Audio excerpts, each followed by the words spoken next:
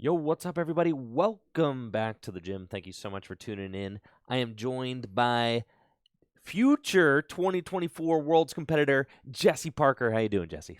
I'm doing great. I thought you were going to say future Worlds 2024 champion. I thought that's That what would you have were going been for. that would have been I was hot. like, wow, that's ambitious. I know. No, I wasn't gonna put you on the spot like that. I'll do my best, but I don't know.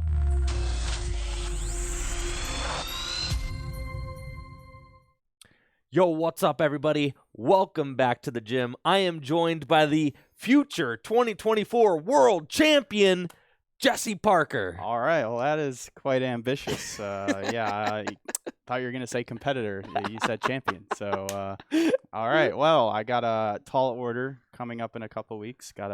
First, I got a day 2 first, and then we can talk about maybe winning. And the world structure is very different this year, so it's going to be interesting to see how it plays out for sure. It is different. Yeah. Talk to the people. How's it different? What do we got going on this year as opposed to years past? I'm assuming there's going to be like 900 people, and if there is, then we won't get to the highest threshold. There'll be 8 rounds in day 1, which is normal, but day 2 there will only be 3 rounds. So I believe, if I'm not mistaken. Yes, so because it's they're only structuring 11. worlds Yes. as if it were, regionals and nationals now. They're doing the same structure. Yes, exactly. Yep. And yeah, regionals are changing too, but yeah. So it's going to feel really strange, especially if I make day 2, because we only have to play 3 rounds. So basically, like, I think you can go 6-2, same as previous years. You can go 6-2 in day 1 or 5-0-3 to make day 2. But then I think once you're in day 2 with that record, I'm pretty sure you just have to win all 3 You games. better win out. Yeah. Yeah. And then if you do that, you'll probably, I imagine, have the same record as, thankfully they're doing asymmetrical cut now, so even if you can't bubble out. So if you make if you have the same record as the person in 8th, then you get to play in cut. Basically you fight for your place in cut. You get yourself into the bracket. So yeah, it's gonna be really interesting to see how that plays out. But let's address the elephant in the room. You are a movie star now. TV star, yes. TV star Andrew Mahone. Check this out. That's pretty cool. Look, it's the bus, like from the show. From the show. Vroom, vroom. Yep. Yes. I am the co-host of a show on Amazon Prime Video, Trainer Tour. And and it's on Roku. Yeah. I am so excited about that. It is such a cool project to be a part of, and me and my co-host Megan really poured our all into the show, and I think that that's really apparent if you check it out. So definitely make sure to check it out. There are 8 episodes, and the more of you that watch it, the more likely we'll get season 2. So go watch it.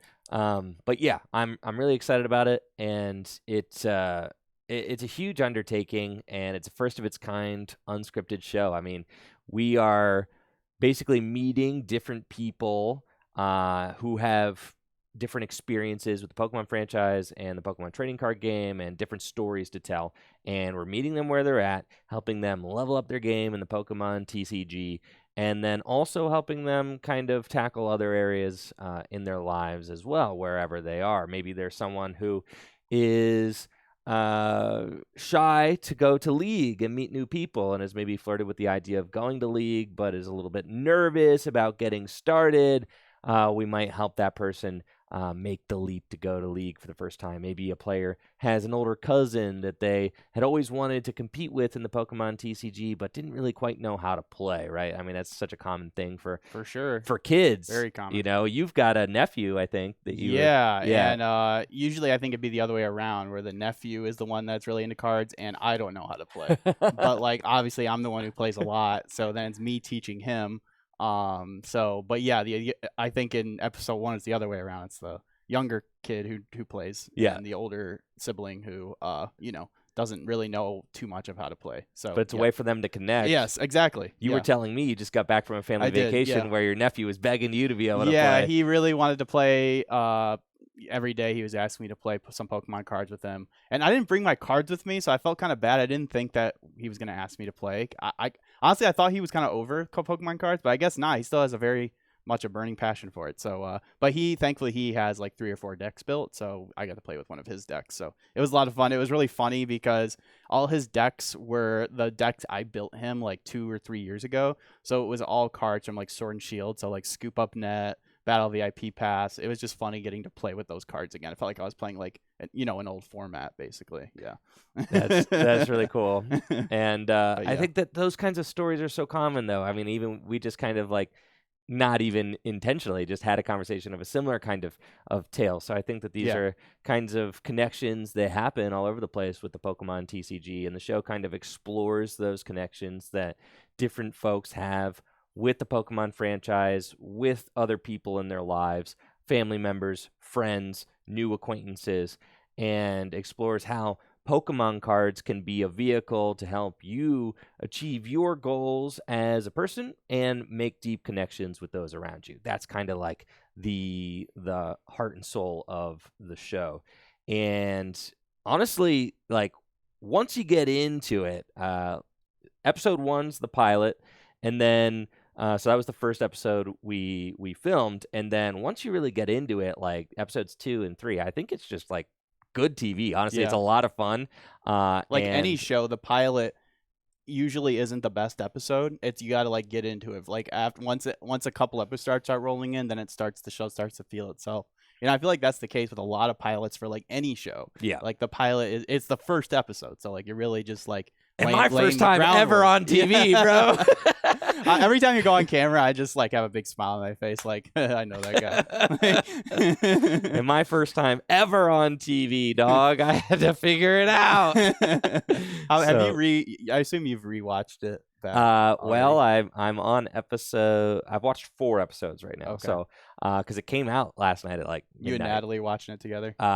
Natalie is super pregnant now. She's due in September, so she's fallen asleep early these days. Okay. So I was up at midnight, and I stayed up for a few episodes. We watched 1 episode together this morning.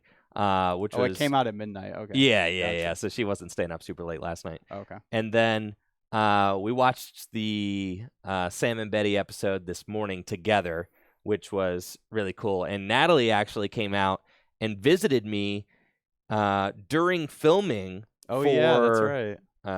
Visited me during filming for the show, and she got to kind of sit behind the scenes and watch some of it.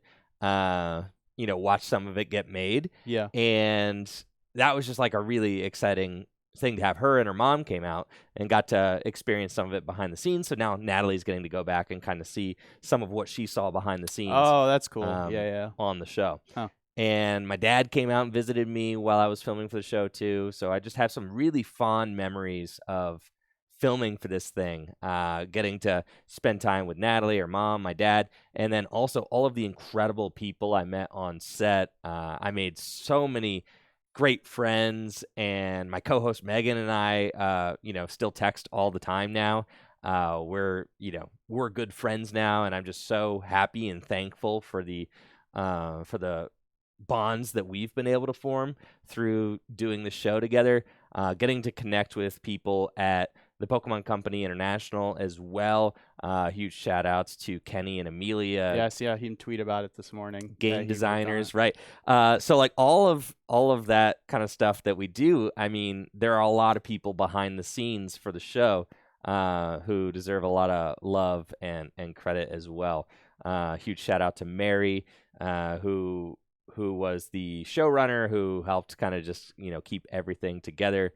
And she did an impeccable job, and I'm just so happy and proud of her for the for the work that she did on the show. Everybody, all the producers at TPCI who helped guide the show and move the show along as well, and all the amazing folks over at the IPC production company who just who absolutely just did an impeccable job. So just so impressed with everything, so happy with how it's gone, and I hope you all love it. So thank you. Yeah, I'm going to watch it tonight when I get home. So yeah, that's for sure. Thank you all so much for the love and the support. We got a little hype train going on in the chat. I really love it and appreciate you guys. So thank you so much for all of the love, the subs, the bits, the support, and the kind words about the show so far.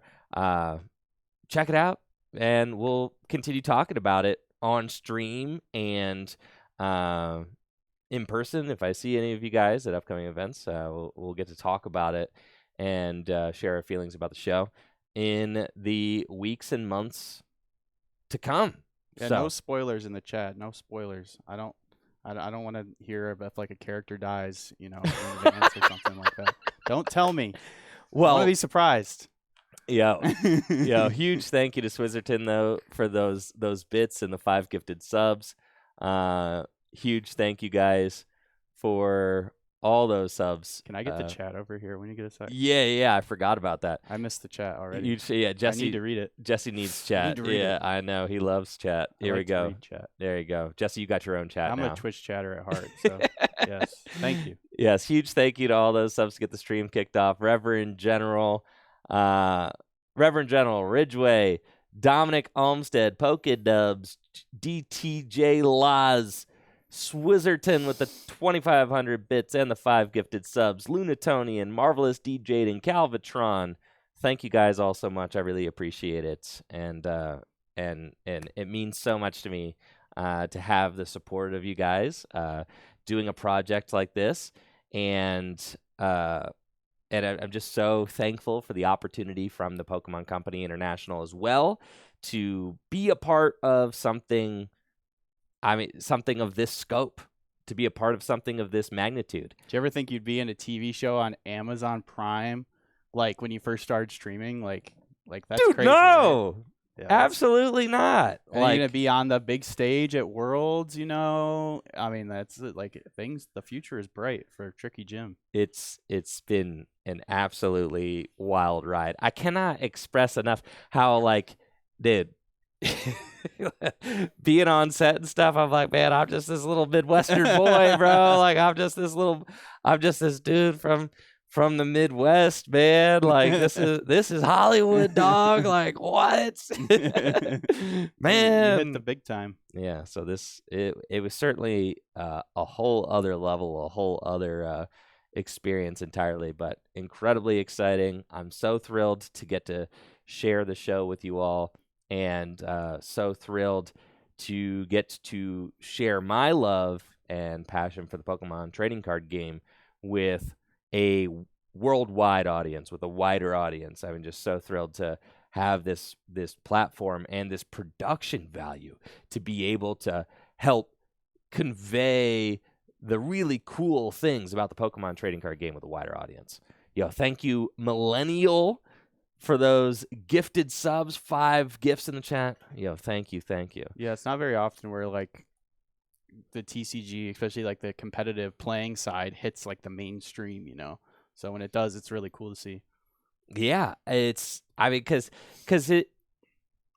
one of the really cool things about the show is that it takes competitive aspects of the Pokemon TCG. It takes beginner aspects as well, but it takes even some of some nuggets of really competitive world-class play and makes them digestible for a wider audience without getting too deep in the weeds. Yeah, the pacing has to be good. You're going to lose people, And I think just having it up, and just having the show and watching it, it's just good TV. Yeah. The stories are good. The heroes of the episodes are really compelling. They each have their own character, and I feel like the show does a really good job of highlighting where those folks are at and what their backstories are and how they're connected to the Pokemon franchise. And all of their stories are so different. All the folks in the episodes are so unique and inspiring in their own way, and it's just good TV. The storytelling's really top notch, and I'm just freaking stoked to be a part of it. I can't believe I got to be a part of this thing. This thing is nuts. Heck yeah, man. So beyond amped about it. Tomorrow I am going to be opening my trainer tour box. You might see some people on the X application and Instagram who are going to be cracking theirs open today. I'll give you a little sneak preview of what we got going on in here. Yes. Oh, let's show off Charizard. Sure. So we get all sides. It looks just like the bus from the show. Yes, if you tune in to the Trainer Tour show on Prime Video, you'll see the Trainer Tour bus burp, burp, traveling around with Megan and I as we meet up with trainers. And your parents watched it all already, Natalie. That's hilarious. That's Wow. so hype. That's dedication. That is so hype. But yes, these are the graphics that are on the bus. And honestly, like driving around in a bus with this freaking Charizard on the side was like so insane. That is very cool. Like this huge. Seeing people's like, reactions while you're driving it is probably really funny. Probably like kids in their cars like losing their minds. Absolutely Oh my crazy. gosh. Absolutely crazy.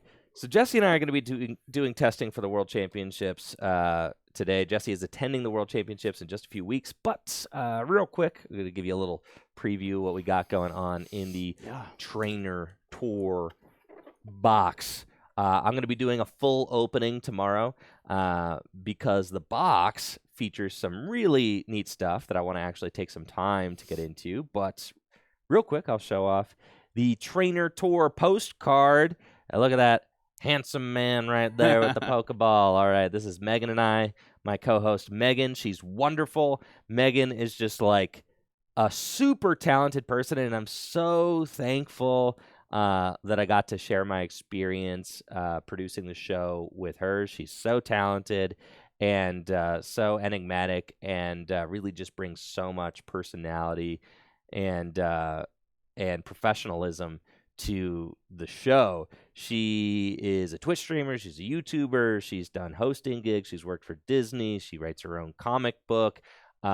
She has done it all. I mean, like literally all. She's just an absolute pro in the industry. So very thankful to get to share my experience with Megan. And on the back of the postcard, it's got little notes that Megan and I wrote on our experience with the show. And I'm pretty sure this mailer got sent out to, folks who, influencers, I guess. This is probably the influencer package, right? Help promote it. Yeah. There's a Trainer Tour playmat, which is hype. I'm going to open that tomorrow. And then, that's so cool. That's nice. And then Shrouded Fable, Elite Trainer boxes. Elite Trainer box? Oh, yeah. that's like gold right there. That's a brick of gold. Because they're not coming out until after Worlds. Yeah, apparently this is a very sought-after item. So I'm going to be doing like a really nice opening of my Shrouded Fable Elite Trainer box. I'm going to take a nice picture, get a nice thumbnail. And a booster bundle. And 2 booster bundles. Oh. Yeah, we got 2 booster bundles in here. So I'm going to be doing the official one of those tomorrow. And I'll do that live on stream. I'll make a YouTube video about it. And I think that this kind of like video is going to be my announcement video on YouTube to talk about the fact that I'm in Trainer Tour. And it's also going to double as like a Shrouded Fable opening. So like that's going to be like the Perfect. Shrouded Fable bundle coming to you tomorrow. Boop, boop. Okay, so that's going to go over there. Fun to look forward to. But today,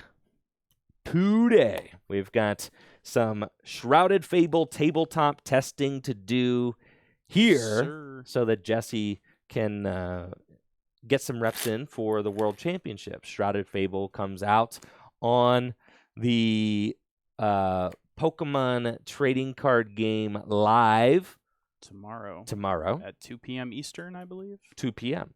So probably what I'm going to do is I'm probably going to open that box. Maybe I'll open the box and like film it today. Maybe I'll do it today. I know I should do it today. We'll figure it out. But I'm going to do this now, okay? And then maybe we'll see how tired you are after we're done playing. Maybe once Jesse and I are done playing, I'll crack the box and do the Shrouded Fable and release that on YouTube, something like that. So, anyways, we'll figure it out. Listen, it's all good. We've too got much content, too much. There's no such content thing overload. as too much content. The content will get here when it gets here. But Jesse has got a tight schedule. Okay, he's only got off a certain amount of days. So when Jesse's off work, that means it's time to play tabletop Pokemon cards, and that is what we're doing today. I can open packs of cards anytime, but I can only play tabletop games with Jesse, when he's available. And Appreciate today that. is one of those days when Yes. he is available. Usually Wednesdays. I don't know why I don't have Wednesday off next week. I feel like I should, but randomly I have off on Saturdays. So I don't know. I thought about switching it, but I don't want to mess with it too much. We'll just be off on Saturday. But it means I can go to a League Cup next Saturday, which is great. So got to get those cups in, Yep. Cups? Yep. Okay, how's your next season going already, Jesse? I just have my 4 challenge finishes. That's it so far. You've got 4 challenge finishes? Which you can only get 4. Okay, so I do you have challenges firsts? are done. Challenges are Your done. challenges are done already. Yeah, those are done. Those are done. He's such a beast, But I didn't bro. max them out. It's 3 top 4s and 1 first. I don't care about getting all firsts in challenges. Like, give me a break. Like, that's 15 points. You're if a I need to beast.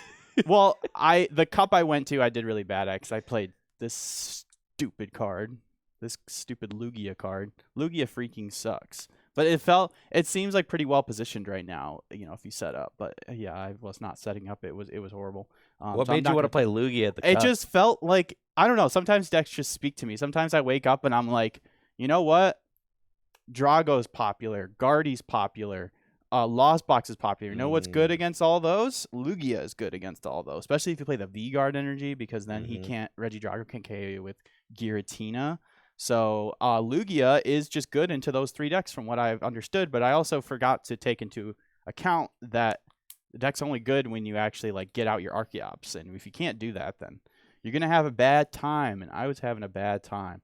So I went 2-2, and then I went home. So yeah, watched the Deadpool movie, which was very fun to watch. Dude. They're very entertaining, very entertaining. Oh my god. Did you see it yet? Yes, dude. Oh my god. All I'm going to say is if you like old superhero, if you watch any of the old early 2000s superhero movies, then it's going to be very funny. There are references galore. I saw a lot of things I did not expect to see. Easter eggs galore. I had to go back. I don't know how they kept all that under wraps. Like, it didn't get leaked. That's like a lot of the stuff that happens seems like stuff that would easily get leaked, and it didn't from what I saw. So I had to go back and I had to read what all the Easter eggs were, because I'm a superhero noob. I just like Deadpool. Okay, right? so all the people that appeared towards the end, you were just like, what I the was heck? like, I don't know who this is. Oh yeah, I don't know I who was this like is. dying the whole time. Blade man. showed up. It I was like, so I don't know funny. who that is. Oh, come No on, spoilers. man. Come on. That's spoiler. All right. No more talking about. All right, no Deadpool more talking about spoilers. it. It's incredible. All right, it's incredible. I didn't know anything, and I had an absolutely incredible time. It was honestly one of my favorite movies ever. I was just keeled over laughing. I actually like the first 2 Deadpools better personally, but it was still good. Like, it's just one of those movies where it's like the first Avengers, for example. Like, it's really awesome the first time you watch it, and then every time after that, it's kind of like the shock factor's gone. I don't know. Whereas the first 2 Deadpools are just better films overall. Like, there's more coherent, and the dialogue. I just like Hugh, bro. Yeah, no, he was great. Don't get me wrong. I love, one of my all-time favorite movies is Logan. Like, that's my all-time favorite movies. It's so freaking good.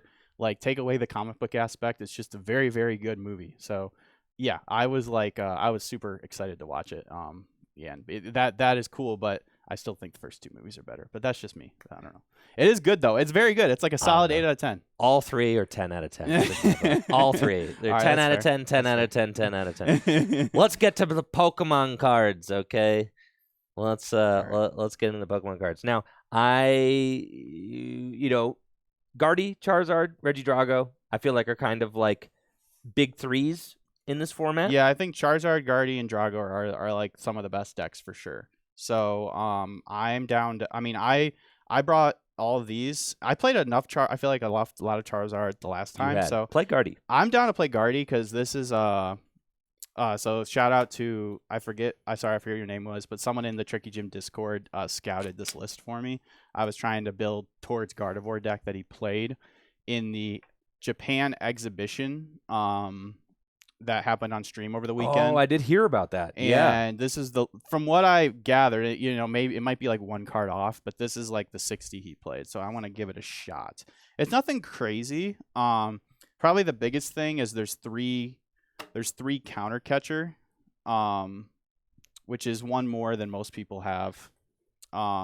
and then also no Radiant Greninja, which is I kind of get because I remember hearing some chatter about that on Twitter right before that event happened about a lot of people saying like, oh, you can cut Radiant Greninja and Gardevoir because like the early draw can be nice, but you really don't play that many nest balls in the deck, so you don't have a lot of outs to it. But not only that, like your bench space is so valuable now that like having Greninja on your bench like mid to late game kind of just stinks. So oops, Peasantipity. Thank you. So yeah, so that's kind of why I think people are why Tord cut the Greninja and why I think a lot of people might cut the Greninja. It also inherently would help your stall matchup because you just don't have Greninja in your deck. So yeah, I'm gonna try it out. When you're playing double Monkey Dory, it definitely helps to not have that bench space taken up by Greninja because you want that space for the extra monkey. And let me tell you, that Monkey Dory card is broken. Very, very good. So I am definitely glad to get some a couple Guardy games in because Gardevoir is probably my least played meta deck, which is kind of hilarious because it's like the best deck right now. But I just don't really enjoy the deck. I like being able to take my prizes quickly. I've got a poll going on in the chat now. I want to know which deck are you all trying to see? Trying to find a Pheasant. Oh, I think you have the Charizard. One of the Charizards. Yeah, I have. Is that one mine? Oh, that's your Charizard? Yeah. Yes. Okay. My stamp is in my Charizard. Ah, yes. Which deck would you like to see me play against Gardevoir EX? Would you like to see Chen-Pao EX featuring Pheasantipity EX? Would you like to see Lugia VSTAR Basics? This is a non-Cinccino build of Lugia VSTAR. Or would you like to see a Turbo Roaring Moon deck? I have my Drago deck, too, if you wanted to play that. The Turbo Roaring Moon deck does have... I might take you up on that. The Turbo Roaring Moon deck does have Energy Switches and Radiant Greninja as a valid attacker in it with Pheasantipity and the Pecharunt EX. So that's Moon to the Moon. All right, is that what we got going on? Well, if you want Drago, here it is. Cool, sick. Pop that over here. All right, let's get Turbo Moon. That sounds fun. I think Turbo Moon has a decent shot at beating Gardevoir just because, Gardevoir is weak to dark. So, unlike Raging Bolt, which is another Turbo big basic deck, you don't have that easy one-shot potential in Gardevoir. Or it takes a lot of resources. So that's like one thing you might have going for you.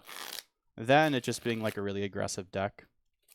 And Gardevoir can be a little slow to set up sometimes. Maybe we can go fast. And you got to power up my play. Run you off the table. That would be nice. I don't have any baby moons in the moon deck. I've got the I've just got the Morpeko instead. I think that's fine. Because with Pecharunt, you can pivot Morpeko into the active spot. Yes. And then retreat it for free. So that's like how you get your Radiant Greninja in the active. True. Is you send the Pecharunt up with, or you send the Morpeko up with Pecharunt's ability. What's the English translation of? These cards have been revealed in English now, right? Because I know I saw God, some of these guys. Pheasantipity's ability is called Flip the Script. Flip the Script. Oh yeah, dude. And then Monkey Dory EX's ability is called Oh No You Don't. Oh no you don't. Amp you very much. Oh no you don't. Yeah. That's great. Flip the Script is cool though. Oh No You Don't. It's a little too on the nose, I feel like. But Flip the Script is like, I don't know. It sounds cool.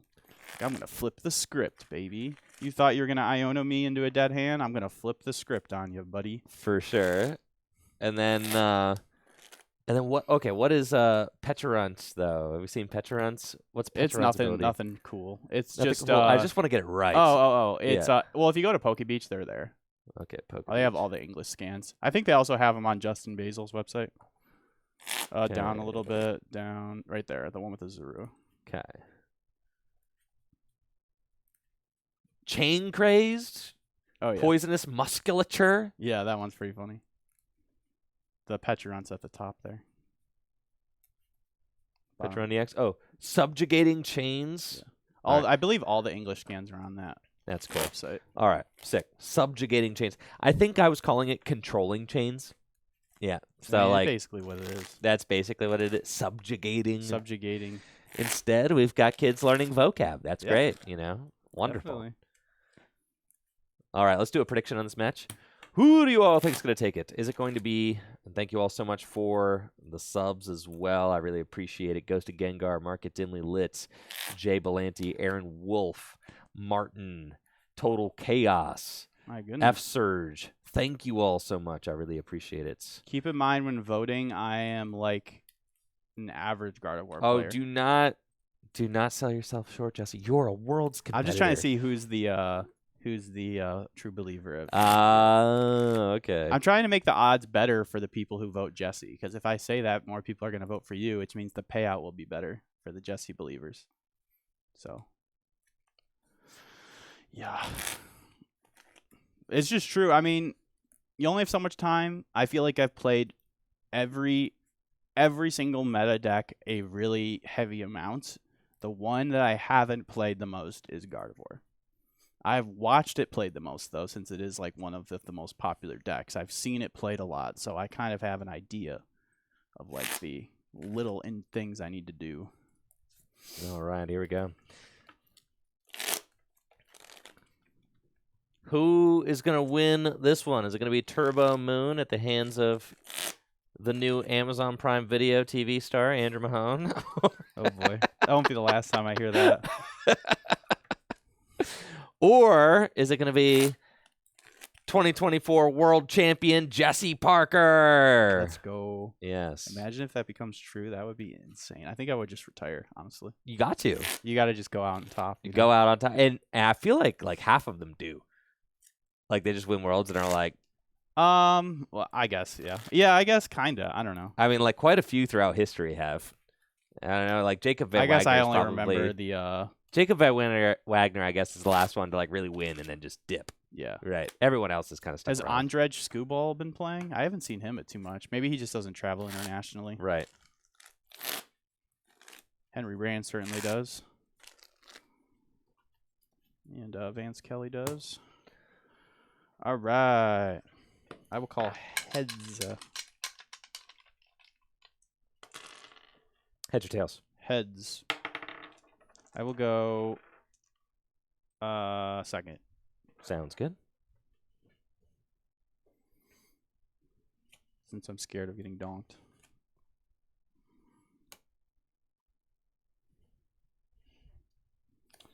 Let's go. Got your starts? Yeehaw. Yes, I do.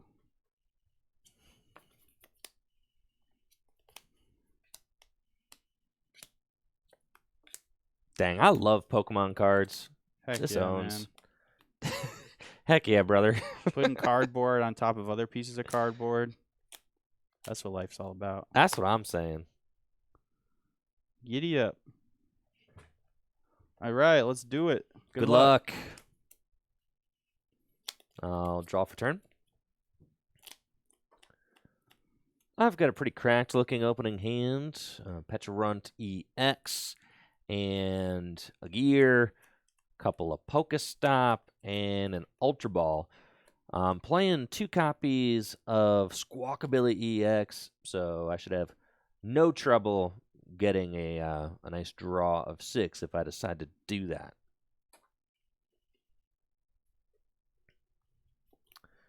I'll start by playing Ultra Ball, and I'll discard a Darkness Energy and a Pokestop.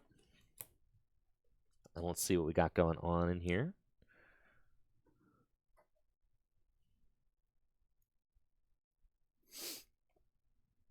Okay. I've got Radiant Greninja. That's good. You always want to check and make sure. See that dude's in the deck. He's important. I'm also trying out Darkrai VSTAR in this build since we're playing the energy switches and the water energy for Radiant Greninja. So that's going to be part of the strategy. Want to see if our Canceling Cologne is in the deck. It is.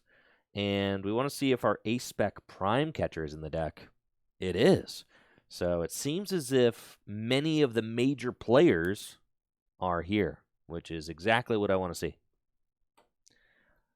Ultra Ball for Squawkabilly EX, and I'll bench it.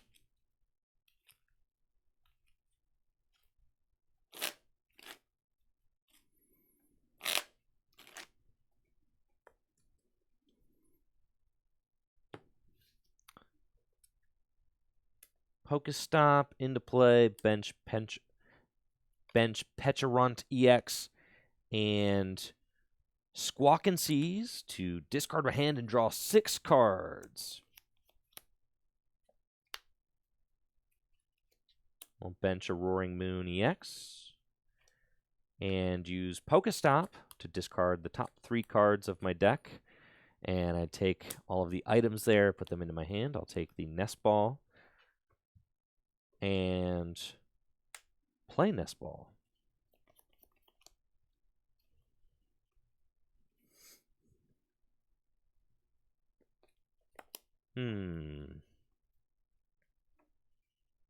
Yeah.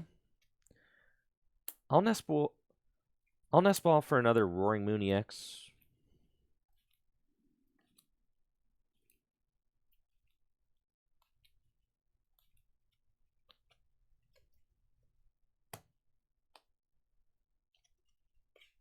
Darkness Energy to Roaring Moon. And I'll pass to you. Draw for turn. I'll start with Suing Heavy Ball. Look at my face down prize cards and put a basic into my hand, swap it with Heavy Ball.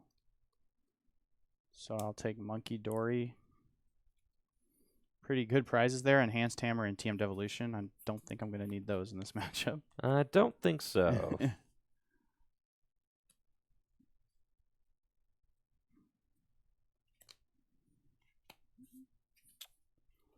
All right, I'll use Attract Customers, look at the top 6 cards of my deck, and put a supporter card I find there into my hand. Don't have a supporter in my hand right now, so it'd be nice to find one, but I did not. So I'll shuffle up. I think I'm going to hit the Pokestop here because I don't have a whole lot of basics in my hand right now, or I would like at least one more, so hitting a Nest Ball or a Buddy Poffin would make me feel a lot better about this no supporter hand.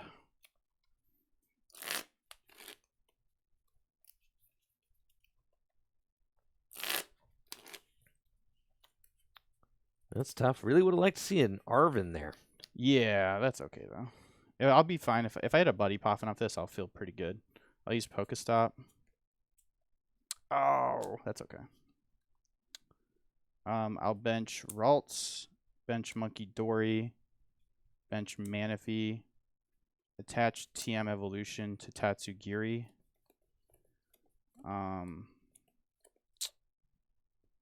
See, I have a thought here. I could either attach Retreat to preserve the Tatsugiri for next turn and try to find a supporter, or I think that's a little too slow. I think I'm going to just TM Evolve and hope I'm going to top deck or Refinement into something good.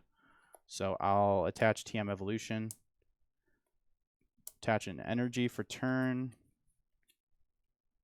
and gotta keep some stuff to discard with Refinement. So I'll use Evolution, targeting Ralts,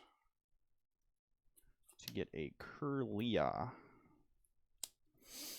All right, so just one Kirlia. If I can find my prime catcher this turn, I can target it down and take it out. That'd be nice. That would be nice. That would be sad for me. We'll draw. And I've got Professor Sada's Vitality to accelerate a Water Energy and a Darkness Energy from my discard pile to 2 of my ancient Pokemon, and then I get to draw 3 cards. And then I'll use Earthen Vessel to discard a Darkness Energy and go get 2 Darkness Energy out of my deck.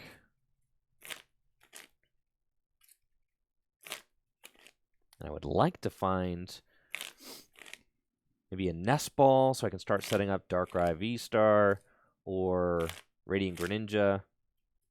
or my Prime Catcher off of this Pokestop. That would be the dream. We'll use Pokestop.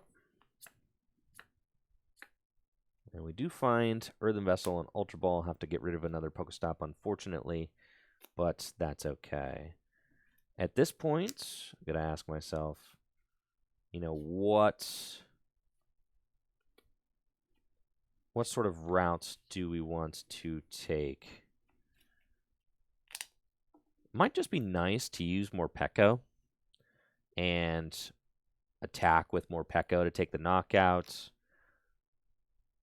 I think that probably feels good.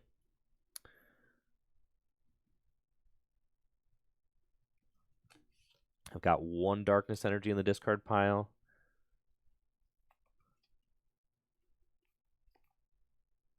I'll Ultra Ball, discard Darkness and Squawkabilly EX.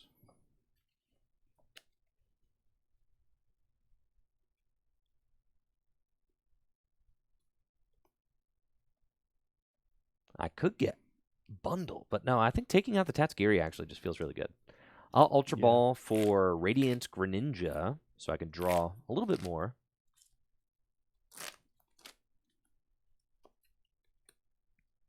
And I'll bench Radiant Greninja. And use concealed cards to discard a Darkness Energy. I'll use Earthen Vessel to discard a Darkness Energy. And go get 2 more Darkness Energy out of my deck. Put them into my hand.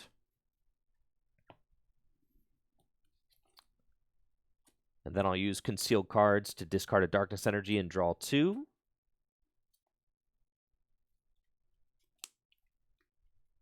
Attach an energy, 2 more Pekko. Energy switch, a Darkness Energy up to more Pekko. Dark Patch to attach a Darkness Energy from my discard pile to my bench Roaring Moon EX. And then Energizer Wheel to deal 70 damage. And I move 2 Darkness Energy from more Pekko to my bench Roaring Moon EX, and I'll take a prize.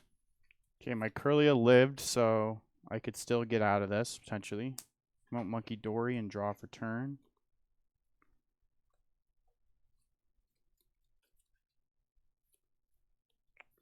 I need some more ball search, so I'm going to start with Pokestop to thin the deck a little bit.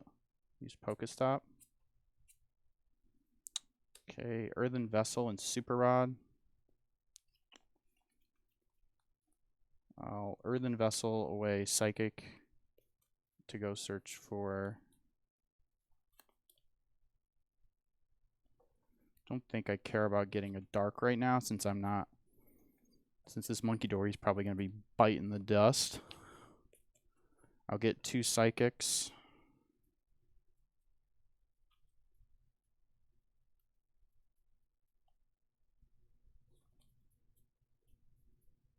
Okay. Just seeing if my other TM Evolution was in deck. Ideally, if I could just get an Arven off this refinement, then I'd feel pretty good. I could go get 2 more Curlias set up. And then I would feel like I'm in an okay spot.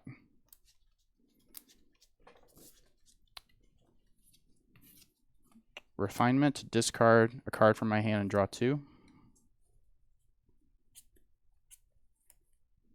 We found some ball cards at least.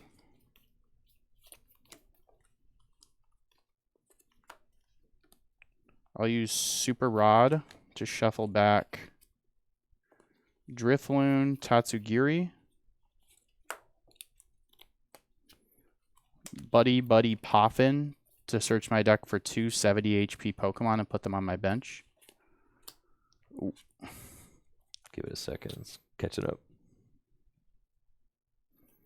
Off Buddy Poffin, I'll search for Tatsugiri and Ralts. I'm going to need to find one of those supporter cards, hopefully. One of them, their supporters, would be nice.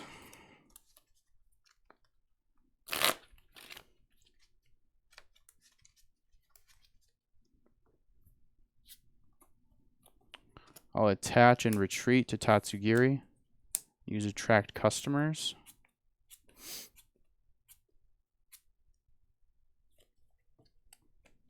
Cards in hand. I've got 5 big ones.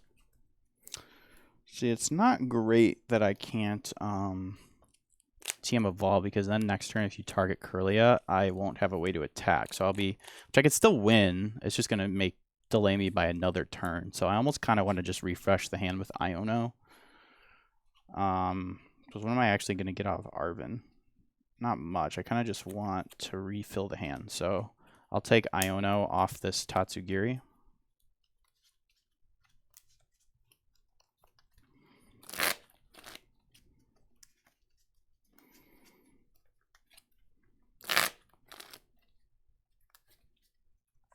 I've been real fortunate this game. I've seen all 4 of my Sada so far, and you're about to send my remaining 2 to the bottom of my deck. Oh, no.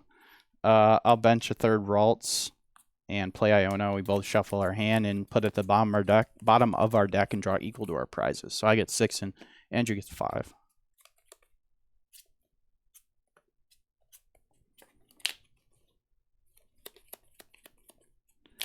Okie doke. That's it for me. I will pass to you. Draw. Okay. I know that I had my 2 Sada's Vitality sent to the bottom of the deck, and my hand right now has got Earthen Vessel. So I can use Earthen Vessel to reorder my deck and then see if I can't maybe draw into one of those Sada's Vitalities off of the concealed cards. But before I do any of that, I also know that I did not have any Energy Switch or my Prime Catcher or Canceling Cologne in my hand either. So I think I want to Pokestop first, because I have a pretty much 0 chance of discarding a Sada off of that. And then I'll reorder. Then I'll try to draw into a Sada with the concealed cards. That's how we're going to do this. Pokestop. Goodbye. That's okay. We do play the nighttime stretcher in here, so I can bring that back later. Then I'll reorder my deck. Use Earthen Vessel to discard Ultra Ball. And I'll get a Water Energy.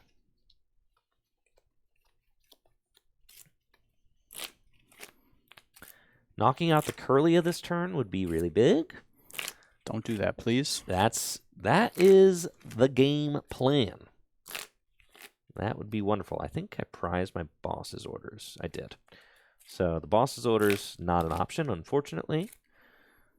But Prime Catcher is. Okay, so I'll take that water out of my deck. And I do have to be a little bit careful as we're kind of running low on energy. We'll use concealed cards, discard water, and draw 2. Excellent. No. And then Dark Patch. My Kirlia is in danger. Your Kirlia is dead. Yeah. I'll Dark Patch to Roaring Moon EX and use Prime Catcher to bring your Kirlia into the active spots.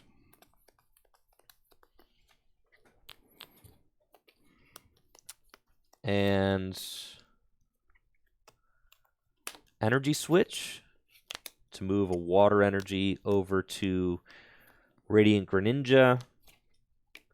Calamity Storm, no discard the stadium, and I'll take a prize. Very nice, very nice. Okay, I still feel like I can recover here since I have Arven for TM Evo. Promote Tatsugiri and draw.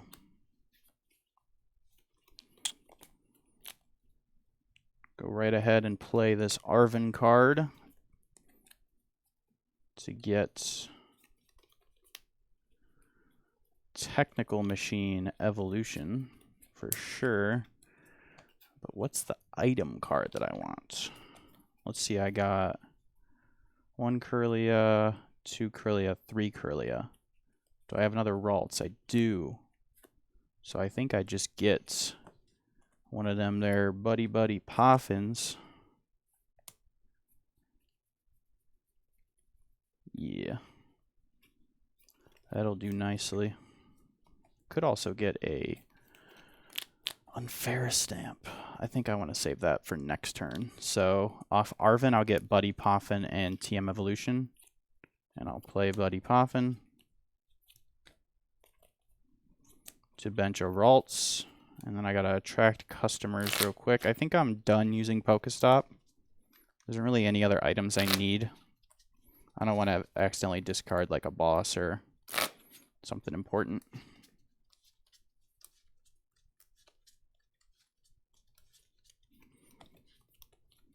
Attract customers. No customers to be found. Really getting my mileage out of this Tatsugiri this game, that's for sure. Not a card you see too often in Guardy.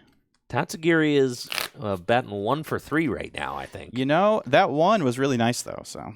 It was. Okay. Attach TM Evolution. Attach Psychic. And then I'll TM Evolve, targeting 2 Ralts.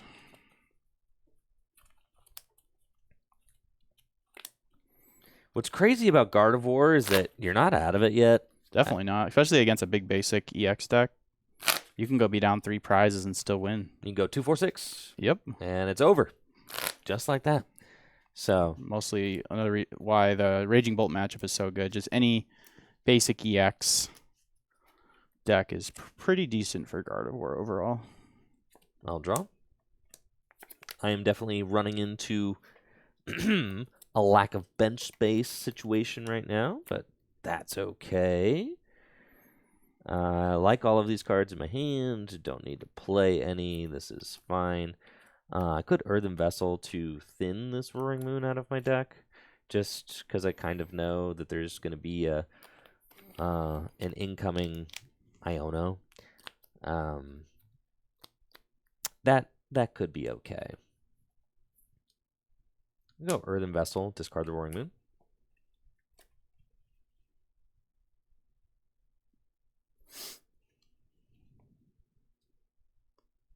And I am out of energy. And I am out of draw. Pheasantipity EX is in the deck. Darkrai is in the deck. Definitely running into a situation where it's like bench space.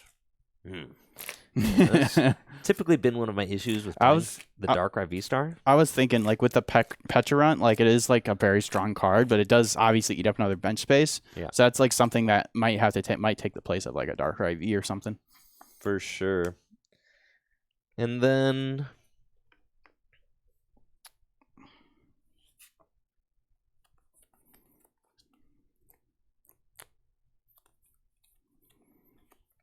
I'll attach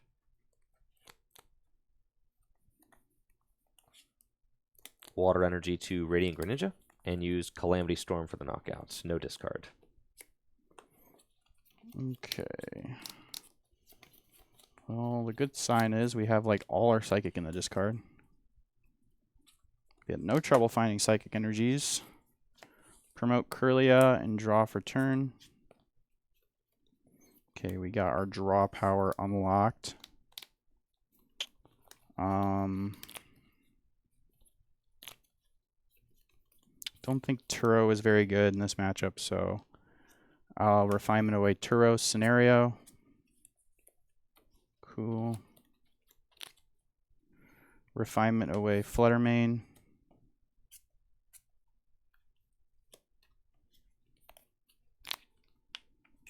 For sure attaching Dark to Monkey Dory. Evolve this Kirlia to Gardevoir. Actually could be nice to remove a 2-prize Pokemon, but I think it was the best thing to discard in that hand. We'll bench Drifloon, attach Bravery Charm to Drifloon, and Iono. All right, 3 off of this. And Jesse gets 6.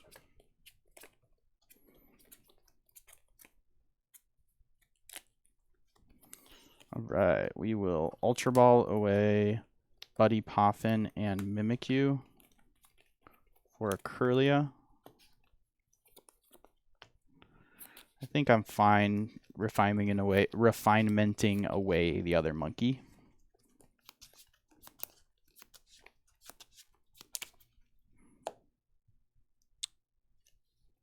Refinement, Monkey Dory.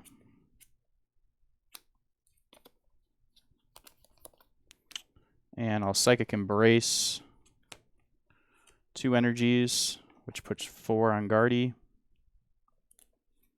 Retreat to the Loon. Use Drenabrain to put 3 on your benched Roaring Moon with energy. And then Psychic Embrace 4. See, I don't know all the math of this deck. 4 is 80, 816, 240. Yeah, so 4 is good. Okay. 4 energy.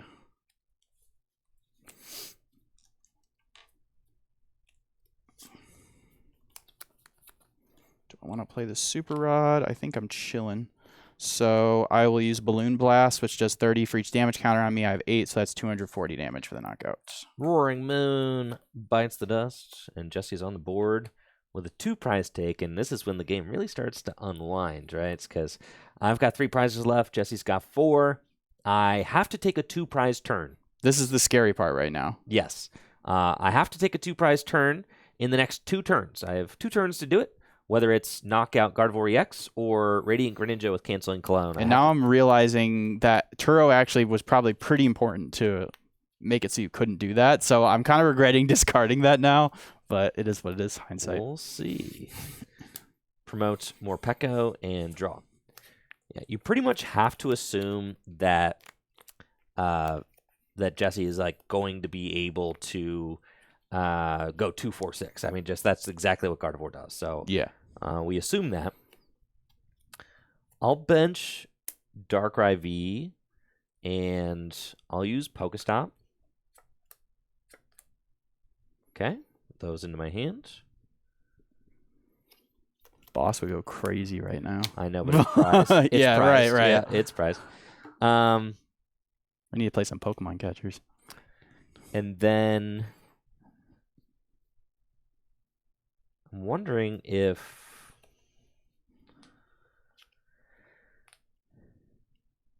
does discarding the Canceling Cologne give me like a higher shot of being able to find it? I'll play Dark Patch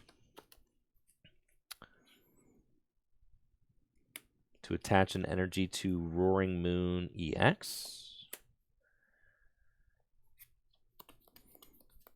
And I'm wondering if playing the Ultra Ball to discard Canceling Cologne, because then all I need is whether it's Greninja or a Moon. But then if you attack with the Moon, or probably you'll attack with Morpeko this turn. That is a hold on conundrum. I'm bringing the Dark Patch back. We're going to think about this for a second. Because I'm thinking about attacking with Morpeko and then moving my energy to Radiant Greninja so it's there. Yeah. But I guess this is always an option too. That is an option. I don't know if that'll ever be correct, but I think I just go with the Roaring Moon. I think that seems right. And then what attack with Roaring Moon this turn? I think so, yeah. And then I can always go, I have to find like Canceling Cologne, Energy Switch, Prime Catcher, maybe something like that. We'll figure it out. I guess I don't know how hard it's going to be for you to get an energy on Greninja next turn if you needed to. That's you don't kind of what I'm necessarily thinking. need to. I guess like you'd be worried if I Turo'd, but yeah. Energy Switch is always an option if I have to, I guess. You could always get that 1 card back with your Darkrai VSTAR. That's what I'm thinking. I'll play Dark Patch to attach a Darkness Energy to my bench Roaring Moon EX, and then oh yeah, you could retreat. I know, and then move it. Yeah, I thought about that. That's funny. Yeah, but I just don't think it's worth it. Yeah, that's fair. I'll Dark Patch again to get a Darkness Energy to my Pecharunt EX.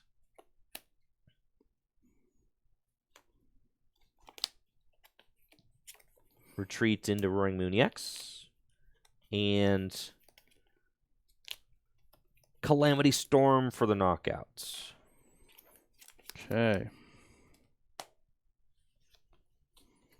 Promote Gardevoir. Draw. It's a pretty good top deck. Oh, my boss isn't prized. I discarded it. Oh. Whoopsies. But I prized my pal pad, so I wasn't able to put That's it another back very important card. until now. Yeah, so. Okay. Just thinking about my turn a little bit.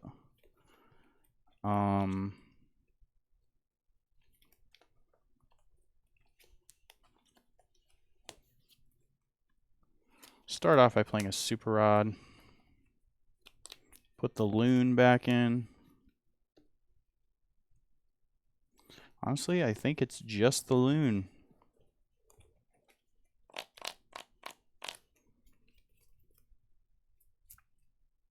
Yep.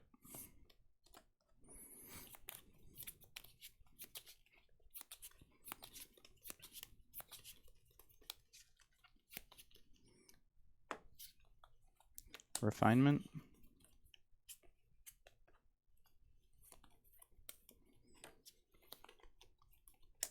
Artisan. I will use Artisan.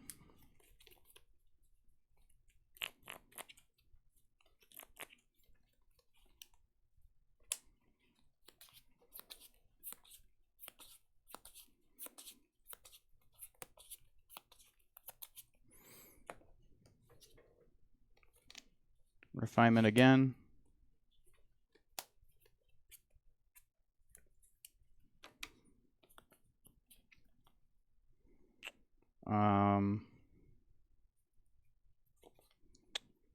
Arvin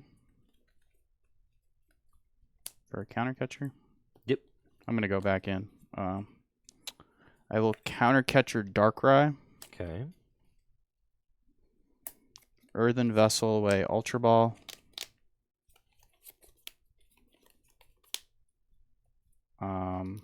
Fail. Okay. And then Unfair Stamp. This is going to make my life pretty hard. It's really funny playing this side of Gardevoir because this is like always what Gardevoir does to me. Yeah.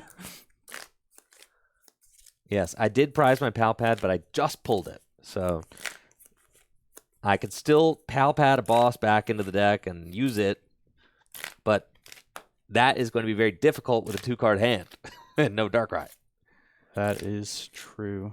So I get 5, you get 2. I can only use it if I'm behind on prizes. Or no, I can only use it if you took a knockout last turn, which you did. So yeah.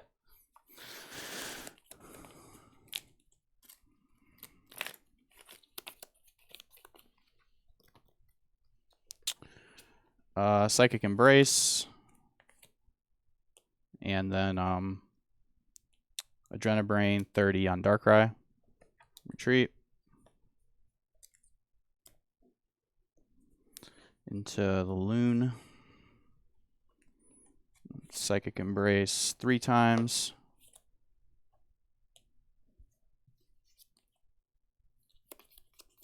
And I'll Balloon Blast for 180 for the knockout. All right, Darkrai goes down. We are tied up at 2-2. Promotes Morpeko. And draw. Interesting. You got the Fez still in the deck? I do.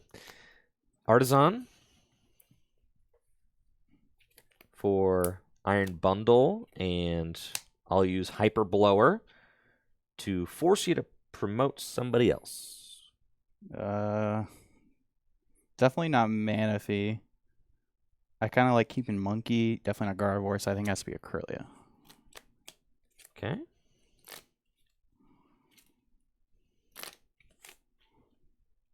Then play Nestball. And I'll get Pheasantipity EX. No shot, bro. You'd have to get Night Stretcher, Palpad back in Boss, Concealed Cards. Yeah, he's not going to hit that. I'm pretty sure I got a Pokestop in here. Nope, prized. It's like not possible. Well, it is possible. It is possible. It's just you have to draw those 2 out of 3 cards. I have to draw, Nighttime Stretcher and Palpad right? off of this. Yeah. Uh-huh. So you're saying there is a chance. The deck is a little, kind of, quite thin. Flip the script. I'll use Flip the Script to draw 3.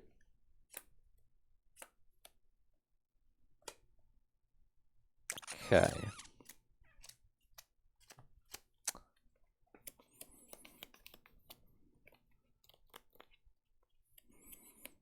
Okay. I'll use... I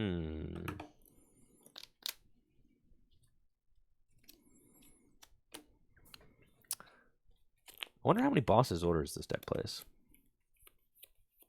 My deck? Mm-hmm. 1. Okay. And then it probably plays like a bunch of counter catchers. I actually can't remember if I prized it or not. It plays like a whole bunch of counter catchers. Yeah, 3. Okay. This list plays 3. So like you're gonna counter catcher if I make this play. Okay. So let's go.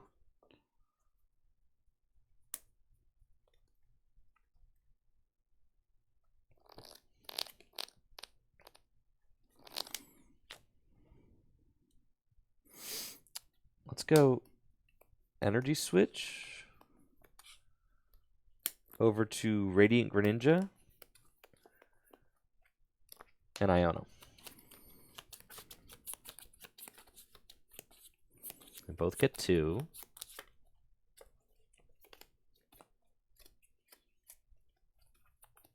And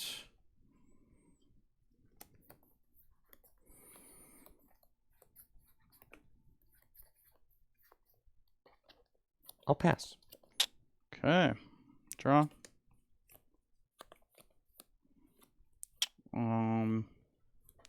Refinement. Yeah, I did prize the boss. Dang it. What can I do? What can I do? Well, I could try to find my Iono. But it was at the bottom. Okay, I could draw into it. There's a decent chance. Refinement again.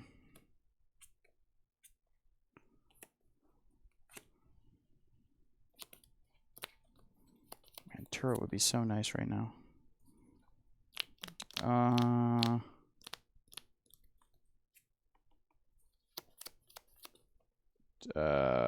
Well, I guess I am Psychic Embrace.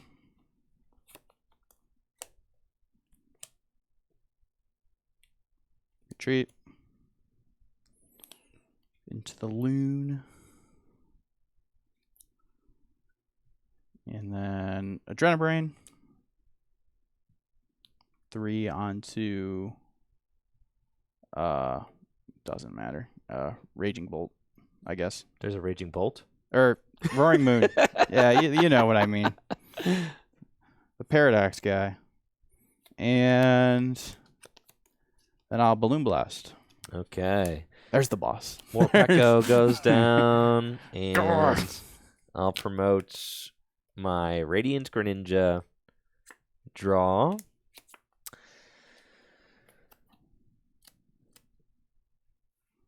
I still don't think I can do it. So it was very smart to pass last turn, though, obviously. Yes, yes, yes. Your average ladder player would have just swung. You know? Oh, for sure, for sure. I think I can't do it because I don't have any energy left. Because I'm going to see 3. I could Palpad, and I don't have the energy to be able to conceal cards into the game-winning boss. So... Wait, do you have Night Stretcher in hand? No. Oh, you used it last turn. Okay. No, I didn't. I kept it. So... Oh, I have to do the same thing. Okay. I actually have to reorder the deck, and I have to take advantage into Nighttime Stretcher Palpad again. Even though I know the Palpad's right here, I know that the Nighttime Stretcher is down here. Yeah. So I have to do this again. Yeah. Okay. Nest Ball. Well, the deck's thinner this time. Right. Because, see, the Palpad was here, and the Nighttime Stretcher is down here. And I know that. But there is a gear in here, which could help, I guess. True. But I have to draw into these 2 off of my thing. Oh, yeah, or it could be Palpad and Gear. Yeah. Right? Palpad and Gear also does it. Yes. That'd be guaranteed. That is guaranteed. You got a good shot. Decent shot, I think. Right, yes, because Palpad Gear is another combo. And I guess even if I draw into even if I draw into just the nighttime stretcher, I can go 2 board to see if I get the other piece for Palpat Gear. Yes. So that's interesting. Palpat Gear was guaranteed. Don't say that. Don't say that. Man, that's true, but I didn't know the gear was in there because I forgot. All right, here we go. Flip the script. Oh, that feels really good. Nighttime stretcher for. Could still miss. I definitely can still miss for darkness energy and concealed cards. Oh, I did miss. Oh no, I'm bad. Oh. No, that was very close though. Yeah, that was really close. Yeah. You got it. Yep.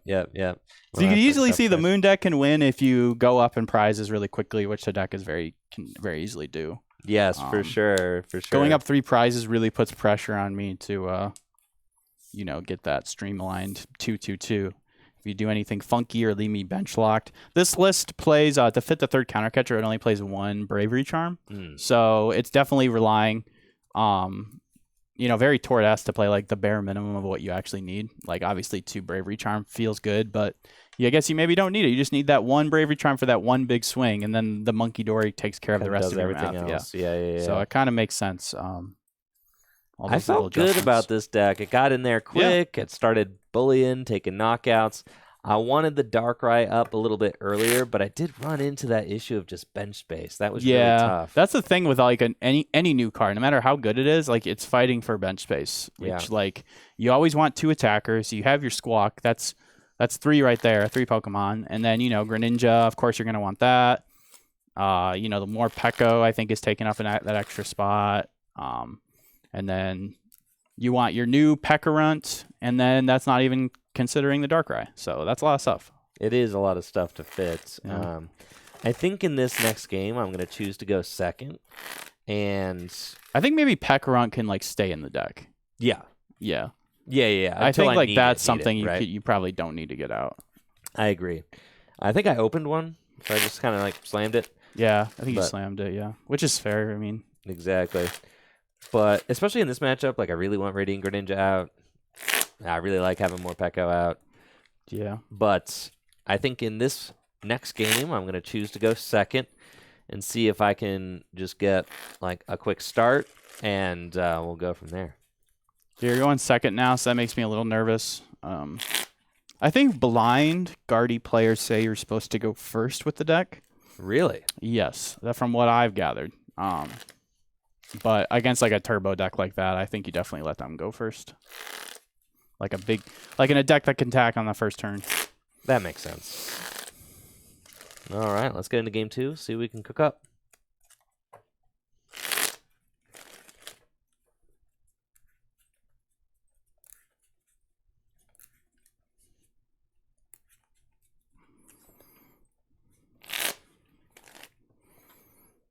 Tatsugiri was pretty sick. I mean, it did whiff a couple times, but it definitely like I don't see a lot of people playing that in Guardy. And I know what's his name? The Japanese player you interviewed, that one. What is his name? Kai something? Kaito? No. Yes. Kaito? Yep. He played Tatsugiri. I played against him at NAIC, and he had a Tatsugiri in deck. I know because he started it all 3 games. What the heck? And it definitely served him well. All right.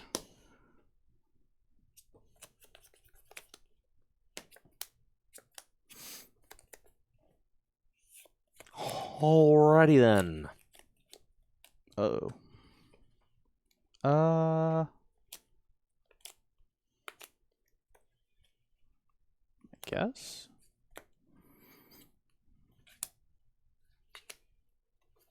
Good luck. Good luck.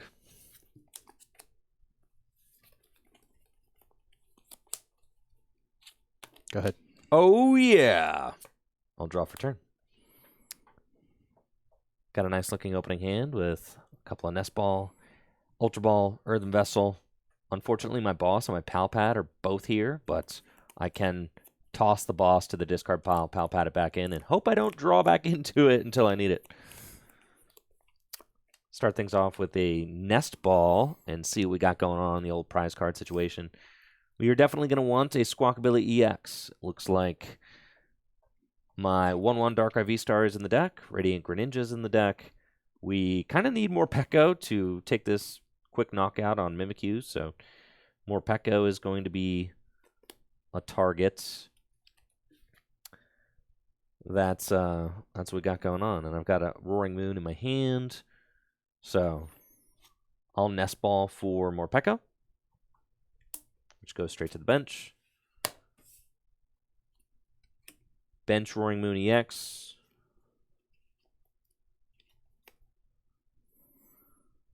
Earthen Vessel to discard boss's orders, and I'll get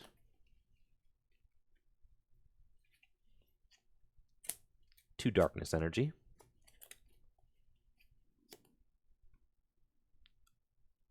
Ultra Ball away to Darkness Energy.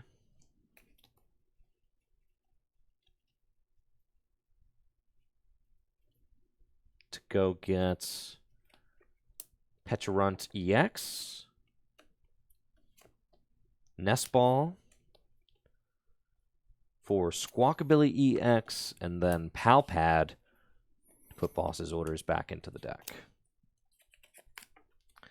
And we're hoping that these 6 cards are fruitful.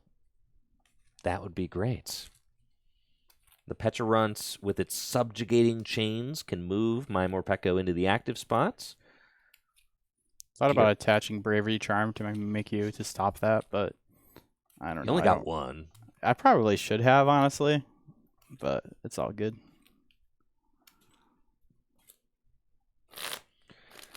Then I would have had to go for the, I guess, the bundler to bring up the Monkey Dory. Yes. Squawk and Seize. I'll discard my hand, which is 0 cards. Draw 6.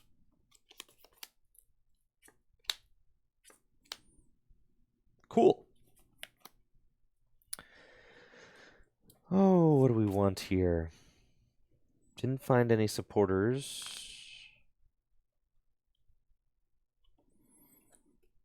Ultra Ball, discard Squawkabilly EX, and Energy Switch. Got the Prime Catcher in the deck. Got the Canceling Clone in the deck.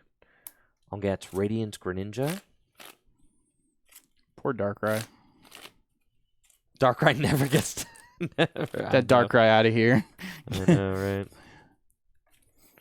He's cool. He would have won me that last game. Yeah, no, it forced me to target it. You had to target it, yeah. Concealed cards, discard water, draw 2. Darkness Energy to Morpeko, and Dark Patch to Morpeko. And then use Pecharunt's Subjugating Chains ability to move Morpeko into the active spot.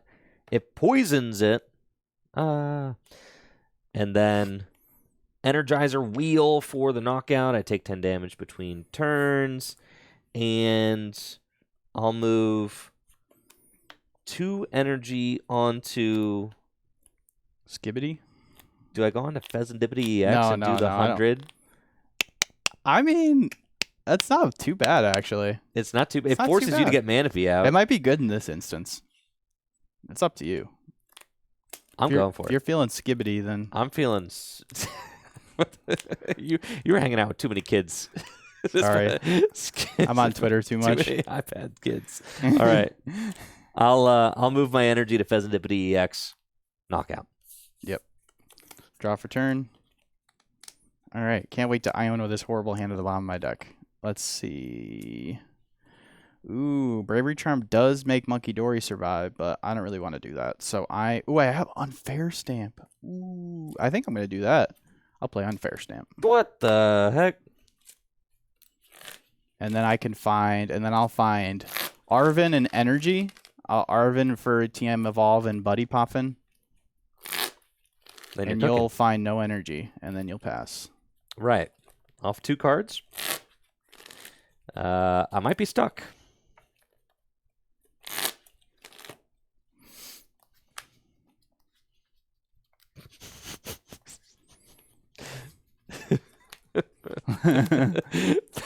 Pheasant Skibbity.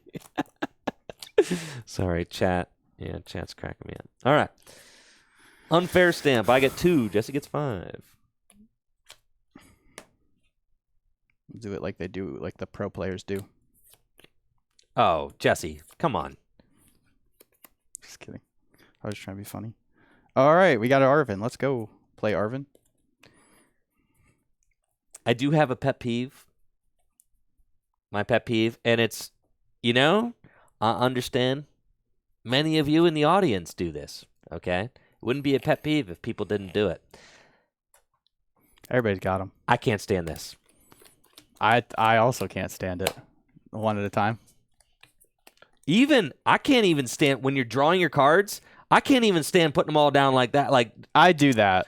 I do that. Just like that's just like a little extra to make sure I'm not like overdrawing. But the picking up one at a time, like, why? Like, can't stand it, bro. It's like your brain can't process all those cards at once. It takes so long. Pokemon. Well, here's my deal. Pokemon's already a game where we can't play 3 games in 50 minutes. Straight up, we can't. And you're taking extra time. But the thing is, the Guardy players, they know that they're only playing one game, so they'll do that. I don't like it. Yep. I don't like it. That's If we were playing single game Swiss, I don't care. Yeah, but in a 50-minute best of 3, man. That's why you got to play the Don and turn 1 amp. Yeah. They can do that as much as playing with their cards as they want. Nah, but yeah, I also agree. I'm not a fan of that either. But if you do it, it's all good. Off Arvin, I'll get Buddy Poffin and TM Evolve. Play said Buddy Poffin for, you guessed it, 2 Ralts. Let me just check to see the rest of my Gardevoir line. The worst is the Singleton pickup. That's if you lay them all down, you're just being careful. Yeah, that's not that big of a deal. That's like some of my friends even do that, like Jesse. Like me. I do a mix. Like if it's late in the game, I'll sometimes just draw really. Like it depends how fast I'm trying to play. But like for the most part, I will like lay 4, lay 3, and then pick them all up. I'm a fan drawing demon. I know. Yup. Can't save me, chat. I fan draw. Always have, always will. Hey, everybody's got their habits. Okay, cool. I just wanted to see if we got the other TM evolution. We do. Got our boss. This Turo in deck. That seems to be an important card for late game. Turo is prized. Okay. Cool. Can live with that. All right, off Buddy Poffin, I will get 2 Ralts. And then attach Dark, attach TM Evolution. Oh, I have Turo in hand. Do I want to bench Drifloon to play around? Well, you can't use Bundle, so I think I'm good not to do that. Yeah. So I will use Evolve on 2 Ralts.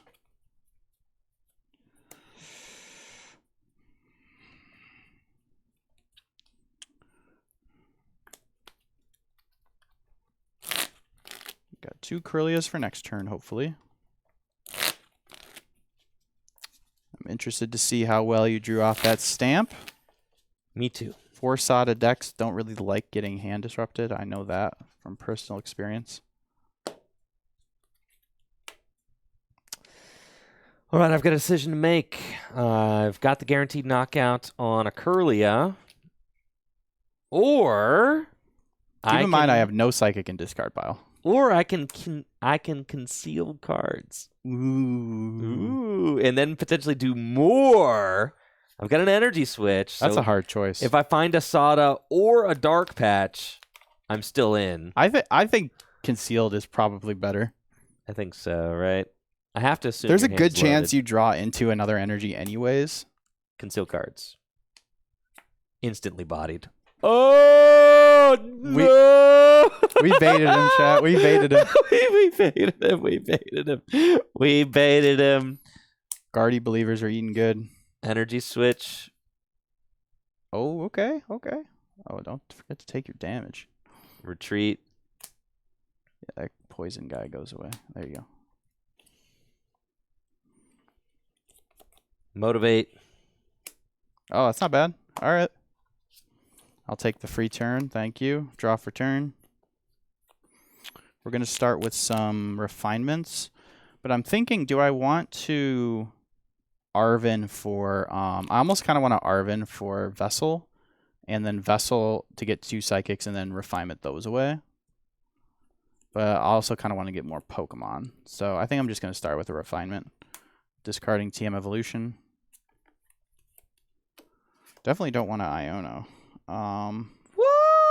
I know. What? I think I will play Arven now. I'll play Arven to go get Vessel and TM Evolution. And then Vessel away Enhanced Hammer.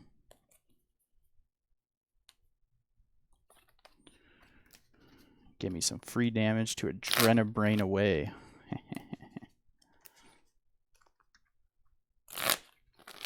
This is bad. Oh, wait, he has already got an energy on him. Hold on.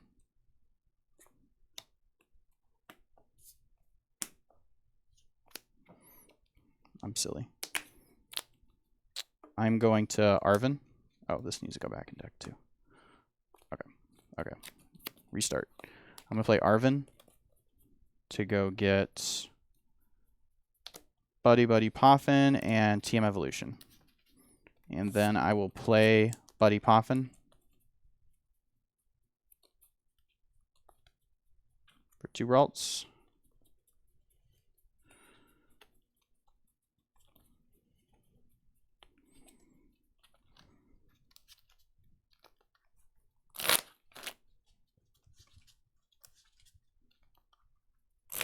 Yeah, that unfair stamp. My goodness. I mean, unfair stamp is pretty brutal. For aggro decks? Oh my Yeah, you just kind of gosh. stop them in their tracks. And you're like not taking a knockout. Pheasantipity does nothing. Ugh. Yeah. Refinement. It's funny.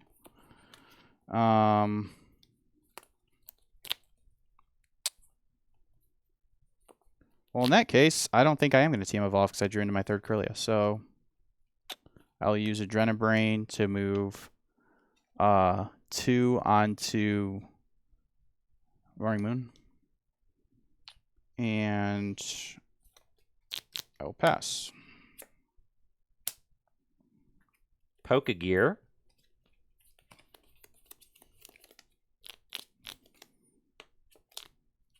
And we're moving. There we go. Find Professor Sada's Vitality. This works. Unfortunately, I've only got 1 ancient Pokemon in play. But that's okay.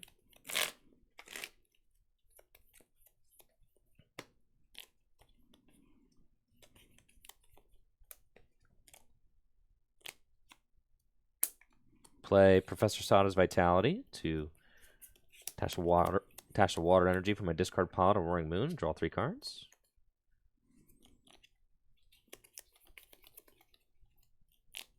And then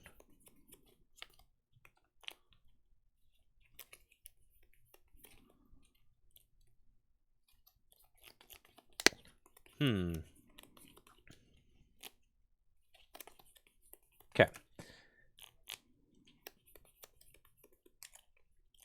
Retreat into more Pecco.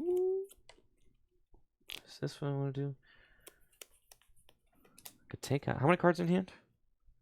6.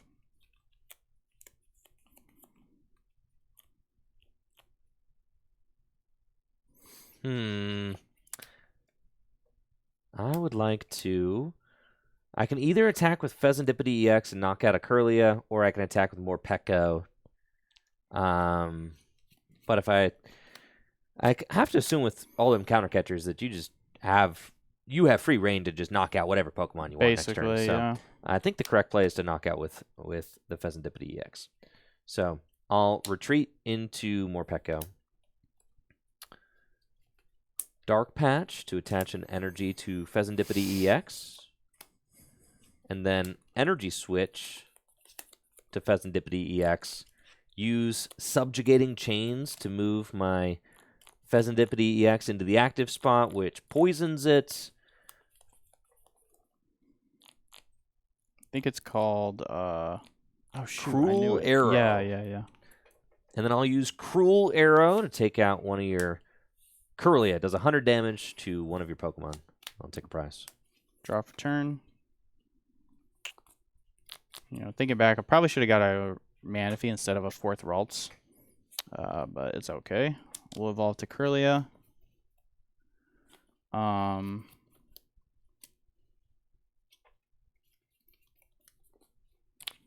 Start with Refinement. I'm going to use this one since it's the one that was already evolved. Okay. I'll play Buddy Poffin to go get a Manaphy. Finding those psychic energies now, thankfully.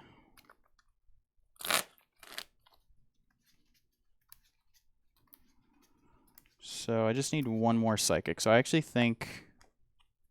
How many more psychics do I need? One? I need 4. 4 psychics. Let's see, 3 would do... I actually just need 3 psychics, so I need 1 more. So I think it's correct to Ultra Ball this psychic, and then Iono, and then Refinement if I find another one. So I'll Ultra Ball away Psychic and TM Evolution to get Gardevoir EX. And that's why I used Refinement with this Kirlia, because that's the one that can evolve, and then I can keep the other Kirlia. That makes sense. Ready to go.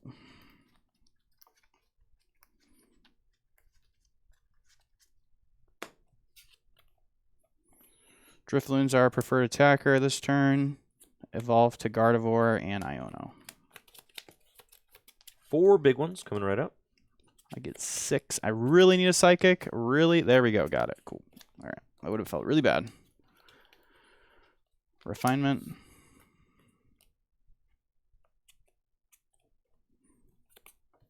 Okay.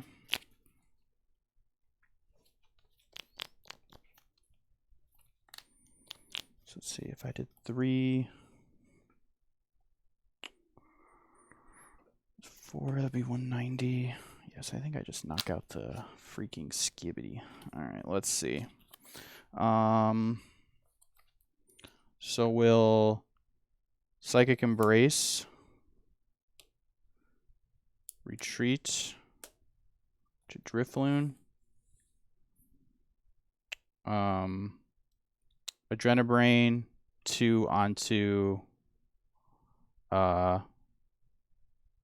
Skibbity. Sorry, I should stop calling it that. Pheasantipity. It's just so funny. And then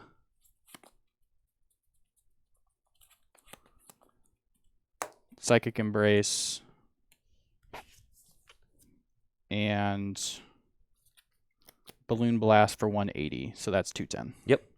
With that poison damage that was there, the 2 damage counters, and Pheasantipity EX goes down. You take 2 prizes, tie it right up, and I'll promote Morpeko. Draw. I do need some things to start fanging here. We need some action. Desperately, I need some action. So I can start off by bringing back the Pheasantipity, and I can draw 3 cards.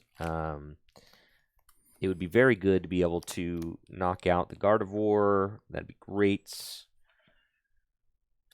I don't think that I necessarily want to Pokestop first, because I don't have a supporter. So I'll Nighttime Stretcher for the Pheasantipity EX, bench it, and flip the script on you to draw 3 cards. Those are not 3 great ones. I'm going to be perfectly honest. That's okay.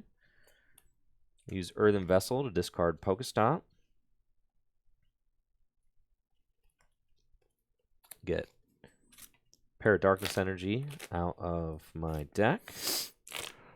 Those 3 cards were not Sigma. No. No, they were not, Jesse. No, they were not.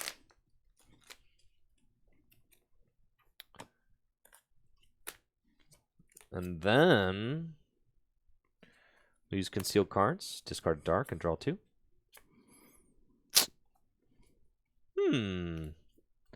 Put Pokestop into play and use it to discard the top 3 cards of my deck. Keep those. All your stadiums. Yes. You play 3 or 4 stop? 4. Ooh. And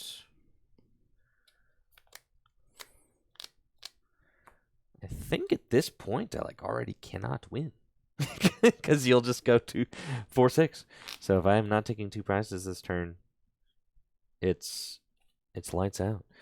Let's go and attach an energy to Morpeko. Maybe let's not do it that way.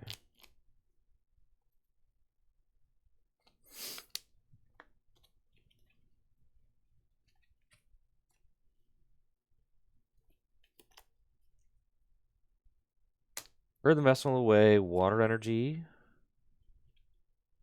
to go get a water.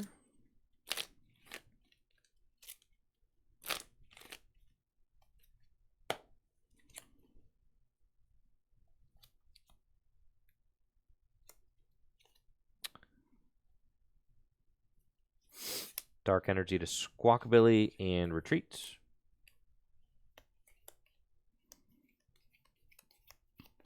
Yo, Squawk is getting in there this game. I could just pass.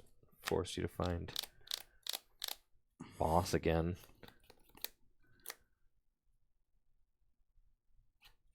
I'm doing that. That's fair. All right. Attached to Radiant Greninja, and I'm going to pass to you.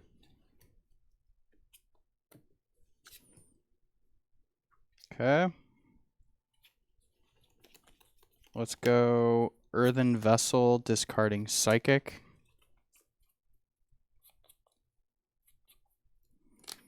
Because if I take this knockout, I know Jesse's list is playing 3 Countercatcher, 1 boss. Yeah. So if I take this knockout, it's just cool. This is like Countercatcher the deck. Yeah. So there's really no point in taking that single prize knockout.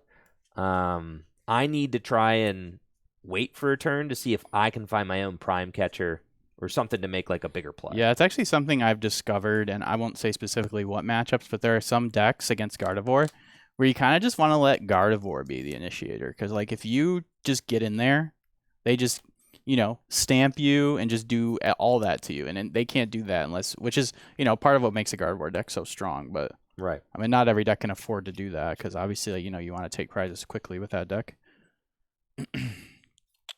Refinement? Actually... I don't think Super Odd's good enough for just 1 Kirlia. Yeah, no, I think I'd rather save it for this Drifloon. Refinement. I think I'll make that Pokestop go bye-bye. And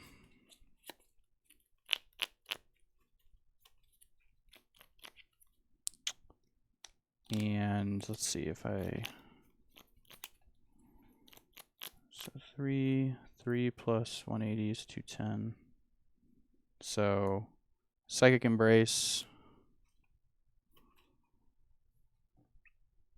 And then Adrenabrain onto Roaring Moon. Mm-hmm. Boss Roaring Moon. He had it. I did. I drew it last turn. And then I'll Balloon Blast for the knockout. It's tough. There's technically a route, but we'll see if we can do it. Draw. There's boss. 1 turn too late. 1 card off. Classic. Of course. This always happens. Me when I play Turbo Moon. Unlucky. Wow, so unlucky. Let's Pheasantipity EX flip the script to draw 3. And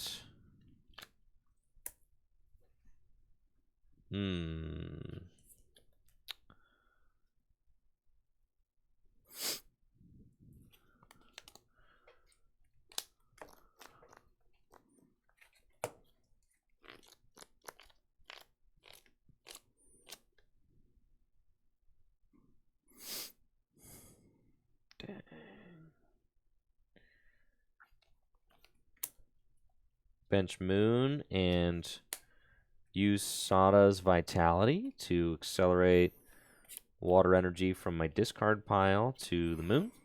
And I'll draw 3 cards. Whee! Attach to Greninja. Energy Switch. Yo. Prime Catcher.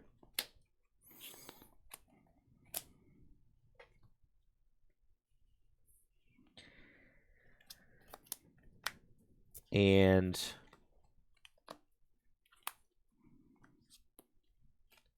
canceling Clone. Oh my goodness. And let's do I've done that. Dark Patch. 2 Pecharunt.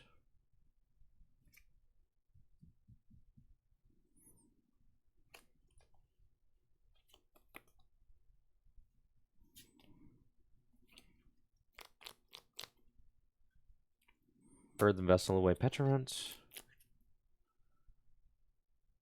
Fantastic.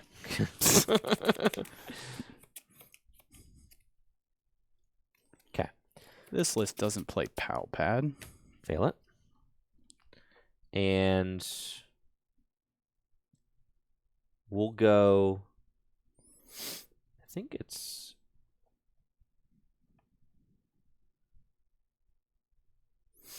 Yeah. I'll go Moonlight Shuriken, those 2. Yep. Cool. Take my 2. Draw.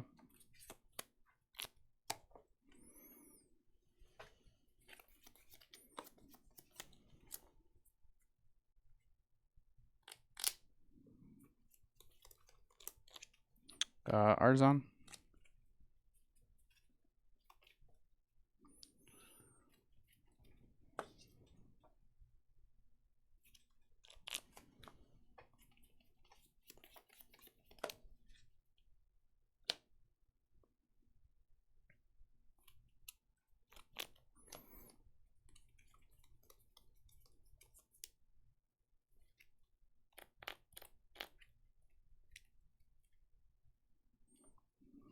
My brain's working overtime playing the stinking Gardevoir deck. Okay, I have it. I just my brain is making dial-up noises. I'll Artisan for Monkey Dory. You just need a Screamtail. Yeah. I'll do 2 Adrenabrains to KO Morpeko. Or you could do that. Attach, retreat, Psychic Embrace, knockout for 2 prizes. Whammo! Yeah, that's pretty sick. Yeah. I was thinking I was going to have to refinement into a Arvin for a Bravery Charm, but then I still needed... Does your list not play Screamtail? Oh, it does play Screamtail, sorry. So No, because all my energy is here. So I needed to find my Turo. I needed to find a couple different things. So I don't think... Thankfully, the second Monkey Dory was in there. I would have been delayed by nice. a turn, So leaving the energy on the Drifloon was actually... Yeah, that was correct. Because correct. then, Yeah. if I have a subpart turn and you just KO Gardevoir, then I'm kind of just oh no, Because I can bench, I can Super Rod, get 2 Ralts out. Wait, what? Oh yeah, yeah. I win that game for sure. What did I do? Because you can't attach to Monkey and Manaphy to retreat it in the same turn. Oh shoot. Yeah, you definitely I win won that game, bro. So I would have had to find Turo. I win that game, dog. No. I win that game, dog. No. It's cool. We'll move on, but the series is scuffed, and I did win that game. I had true. boss in hand. Ooh. I had Dang. boss in hand, dog. So I would have needed to find Turo. How could you? You had no draw. Well, I had oh, you're right. I didn't have any draw. Yeah. So yeah, I was kind of. Did you have an Iono in your hand? Yes. Okay, so I would have got Ionoed. Yeah. And then I would have. It would have been interesting for sure. You would have went down to how many prizes you had left? 2? Or I had 2. you had 2 left. Yep. So I would have Ionoed you. You would have Iono me. I would have Iono the Super boss Rodded out of my deck. I would have Super Into the bottom Rodded, of my deck. Buddy Poffined out 2 Ralts, and probably just did 1 Monkey Dory and then passed. And then if you missed boss, then you I would could have win had the to find next turn. Screamtail to win. Screamtail does still win you the game. Oh no, because all No. your energy was on the bench guys. Yes. Yes. So I would yeah. Iono you to 2 and not take a knockout so you can't draw with Fez. And off those 3 cards, you would need something, or I would win the next turn because I could just. I trusted you, Jesse. I know. And you double attached. I did. All the best players do it. Too real, bro. Stop. I'm just showing you how to be the best. You just do that really quick, then you scoop up, then you make a lot of quick motions, and then you pressure your opponent into scooping their cards. Oops. Dang, it would have been interesting to see how that played out. It really would have been. Because, like, obviously you had a route to win, but dude, you would have had to do it off. You would have had to do it off that Iono. We were threading the needle with the counter catcher canceling clone. Yeah, I was yeah. All right, and we tie it up. No counter catcher. Like, see, this is why Gardevoir should never go ahead. You just always play from behind, which I've like never been a huge fan of those types of decks. But obviously, like you can go on the aggressive too with boss. But that's fun. All right, well, that was fun. That was good. That was fun. I think that that was that's cool. It doesn't feel as bad as it like could be. Honestly, like the Turbo Moon deck, it definitely gets better with Pecharunt. It definitely gets better with Pheasantipity. Is it tier 1? Like, no, but it's better. It's like not laughable. Yeah, it's definitely fine. Yeah, my issue was with Turbo Moon is still the issue I've had with it in the past. Like before, like once Val VIP Pass rotated, and that was that it's just really hard to like find your Pokemon because like you only have. I mean, with like VIP Pass, I think hurt those types of decks the most, like those big basic type decks. Mm-hmm. And yeah, just not being able like at one, it's a 4-SATA deck, and 2, it's just hard to find your Pokemon. So like, I only like playing big basic decks if they're like really consistent and smooth. And I don't know, Moon just doesn't feel like that anymore. But, no, it doesn't. Moltres and Forest Sealstone are huge. Just doesn't. Yeah, no Forest Sealstone either. Like huge L's. Like once you get going, you're okay. But I don't know. All right, what are we? Ooh, I want to play. I think Chen-Pao is dead actually. Yeah, because you like have to play with the Regidrago being really able to go like 3-1. You actually have to play Manaphy now, right? Because Regidrago could just go like cure him. It just is very dependent on if you go first or second. Which is like not... It's very dependent. Because if you just go first and evolve up your guys to turn 2, then you're fine. Then you're goated. Right. Yeah. But yeah, it is just one of those things where like, yeah, you might be forced to play Manaphy now, but I also just think that like even that doesn't feel good. Like you basically have to play Manaphy and a bunch of 70 HP guys. Because otherwise... I mean, the thing that makes a Drago such a rough matchup is they can always, even if Drago's like behind, they could always just Gust Baxcalibur and like take a double knockout. Yeah. And remove all your Baxcalibur with and even if you have all 70 HP guys, you play Halucha, so I could still do that, and that just stops them in their tracks. But we could run Drago versus Chen-Pao if you want. No, that doesn't seem very interesting to me because it does seem very who goes first heavy, right? Yeah, for the most part. Kinda the Lug. I'm kinda feeling the Lewis. The Lewis Iron versus, Hands Lewis. What could we versus Drago? God, that seems terrible because I don't have the Chinchinos in here. But what's its face though? If you play one V-Guard, it makes it kind of tough for me because like I do play V-Guard. All right. I'm not sure exactly how it goes. Obviously, the Cinchinos help you more. I was like, where'd my deck go? Obviously, the Cinchinos help you more, but how do we do Drago versus United Wings? Ooh, that's up to you. I'll do whatever. I'll play my Drago deck. I think Drago's super. Yeah. Play the Drago deck. Drago is cracked. United Wings out of this world. Drago? Or Lugia versus Drago, or Turbo Lost Box versus Drago. You're just gonna cure me. Turbo Lost Box. Well, not really. I mean, you have Manaphy, right? I do have Manaphy. You also like I can't use Cure him until you put a Colress in the discard pile. I think the more annoying thing, like this is actually my play thought. Lugia first. This is like a meta matchup. Sure. I think that Kyurem isn't... Lost Box shouldn't really be scared of Kyurem. I just think that like some of the best decks right now are rough for Lost Box. Like I feel like Charizard historically does pretty good against Lost Box. I think Drago just like built as is with a Halucha does good against Lost Box. So you can just overwhelm them. Murkrow only has 60 hit points. Yeah, man. This is so sad. You gotta get a Rab skill there. Wattrel has 60 hit points. Yeah, dude. You need You need a I think the way you'd win this matchup is if you like really have Firestar and you could like hit for 220 early. Oh, lordy. Lordy, have mercy. Oh, Yeah, Palpad and Lost Box to counter Kyurem. You just Palpad your Kyurem after or your Colress after you use it. That's kind of fun. Wings versus Drago. Just lost on all your Colresses. But what if Wings were to win? That'd be epic. Though. Yeah, we can run like a one-off. Let's try one, and if I get slaughtered, then I'm off to a new deck. All right, we'll try that. I'm kind of. Obviously, I want to get. I want to play Wings because there's new Wings guys. It's not like random. There's a brand new Wings. As we're talking about like new cards in the set. Yeah, there isn't too much, obviously. I mean, it's a mini set, so. It is a mini set, but there's new Wings guys. It's a thing. It's true. Where is my my Pheasantipity? I got my nice Wings art rare Pheasantipity. Oh, you do? Yes. I want to get one of those in English because I think those look really cool. It does look really cool. I pulled all three. And I'm not really a big fan of like the blinging my decks, but that's one that I think I might have to get. I got it somewhere. Is it in Chenpao? Yes. Ooh. I know, look at that. That's pretty. And then I need the bundler. Bundle and save. Whoa. With Iron Bundler.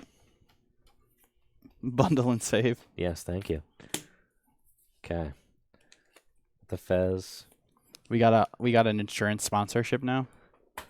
Geico. Bundler Auto. The stream is brought to you by Bundler Auto. Okay, here we go. We've got United Wings versus Regidrago. We're going to see if Jesse can light me up with his spread attacks. I'm going to try.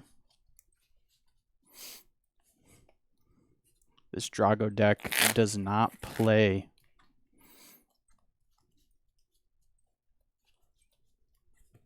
Does not play. Yeah, Azul won a late night the other day with Regidrago. Yes. I won a league challenge. A lot of people are talking about that right now.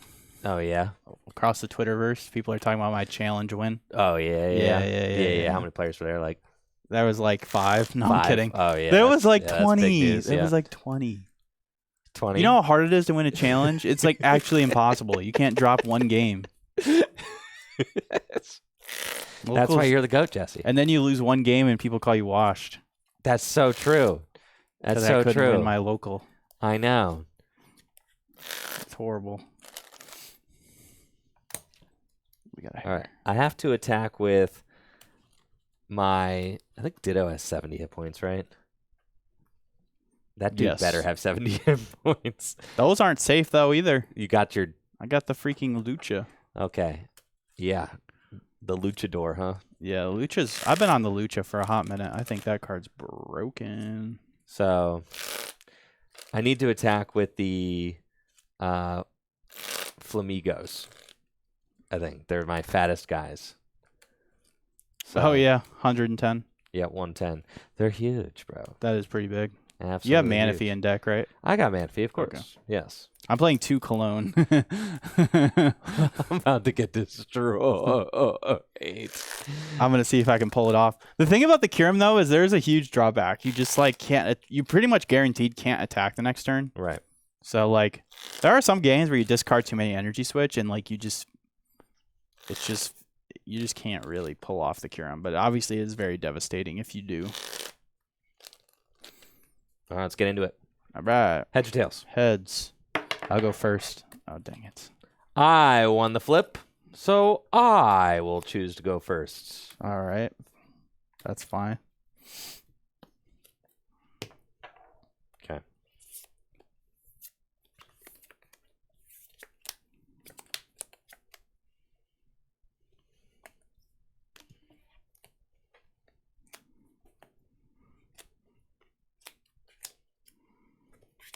Good luck. Good luck. Draw. Got a real solid opening hand with 3 Wattrel, a Dartrix, and Carmine. So I can just let this Carmine rip, and we're going to draw 5 cards, because what's cool about Carmine is you can play it on the first turn of the game going first. So let's do that. Attach Rescue Board to Murkrow, and Carmine to discard 4 of my United Wingers. Draw 5.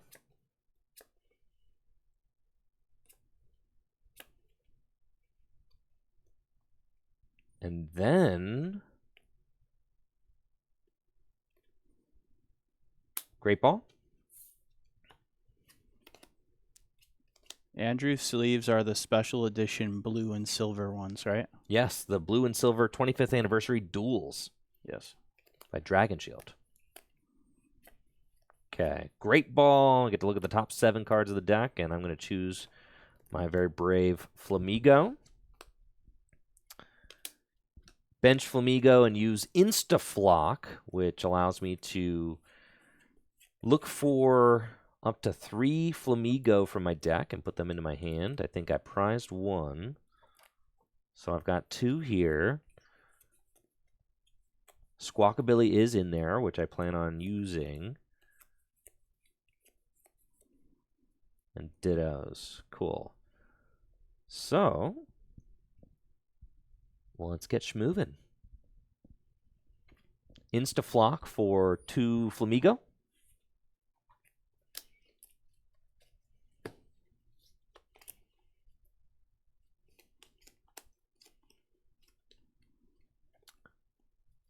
Ultra Ball, discard a Flamigo and a Dartrix. And with the Ultra Ball, I'll get Squawkabilly EX, which I'll put onto the bench. Play Nest Ball. With the Nest Ball, I want to get a Rowlet. The Rowlet has 70 hit points and evolves into Dartrix, which has 90 HP, so a little bit more difficult to knock out. That's good. I can go with those guys as attackers.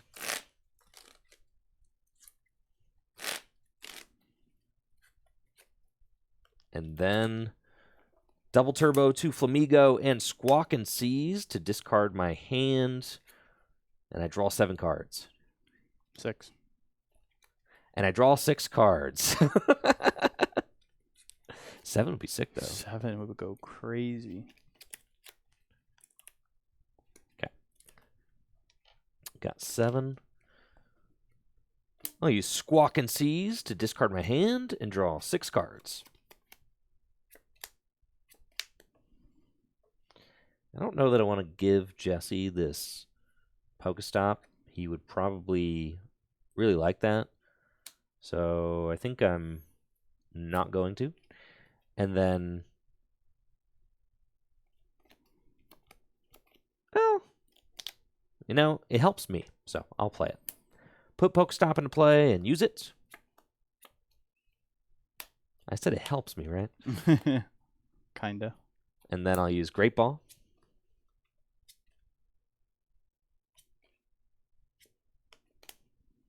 And off of the Great Ball, I could take a second Rowlet. I could take the Dartrix too, just to have it, but I think second Rowlet feels fine. Yeah, second Rowlet's cool. Take Rowlet? No? I'll take Wattrel.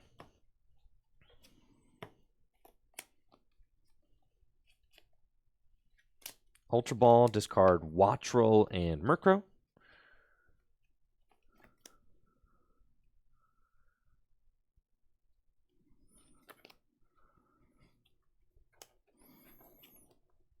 And I'll grab Ditto.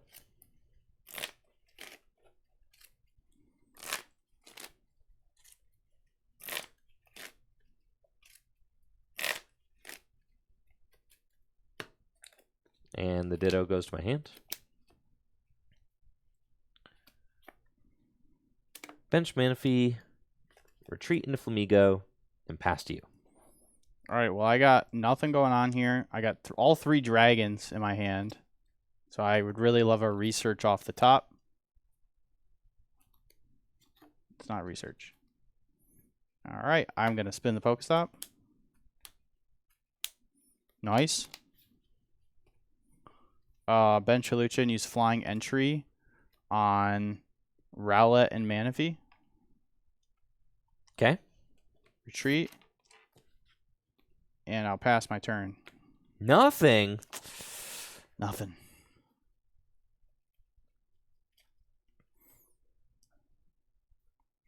I've got 9 dudes in the discard pile right now. Draw. Pokestop. It's fine. Boss. Woo. Hold on. I've got 9, so we're doing 180. 1, 2, Need one more. 3, 4, 5, 6, 7, 8, 9. Yeah, so that's not it. All right. United Wings for the knockouts. Draw for turn. Let's just go next. No. You Earthen got Vessel. it? You got plays, dog? Yeah. All right. Let's see it. Does that surprise you? A little. I'll get Fire and Grass. You seem kind of cooked, my man. Nope. Anything's possible with Skibbity on your side. That one prize does nothing for you. Because all the rest of my guys are worth 2. So, if you... And you're down, that's your 3rd double turbo. Yeah, but I got Rod. All right, I forgot you can use Dark Energies too. Oh, yeah. I'm not out yet. All right. I'll bench Pheasantipity and use Flip the Script to draw 3. Oh, he's in. Now I'm wishing I didn't grab those energies. This is so bad. I gotta discard 2 energy switches.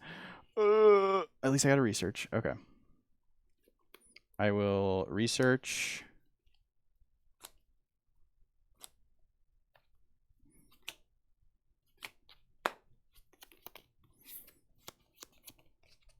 Okay. I'll bench Regidrago V. Attach a fire to it. Bench Ogerpon. Ultra Ball, Boss, and Cologne. Yeah. For another Regidrago.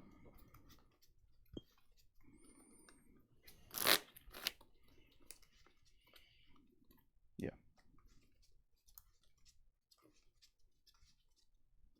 Or actually for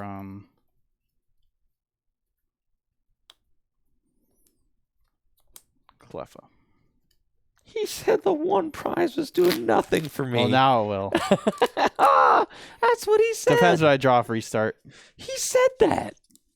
Well, it's either that or you carry a 2 prizer. Restart for 2. Retreat. And Grasping Draw for 4. Draw. Okay. Pokestop. Okay, discard those. Get the Great Ball. Play Great Ball.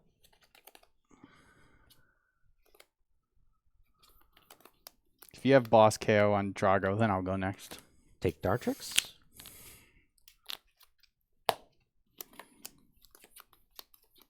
Ultra Ball away Dartrix and Flamigo. Do you need one more? I think I have it. Let's see. 1, 2, 3, 4, 5, 6, 7, 8, 9, 10, 11, 12. Oh, 12. Okay. Yep. All right, you got it. You got it. All right, let's just redo the set. All right. That was a little scuffed. I can win even without you dead drawing, bro. All right? Yeah, I don't know about that. I definitely can. Nope. I definitely can. I don't want people to just be like, I'm oh, glad we didn't play that because I had my Mega Foxy. Catcher in your deck? That would have been Mega Catcher. That would have been funny, actually. Let me get this Mega Catcher out of my deck real quick, since he doesn't. Listen, look, what's Jesse trying to do to me over here? With the Mega Catcher, dude. This is the new tech for Worlds right here, Mega Catcher. I'm just trying to get ahead of the game because they're going to reprint Megas. Buy your Mega Catchers now.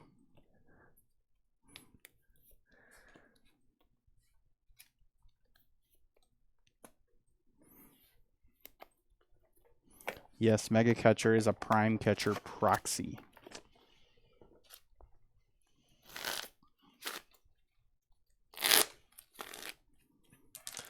Sold out already. Heads or tails? Heads. I'll go first. Okay. I was really hoping I won the flip again. Not gonna lie, yeah. Need that, that's for sure. That game should count for the series. That first game. That first game, I felt like there were. You shouldn't take your. United Wings wins for granted. Because they're gonna be few and far between. Maybe so. Maybe so. We'll see. We'll see. I don't if know. I have to edit that into Yeah. 2 more games, then I do. But I'm gonna see if I can get one where I'm just stunting.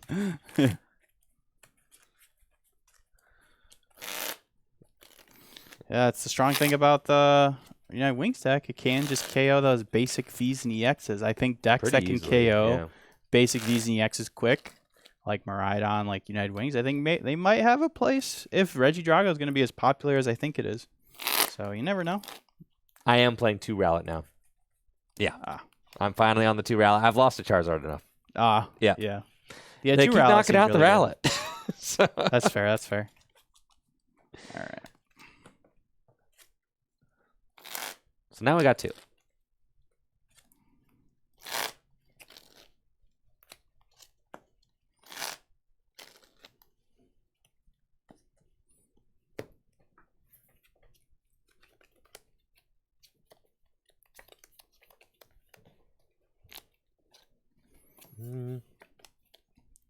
Deja vu.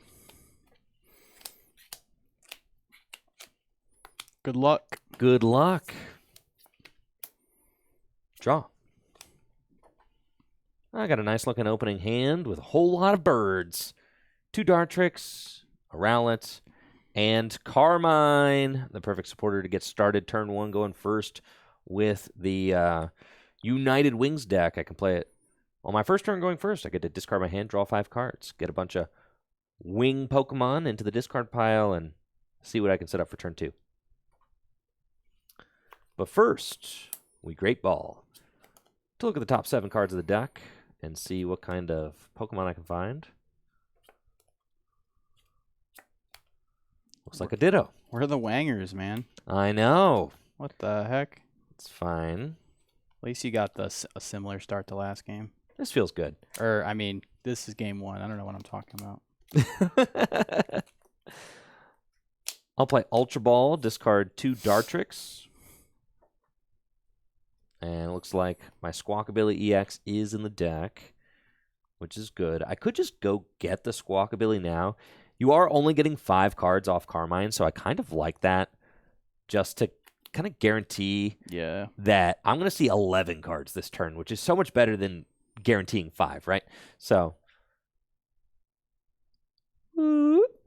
yeah. I really want to guarantee that we're going to see 11 cards this turn instead of just 5 off of Carmine. So I'll Ultra Ball for Squawkabilly EX and bench it.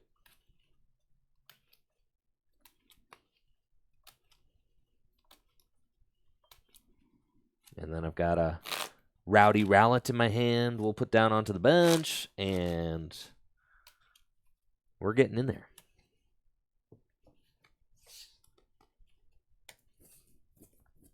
Rescue board to Manaphy, give it free retreats.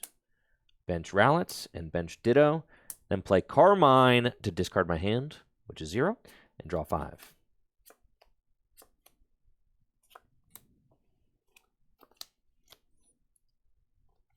Okay. We'll play Nest Ball. And with the Nest Ball, I think I just want to go get another Rowlet. I do want to see how many Dartrix I have in the deck. It looks like I only have... I only have 1 Dartrix in the deck. Do you just go get the Fez? Just get the Fez out now and just say, I don't know. Here he is. I could. I mean, you already got Squawk down. I don't know. I don't hate it. Or you could get the bundler. I get the bundler too. Yeah. Or you could just get nothing. Nothing. Nothing's always an option. I'll Nest Ball for Sensitivity EX. Sure. Nice to have it.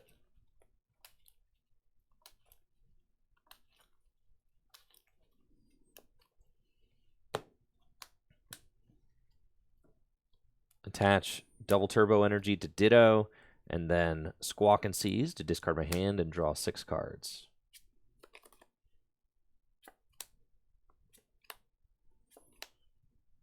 Okay.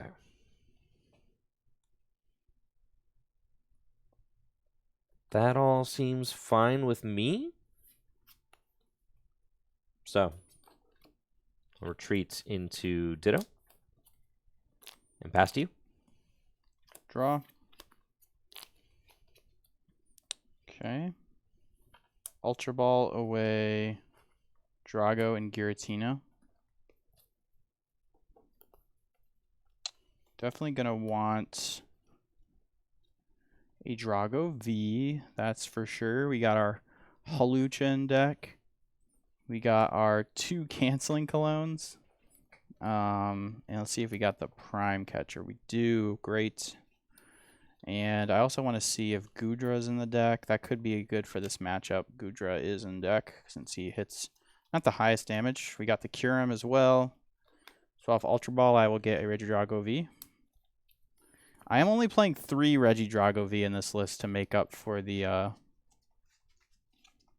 to fit the 2 canceling cologne. Oop, yeah. I am only playing 2 Regidrago or 3 Regidrago on my list to fit the second canceling clone. I think you can get away with 3. Before I finish shuffling, I'm gonna play Nest Ball.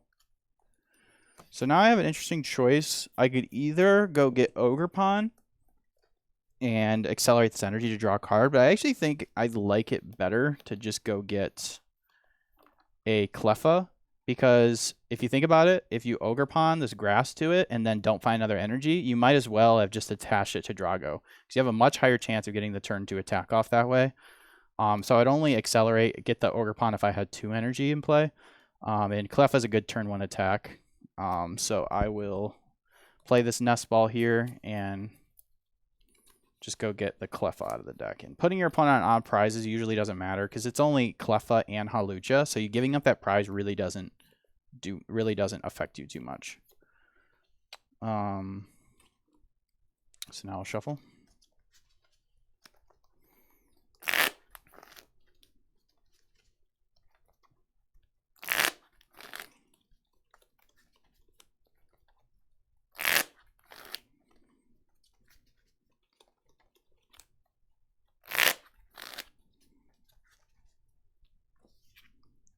Attach, Grass to Regidrago, play switch, and restart for 2.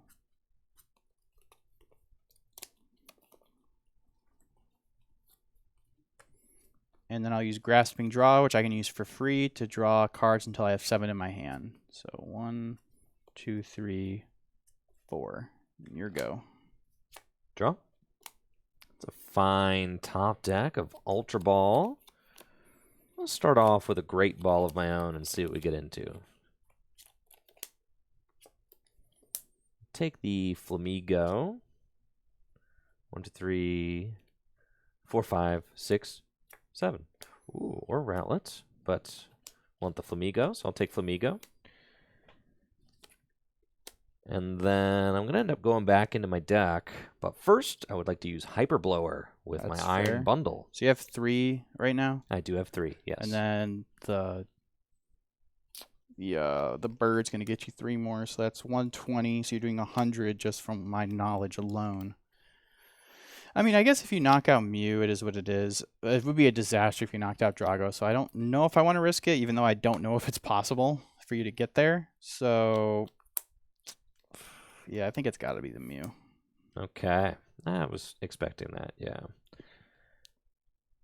Ooh, the bird hits for weakness, though. I didn't think about that. Ooh, it does. The You still want to send out Mew? I don't have a bird out right now. yeah, this is fine. I don't want this guy to die. Yeah. Or get knocked out. For that matter, take damage. Ultra Ball, I'll discard Boss's Orders and Nest Ball. I have a interesting decision now. I can either... I've only got 2 Flamigo in the deck, so I think I'm just going to go get a Murkrow and just bench it and be like, all right, I'm going to get a 4th into the discard pile. Then I would need to get a 5th into the discard pile. 5, yeah. Or 6 if I want to use this double turbo energy in my hand. And I think I probably do want to commit the double turbo energy in my hand, and I'm kind of just trusting the deck a little bit. And I have to get 2 more into the discard pile. That is tough. Or I could say I'll draw into a basic darkness energy, but there's only 3 of those, so. I'll Ultra Ball for Murkrow. Can't say I've played United Wings the one time in my life, so I have no idea like the plays or the lines you want to go for. I assume it's just quickly knock out. Quickly take your prizes. Ultra Ball for Murkrow. Bench it. Double Turbo Energy to Murkrow, and Professor's Research to discard my Flamigo. Double Turbo to Murkrow? Ooh. That's right. I was like, wait a minute.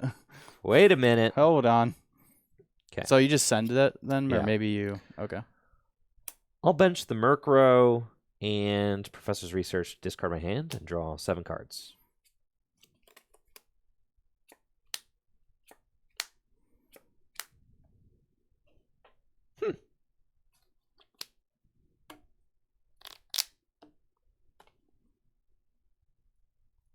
Where's an Ultra Ball when you need it? Right. I know, right? Great Ball. Whiff.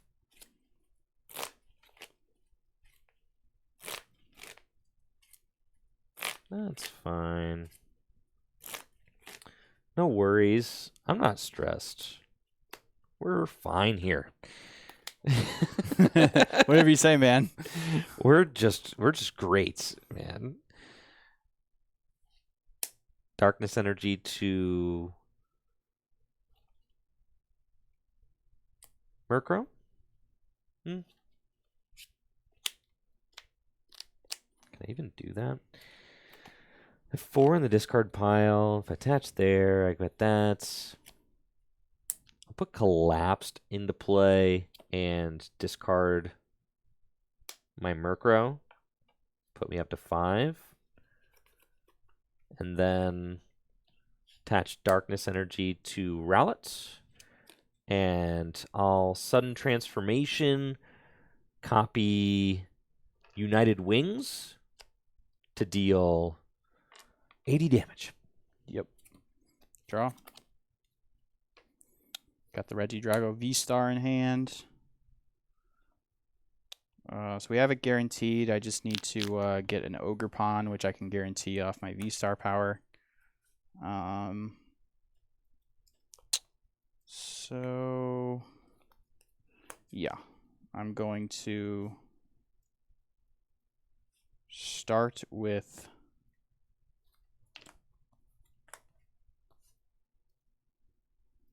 I don't think I need to Earthen Vessel actually before. I think I just got to let it rip. Yeah. So I'll use Legacy Star, which says discard the top 7 cards of my deck and then put 2 cards from my discard pile into my hand. That's a lot of energy. So 7. So I think I'm getting Ultra Ball and Nest Ball. So I can go get Lugia. So I got Ultra Ball and Nest Ball. Play Nest Ball. For Ogre Pawn.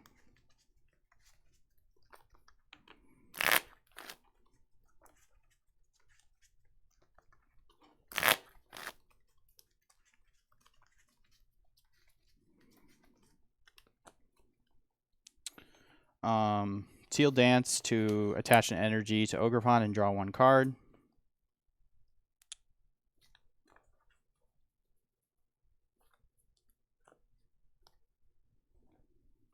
Attach for turn. Energy switch.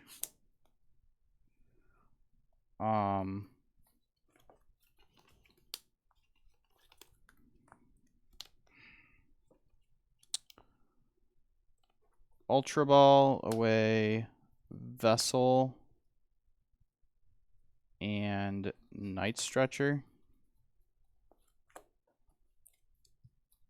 to get Hawlucha, and then bench it and use Flying Entry to do 10 damage to Rowlet and 10 damage to Fezandipity. Yeah, Fezandipity. Put it at 200.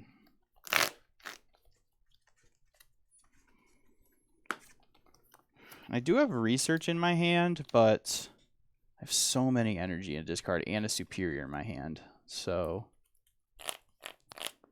almost kind of like saving it till next turn.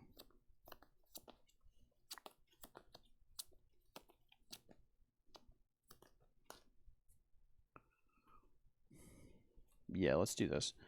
Boss's orders, Fezandipity. Oh, lordy. Restart for 1. Ooh, I drew into the Canceling Clone.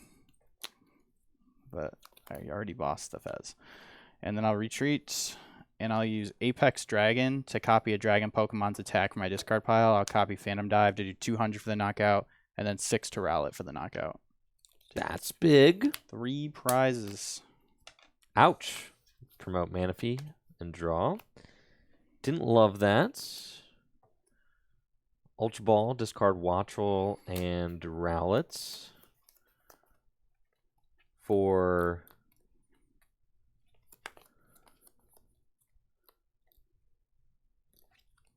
a Flamigo.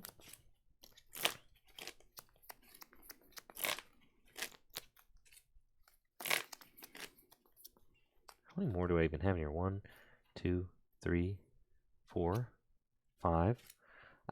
I can't even do enough damage. That's sick. Okay. Get Flamigo, and then Carmine to discard my hand and draw 5. Play Hisuian Heavy Ball. How many are in here? Probably a lot. Look at all those idiots. Holy moly. I know, right? Missing those great balls starting to make sense. I know. I could feel it. Do you play 4 5 out of 6. Hisuian Heavy Ball, right? 5 out of 6 prizes are... I was never going to win this game, man. Holy moly.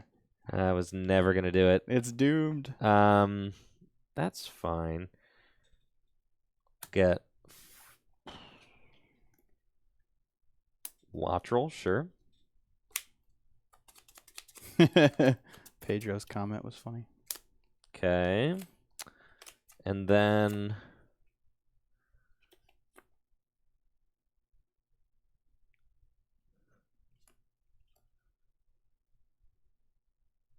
Secret Box. Discard those. Let's see what I got going on in the deck. I've got a Pokestop. I've got a Pokemon Catcher. I've got a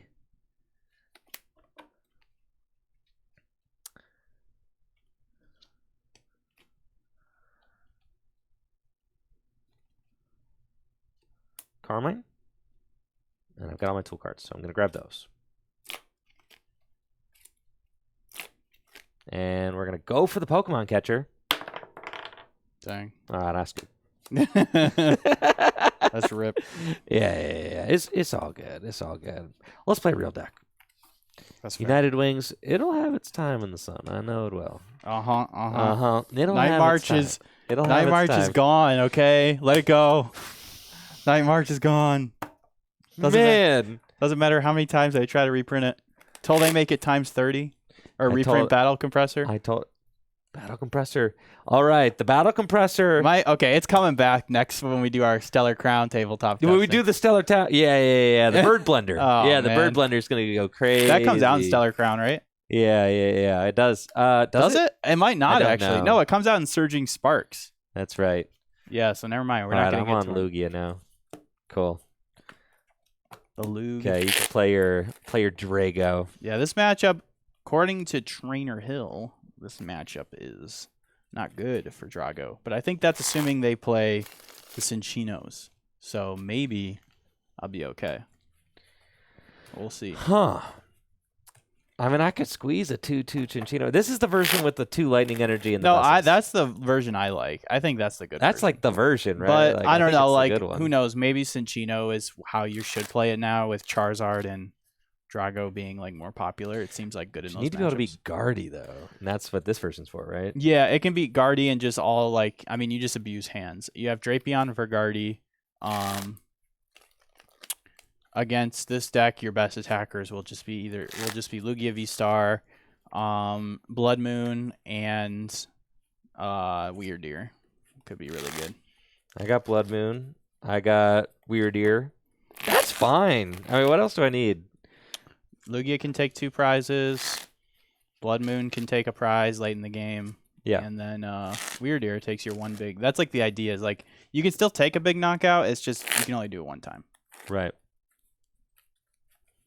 And it's a much higher energy commitment than Cinchino.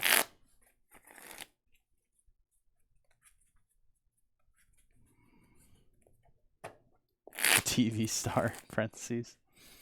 Oh my goodness! I just noticed that. You should put in mine. You just put like some guy. Future world champ. Future 2025 world champion Jesse Parker. Who's gonna win this one? You got your money on the Amazon Prime. Oh my god, if I won Worlds, I'd be the most obnoxious champion ever. I might be worse than JW, honestly. You think you'd be worse than JW? That's hard. Do you know it is really tough? You really think that's a tall order? That is a tall order. I think I could do it, though. You think you could be more insufferable than JW? Yep. Oh, my goodness. No way. I'm up to the task. It's going to require a lot. Everybody scoop to me. I mean, he emoted after winning a regional. He did. Yeah, literally. He did emote. He did. Yeah. Nah, I'd be happy with the top 32, honestly. That'd be sick. 5K. Let's go. Top 32. That is a world's finish. That is. Yeah. Isn't it crazy that you get double the amount that you got last year? That's crazy, isn't it? I mean, not for me. For the people who get it. Isn't it crazy that Jesse was just like, isn't it crazy that the people who get top 32 worlds this year are going to get twice the amount of money you got last year? Yep. He's like, isn't that crazy, bro? Isn't that crazy? Yeah, man.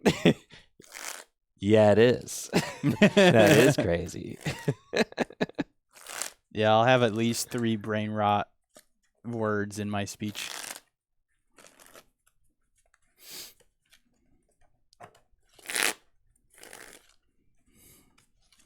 Okie doke. All right, this is the kind of deck I've been wanting to play. Oh man, you're gonna brain off, dude. Lugia is a deck that you think you want to play until you play the deck. No. I'm ready to embrace. The deck is horrible. I'm ready to embrace the bricks. Actually, like probably the worst meta deck I've seen in a very long time. Like one of the worst. Bro, like its play makes no sense. It's like the 3rd most played deck. All right. Heads or tails? Heads. I'll go first. That makes sense.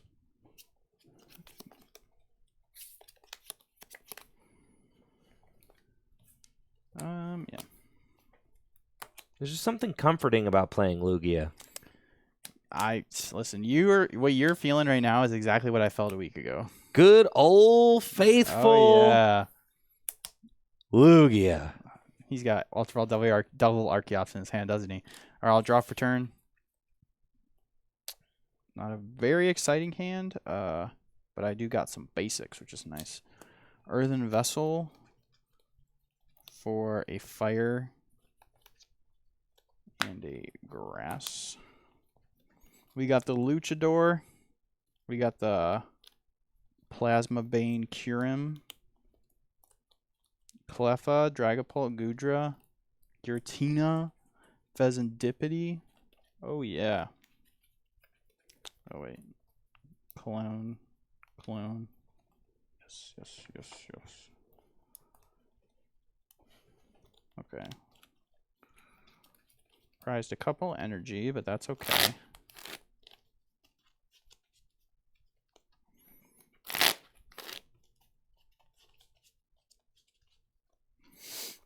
All right.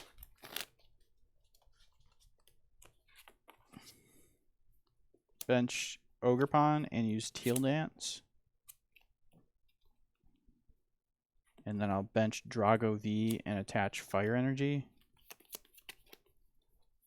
Energy switch.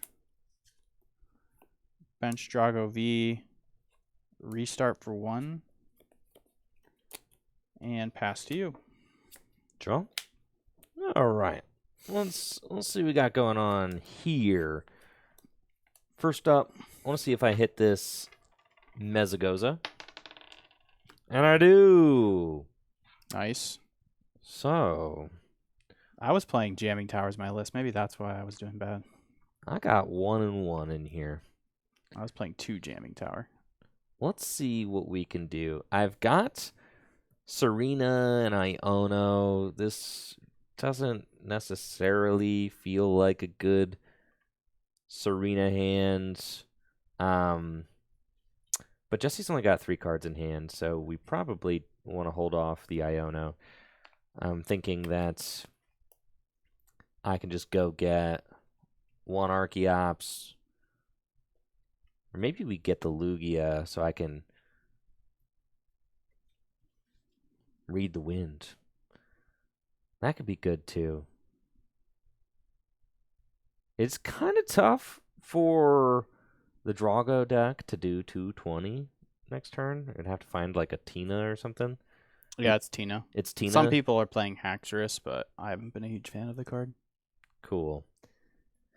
So I do kind of need 2 copies of, I do kind of need 2 copies of Lugia, so we could just take this opportunity to go get one.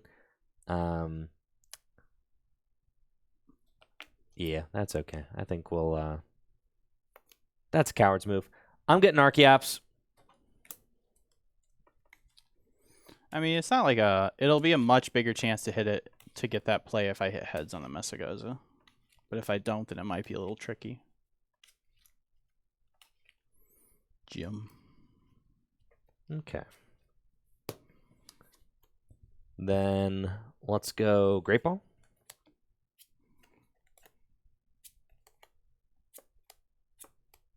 And off the Great Ball, I'll take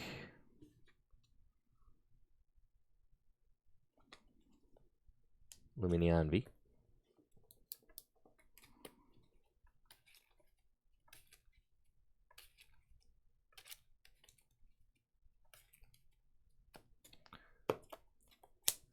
And let's do this. Attach Gift Energy to Lugia. And I can discard up to 3 cards from my hand. I'll go Serena to discard Archeops, Lightning, and Iono. That's like 2 of your 4 supporters. And Lugia plays no supporters. I'll draw 3. Oh. And then Great Ball again. Ha. What in the world? And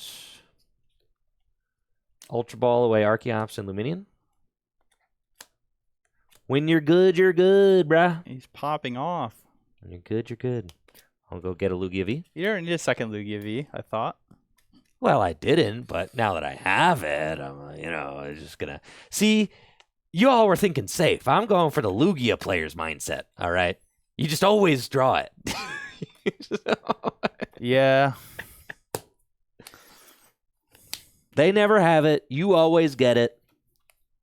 Pass. Draw for turn. I think I'll wait on the Mesagoza.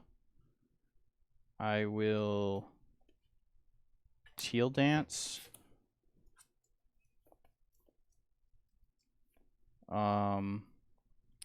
play canceling clone, you're canceled. Bro. Guess Iono's fine. I don't like giving you a new hand. Ugh. Thinking about using Mesagoza now. Because I have Drago in my hand. Nah, I think I gotta play Iono. Play Iono. Okay, we both get 6 off the top.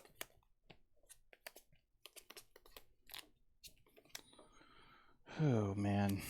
That is very bad. Unless... Mesagoza.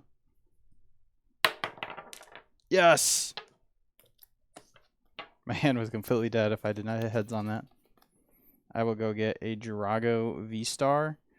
But I still have to hit some good stuff off this VSTAR. In order to, like, make a meaningful attack. Yeah. I thought about just attach... I probably should just attach that grass to the Drago, but I was hoping I'd get, like, an Ultra Ball off that, and then I would just naturally find an energy off the Iono, but I didn't. So now it's like... Yeah, this is, like, very unfortunate. All right. I'll use Legacy Star.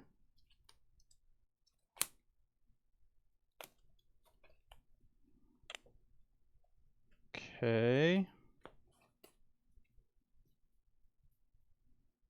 It's really just a basic grass I'm taking, isn't it?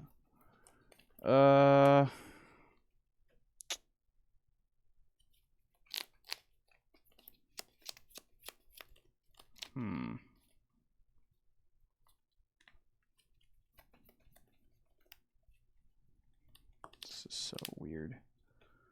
I guess it's just basic grass, Ultra Ball, discard Regidrago V, and then copy Dragon Laser. The V attack. Yeah. You don't have Tina? No. Do you have a vessel in your hand? I have no energy in my hand at all. Or energy switch. Oh yeah. Like I need to take an energy. You're literally like, bodied. Yeah. Like I have literally nothing in my hand. It's all dead. Except for I have draw support for next turn, so it's not all bad. I'll take Ultra Ball and Grass. Attach for turn. Ultra Ball away, Regidrago V, and Research.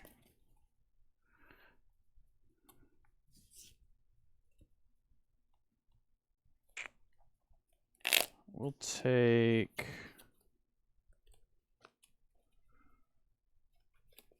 Dragapult EX.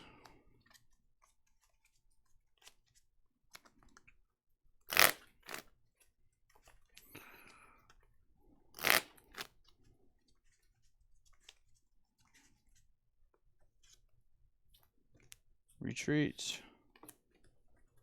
And I'll use Apex Dragon to copy Dragon Laser for 130 and 30 to Lugia. Okay.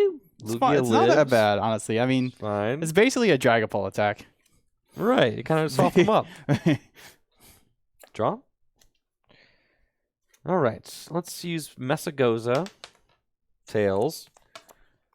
Never mind. Let's use Great Ball. That'd be so funny if you miss a V-Star. That'd be a Lugia maneuver for sure.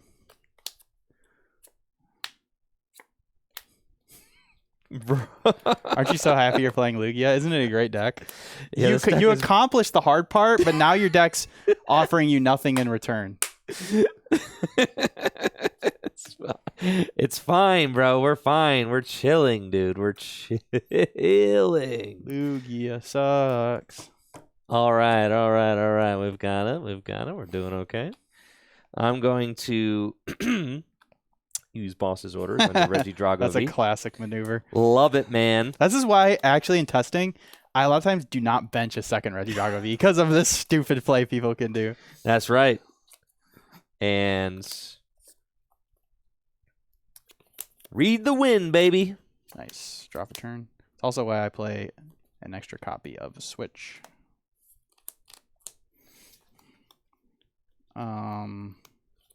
Let's see. You've got 70, 90 HP. Okay, so I will play Nest Ball for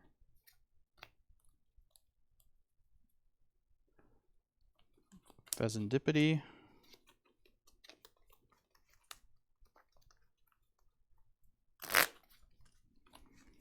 We'll use actually I'll wait at Messagoza because I might get drawn to an Ultra Ball next turn and well actually I'm gonna play Research. So I'm gonna use Messagoza. Nope. Okay. Failure.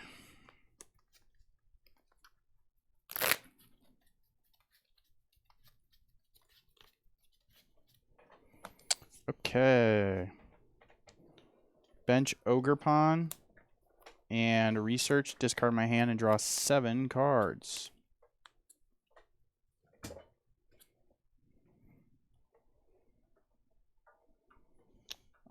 Ultra Ball away Kyurem and Nestfall.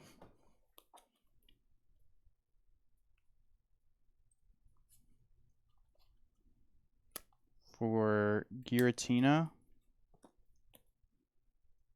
Actually, I'm going to be doing, let's see, 60, 90. Yeah, Giratina.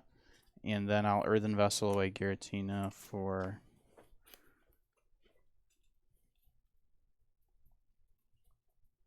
just a grass.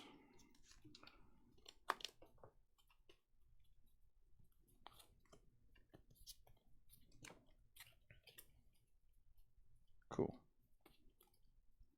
Just seeing if I had my other superior energy retrieval because I prized a fire and the other one's in the discard.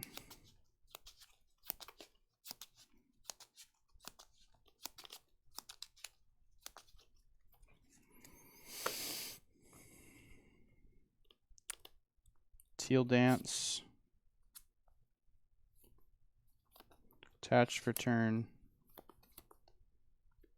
Cancelled. Restart for 1. Retreat into Regidrago V. And then I'll use Apex Dragon to copy Phantom Dive for the knockout and then 60 to the bench Lugia V. Yeah, this is getting brutal. Can I draw off a gift? Nope. Okay, we're going to send up Lugia V and draw. Yeah. You jokester. That's crazy. That is tough. That's okay. Let's go Messagoza. Evolve into Lugia VSTAR and Summoning Star. To get those chops out. And then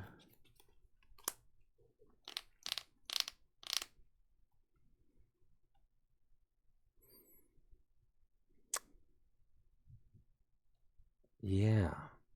I don't think I have a route to be able to win this anymore. Legacy energy, though. That does something. So I'll attach Legacy Energy. And V-Guard would make it so I can't use Dragapult or Gudra. Primal Turbo. True. Technically.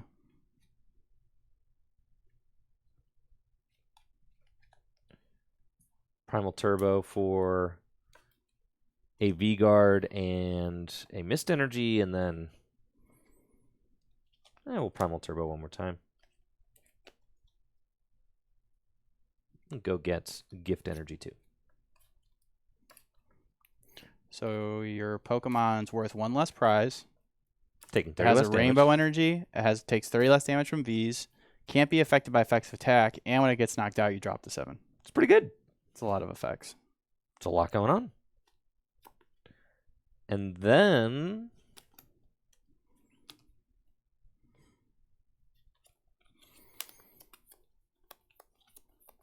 I'll Tempest Dive for 220.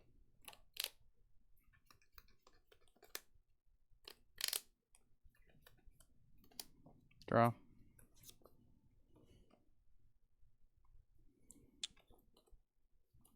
Earthen Vessel. Fail it.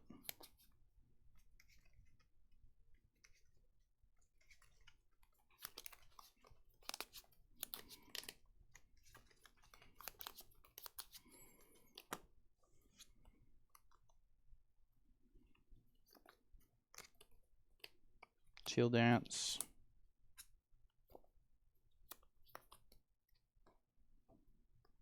Oh, forgot the Messagoza. Didn't matter. Tails. And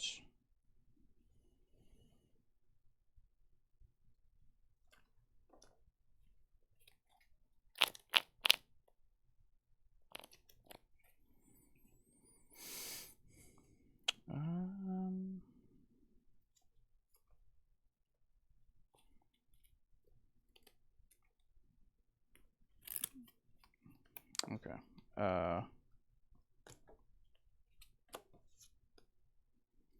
Play research.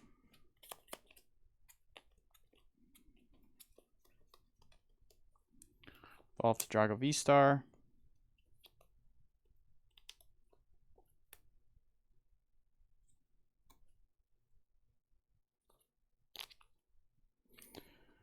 And I will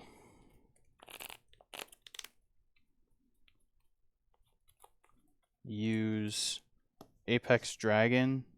Or wait, sure. I should attach for turn first before I do that. Sure. I'm going to play Superior to discard Dragapult and Teal Mask Ogerpon.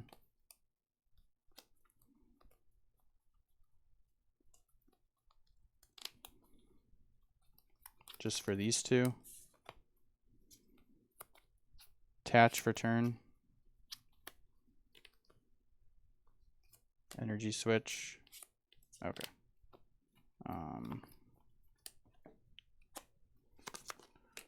And then I'll use Apex Dragon to copy Star or Lost Impact. Yep. To knock out your Lugia VSTAR. Put these 2 energy in the Lost Zone. Sure, and you take 1 prize. So I'm so far behind, I still don't feel like I can do this, but we'll see. Draw. It's a nice card to have. Taking 3 prizes doesn't really matter, though I do have the option to do that. I could, because if I go 2 here, then you go 2, then I go 2 again. I mean, I basically need you to like run out of resources. Which is like the Regidrago deck cannot ever attack with more than 2 V-Stars. Right. And then you hopefully that won you the game, or if not, then Ogerpon will take your last prize. Right. I'll bench Weirdeer and Jet Energy Weirdeer into the active. Primal Turbo. Whoa. Whoa. Primal Turbo for 2 there. It's 140. And let's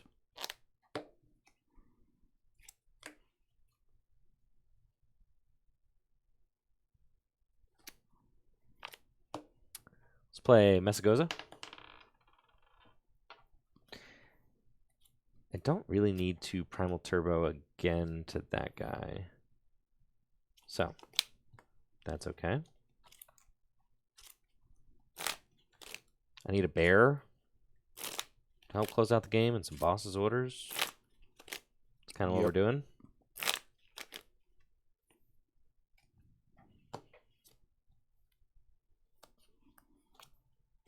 Keep the Messagoza in play. Let's go Professor's Research to discard my hand. Draw 7.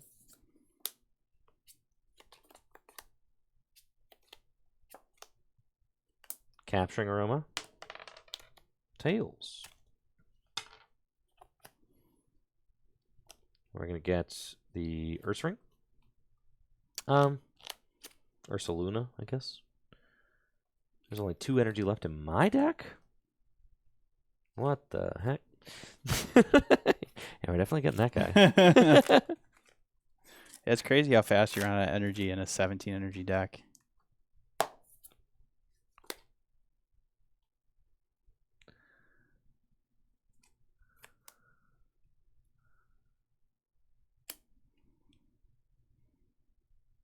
Bench here, bench here. And I'll Side Shield Bash for knockout.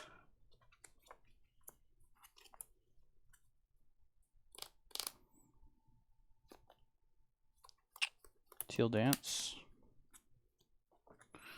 Whoa, easy there, Jesse. Earthen Vessel. Cool. Tarzan. 7. Interesting.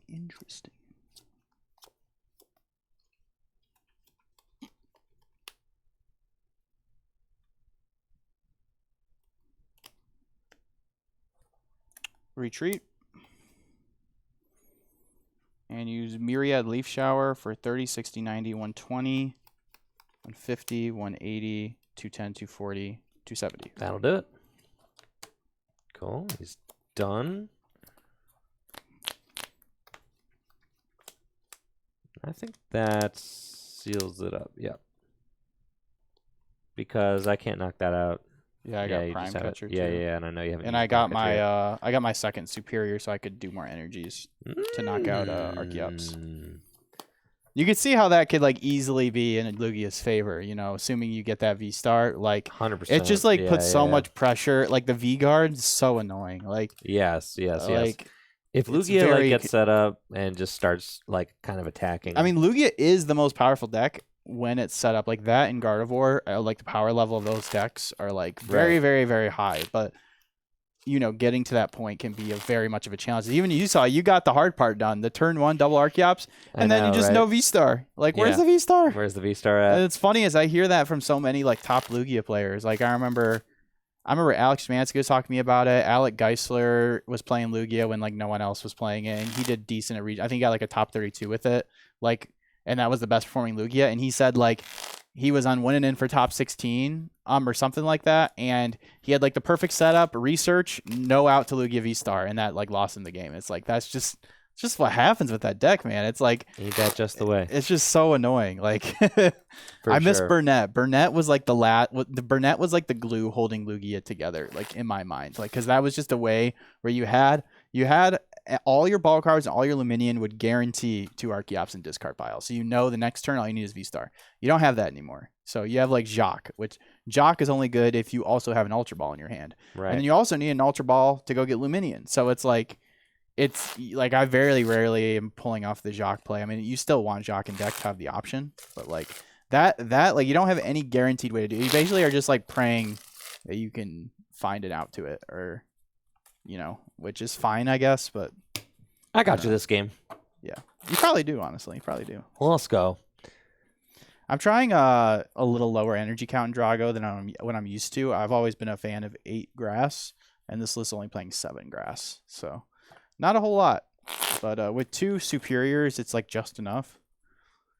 So I'm seeing if I can cheat a deck slot by only playing 7 grass. Yeah, you got to find room for those 2 canceling clones. Yeah, which don't do anything in this matchup. There's also a cool play that you can pull off with this deck by going turn 2 Dragapult onto 3 on each Archeops, and then the next turn you can Halucha and then cure in both Archeops. Bro. It probably is never going to come up, but it's technically something you could do. I'm going first. Gosh, I love this deck, man. It's freaking sick, isn't it? Yeah, I love flipping Capturing Aroma and being like, I hope I flip a tail so I can put a Lugia into play. Good luck. Good luck. Draw. Capturing Aroma. That's a heads, baby. Oh, yeah. Oh, yeah. I'm telling you, man, this deck is a pile of trash. Like, I actually, unironically, like United Wings better. Me too. I'm starting to feel that. Like, it's not like with Chim Pao, you in a best of 3, you maybe have like 1 dud game. With Lugia, it's like 2 out of your 3 games are duds. And you might win 1. Oh, this is fine. This is fine. It's just like I went second. That's okay. That's a good way to think about it. I'll get Archeops. I mean, I would say, like, realistically, you're aiming for turn 3 double Archeops. I guess so. But like, I don't know. That never doesn't feel great. Archeops to hand. And you might be getting a new hand. go ahead. All right. I do have research and Iono, but I have a couple important. I don't like getting rid of my superior, so I might end up Ionoing. We'll see. Let's start with a Nest Ball.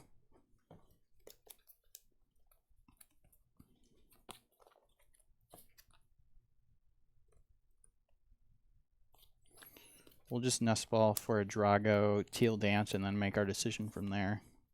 I see Goodra, I see Kyurem. I see Tina. I see one Dragapult. Cool. That's all I care about. Let me just see the other energy switches.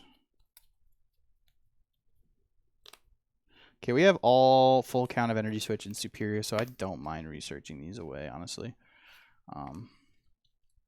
Yes, I'll just get Drago.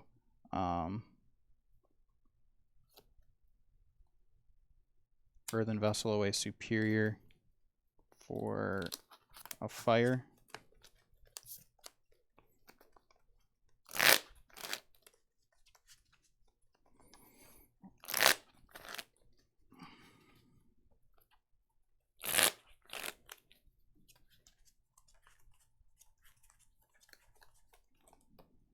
Teal Dance.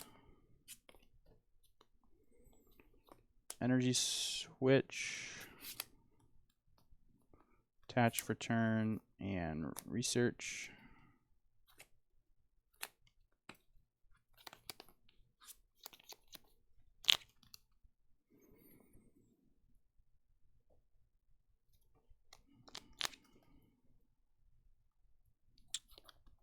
Switch.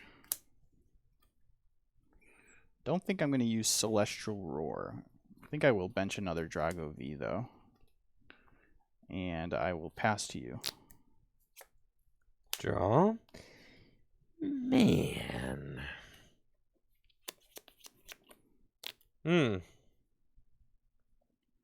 Top deck the Ultra Ball. That's fine.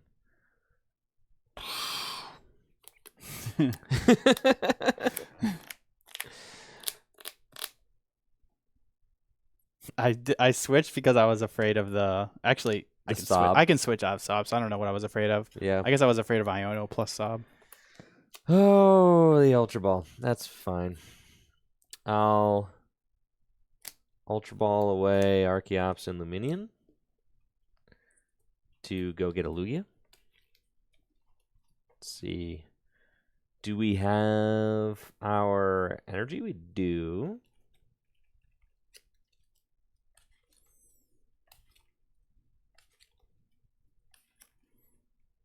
That's fine. And then I'll just play Iono.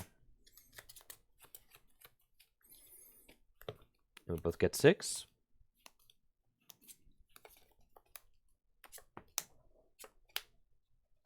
Oh, lordy. Let me guess, 5 energy? There's just a lot of energy. Yep.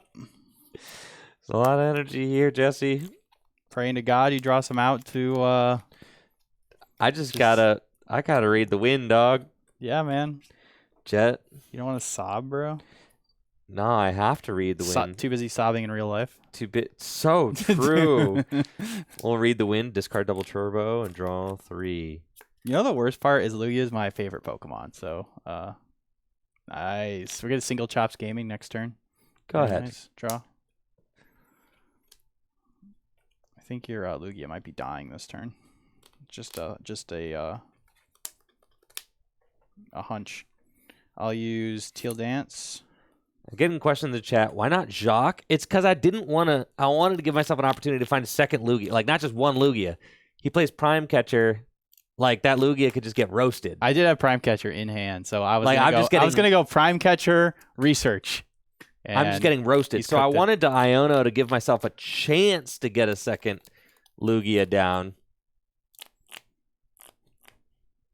I feel you. Yeah, anyways. I smell you. That was the thought.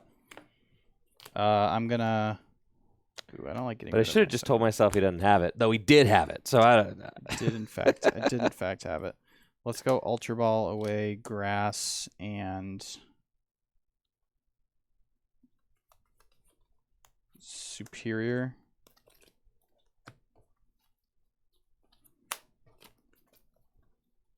For Tina. And then Ultra Ball away. You knocking out my Lugia? Yeah. All Tina and Energy. Play that. I'm playing Guardy. All right. We got a real matchup going. All right. You want my Guardy? Give him the Guardy. I'll give you the goods. This is Tord's crazy Guardy deck. I mean, it's not like that crazy. It's just got like 1 or 2 different counts in it that most people aren't playing. It's got the 3rd counter catcher and no Radiant Greninja. The no Radiant Greninja is not like that huge because I have seen like a lot of early Japan lists were not playing Radiant Greninja. I think they might have been ahead of their time. I think they might have been right on that. Because like early lists for us were only playing 1 Monkey Dory, but now that we're playing 2 Monkey Dory, it feels like you gotta just cut the Greninja to make space for it. All right. I'm actually really interested about this matchup because I feel like this matchup is kind of one of the key matchups. I've played this matchup a lot, actually. Yeah. And it feels very, very close. Very close.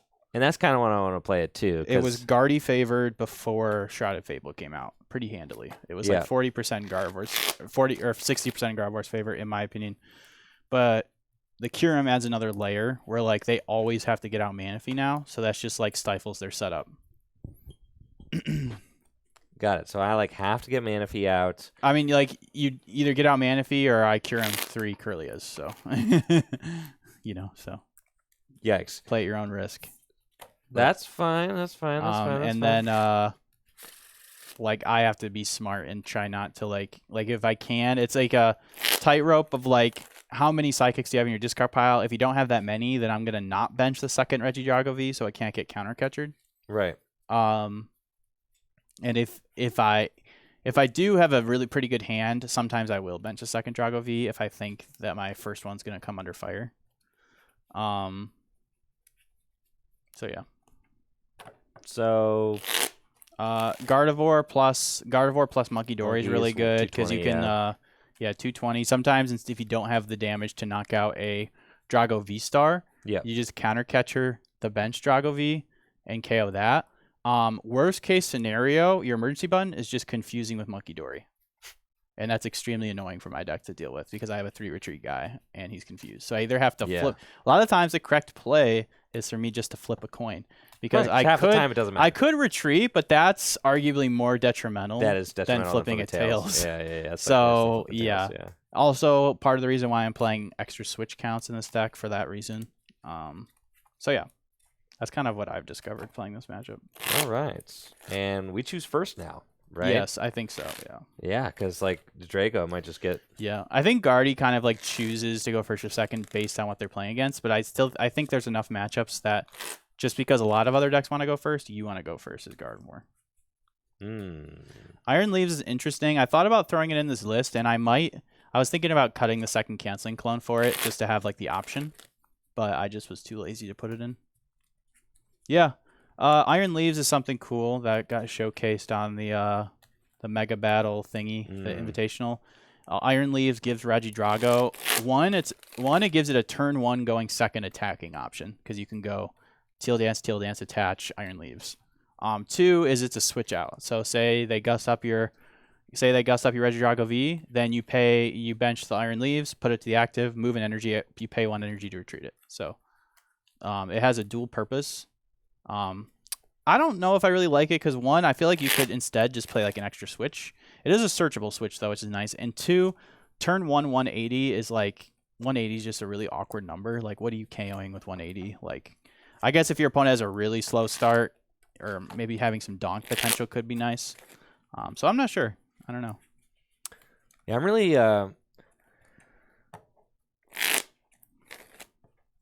really interested to get in this matchup. It seems like a super close one and a matchup that we're going to see a lot of at the World Championships. And I know that you said it's a matchup you've tested a bunch. So definitely a matchup that is good to get reps with. If you're playing Gardevoir at Worlds, you should be prepared for Regidrago. If you're playing Regidrago at Worlds, you should be prepared for Gardevoir. And there's not really like a an ace in the hole play, I think, that feels like it really catapults one over the other. But Yeah. maybe your 2 canceling cologne. It just depends on if will do it. Drago. It just depends on if Drago can get ahead enough. Because I think if Drago gets ahead by 3 prizes, then you're gonna win. If not, then Gardevoir can easily win. Right. So yeah. All right, let's see. Heads or tails? Heads. I'll go first. Sounds good.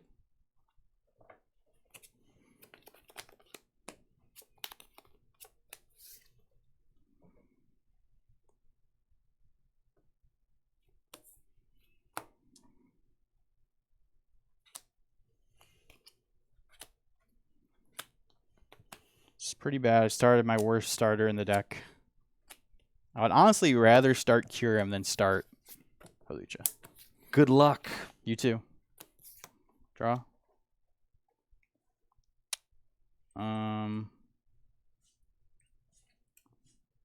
Earthen Vessel away Giratina VSTAR. I have Kyurem, cool. I'm just gonna get a single Grass Energy.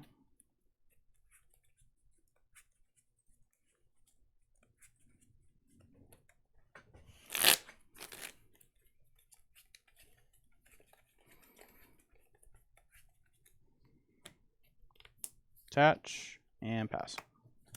All right, that's exactly what we like to see from the very Not aggressive Regidrago deck. Draw for turn. I've got a little bit of a funny opening hand with a bunch of Buddy Buddy Poffin, but nothing else going on, so I'm going to have to wait and see what we get off the top of the deck. Funny enough, I am 10 damage from the win. Don't forget, you got Tatsugiri in the deck. Oh, Tatsugiri. We're chilling. Yep. Buddy Buddy Poffin. I forgot about the fish. Yeah. The fish. Just got to Tatsugiri. not with it. Oh, we're so chilling. Oh, this is phenomenal. We're doing great. Let's see. Curlia, Ralts. Curlia. Oh, yeah. Unfair stamps in there. Your dark counts are pretty important, too. We'll take a look at our dark counts, too. You got both. That's good. We got them both in there. You got the stamp, too. Oh, yeah. You're yeah, going to pop we're off. chilling. Off of Buddy Buddy Poffin, I'll get Ralts and Tatsugiri. And then I'm going in one more time. Buddy Buddy Poffin again.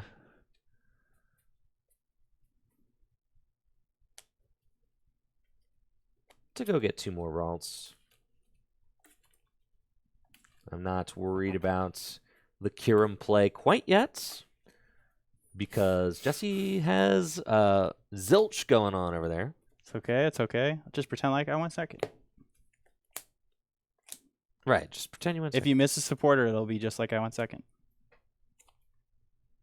Attach and retreat to... Ooh, no. What's wrong? Oh, you're thinking of Turrowing? I could... No, that's No, silly. that's no, bad. that's bad. Attach and retreat... Attach and retreat to Tatsugiri, and we'll attract customers.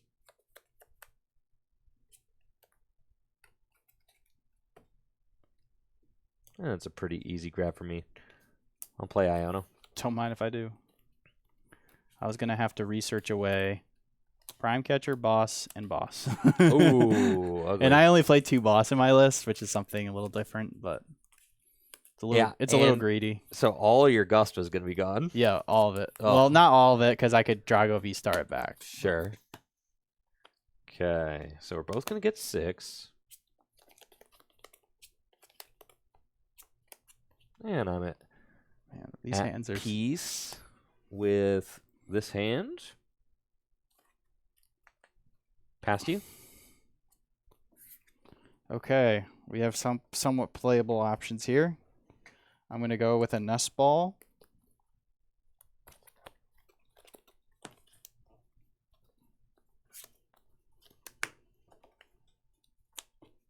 Bass. Oh, man. Wait, actually, I wonder if I should do Celestial Roar. Jeez. Actually, I think I will. Yeah, because if I hit an energy, then I'm chilling. It'll make it so I don't need an because like it actually is good to do here because one, I don't have an out to Ogre Pond, so I would be if I Celestial Roar and hit 1 energy, then I have an easy attack next turn.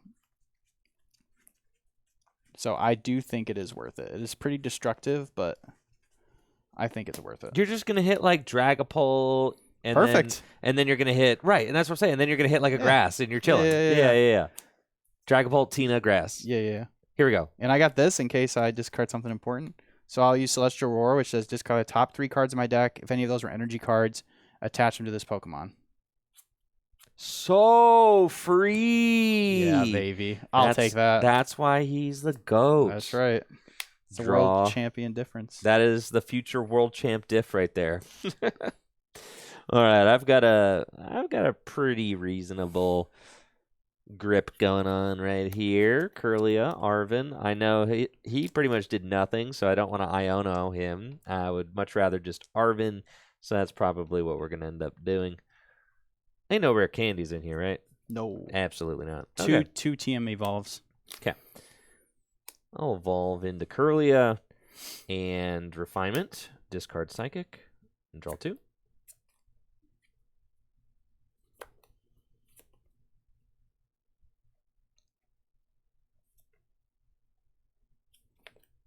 Also, just saving Ultra Ball for Guardy next turn, just TM evolving. Yeah, I like probably that. the best play. That's probably the play, huh? And I got to go get Manaphy. Cool. Yep. We'll do that. I'll play Nest Ball. Starting the Scream Tail kind of stinks because now you don't have space for Monkey. Right. But you can always get him in play once I take a knockout. I'll Nest Ball for Manaphy. And then play Arvin.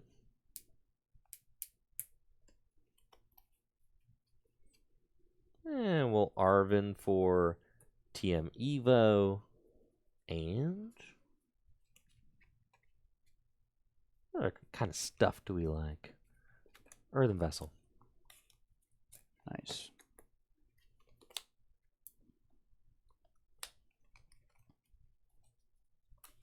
And then before I do anything else, I'll attract customers.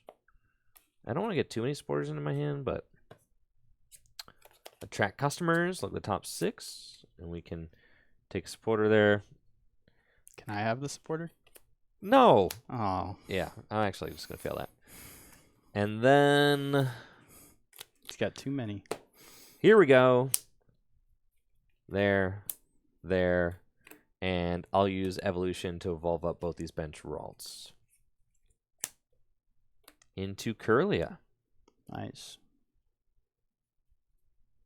Also a card in there not a lot of Guardies play that Tort's playing is Mimikyu, which is very good both against this deck and against Charizard to just buy you time to sit behind. It's also a good evolution TM evolve target. So like Tatsugiri and Mimikyu are like your 2 really good guys to just have sitting. Draw for turn. We got the Drago VSTAR. So we just got to let her rip with that VSTAR power, Legacy Star.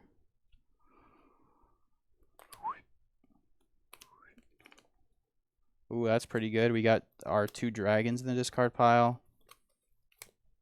Regidrago, 2 E-Switch, and a Research. So I think I'm going to grab an E-Switch and a Research. Seems pretty good. Yeah. Or actually, let's see. I'm going to attach. I actually should be a definitely needs to be a Research. I need to refill my hand. Should just be a Nest Ball because I can't even E-Switch any of these energies off. Kind of awkward, but I guess it's okay. So I'll take these 2. Play Nest Ball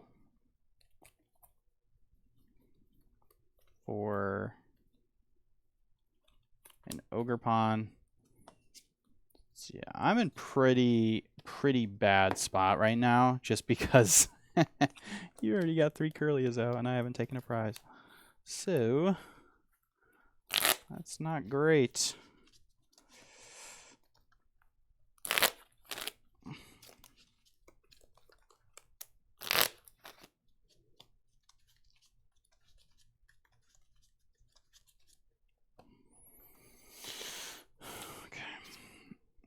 we're gonna bench Drago VSTAR.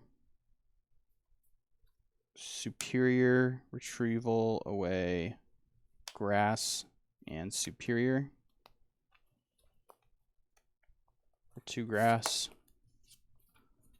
Teal Dance.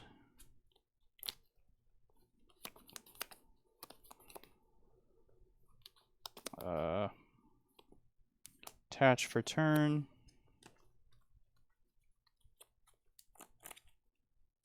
Well, I guess I'm playing this Prime Catcher.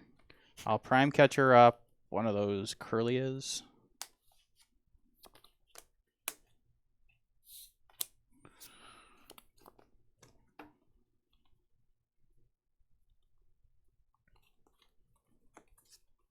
And research.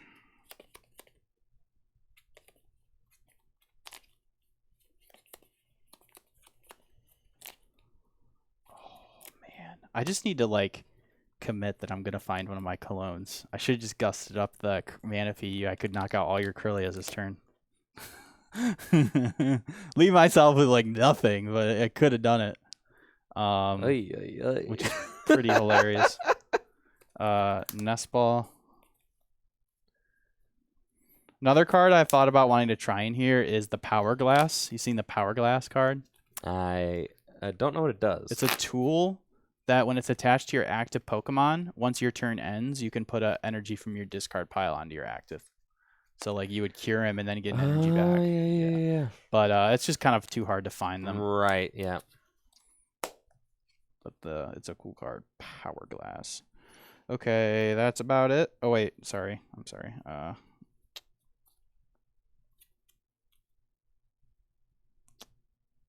Yeah, no, I'm good. Retreat. And then I'll use Apex Dragon to copy. This is where it's hard. I think it has to be Gudra. I'm going to use Rolling Iron for the knockout. All right, so you take 80 less damage this next turn. Sounds good. Promote Tatagiri and draw. Ooh. Okay, let's go.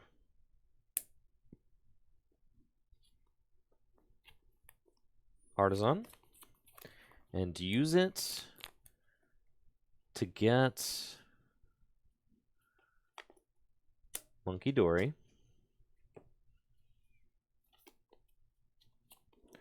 Earthen Vessel to discard Iono.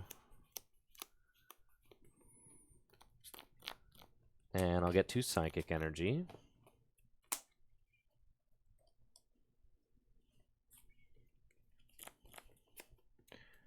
Ultra Ball away. Never mind, not yet. Hold.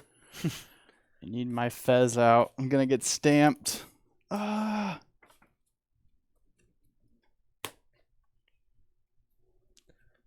Refinements.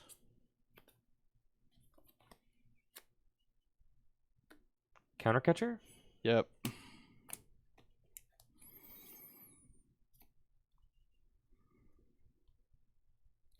Ultra Ball for Gardevoir EX and evolve into Gardevoir EX.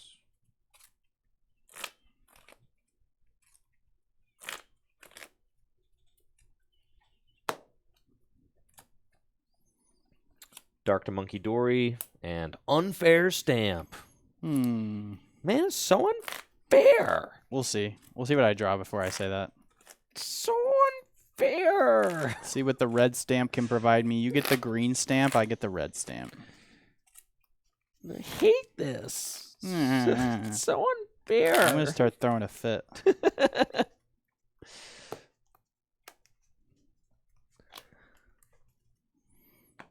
Okay, I get 5, you get 2. Those are some broken cards. Dang, I'm bodied. You're bodied. Refinement. Discard TM Evo and draw 2. There's like a 2% chance I win this game. Attract customers.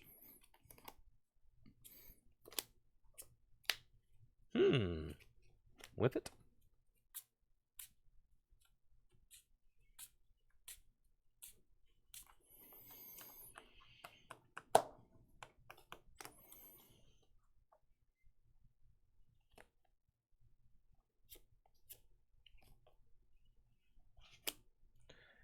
We will Psychic Embrace and then put 3 onto the...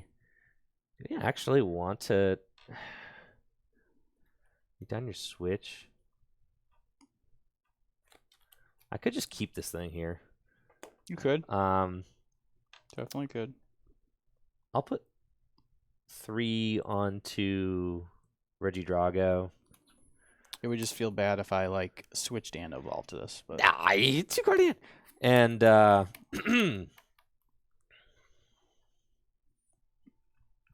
Miracle Force 190.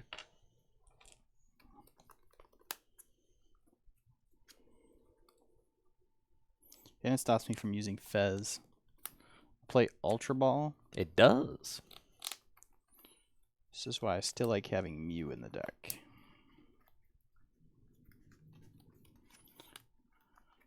You stand me into Cologne Drago, so it was almost a disaster. Probably still is going to be a disaster, but we'll see.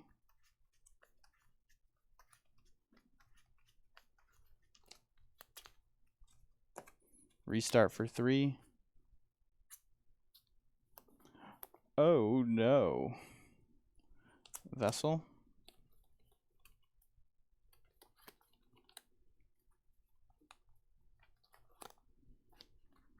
Two grass. Gardevoir's so broken, dude.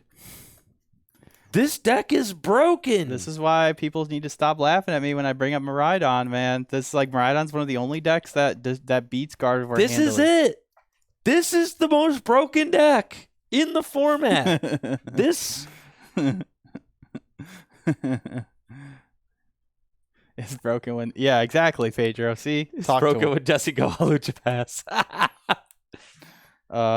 Teal Dance. Teal Dance. Okay. Energy Switch. Evolve. Research. Oh.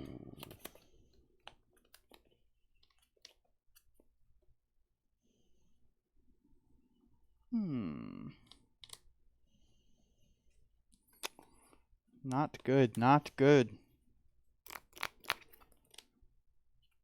Very bad. Very bad.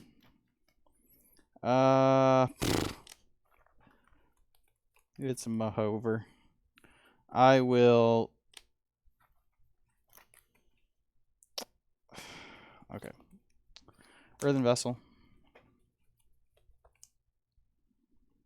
Fail it.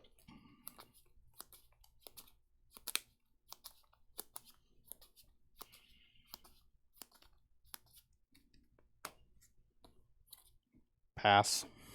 Oh, yeah. Hisuian Heavy Ball. Holy smokes. I guess that makes sense. Because having the 4/4 Curly is good. True. Or a second monkey. Or a Manaphy. Or a Manaphy. You can Arven for it. Yeah, that makes sense. Okay. And then where are we at? I just need to go 2, 4, 6, baby. It's that easy. So, Adrenabrain to the Regidrago VSTAR. And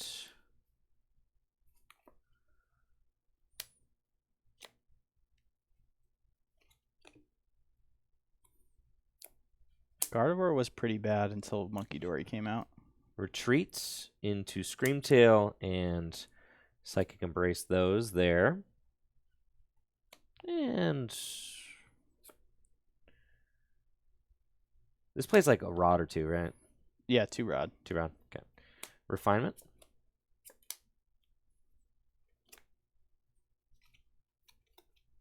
And then we're doing 80 right now, which is a little short. So we'll Psychic Embrace all 3 there. Or do we make you suffer more? Can I make you suffer more? Stop hurting me. No, I don't. No. Okay. I'll Roaring Scream the active for knockout. Okay. I prized a couple psychics, so. Gotcha. Yeah. Ah, switch was the next card. Dang it. All right, here we go. Time to pop off.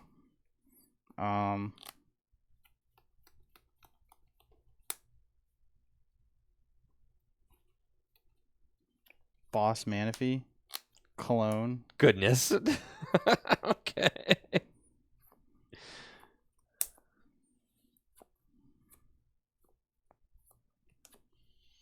Do it. Discard all your energy, bro. I don't want to discard these 2 fire because... Well, I can discard 1 fire. Yeah, I can do that. Ultra Ball away fire and switch. For the Fez.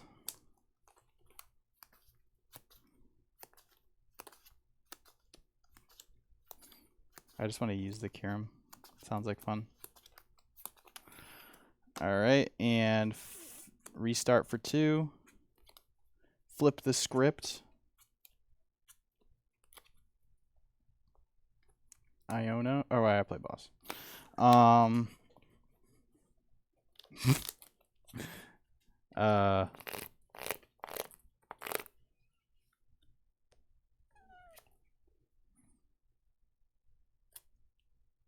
probably should have just bossed the Monkey Dory. But it's all good. I'll use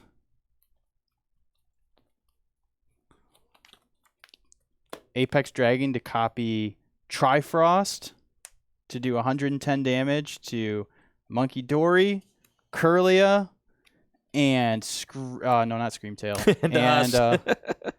and Tatsugiri. Oh yeah.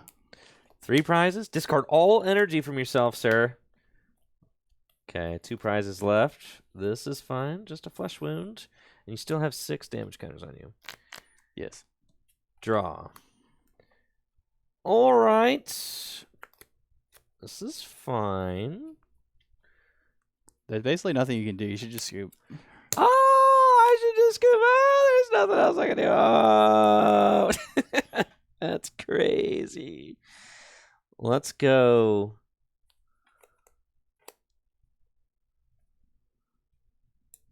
Attach here. Bravery Charm here. And I don't know.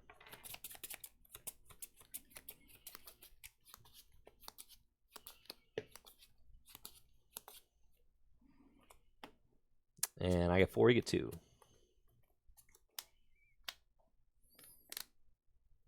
Okay.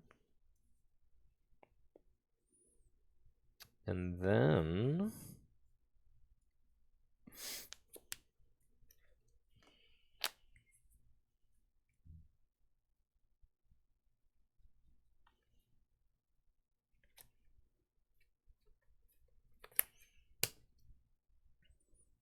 Super Rod, put Tatsugiri and Monkey Dory and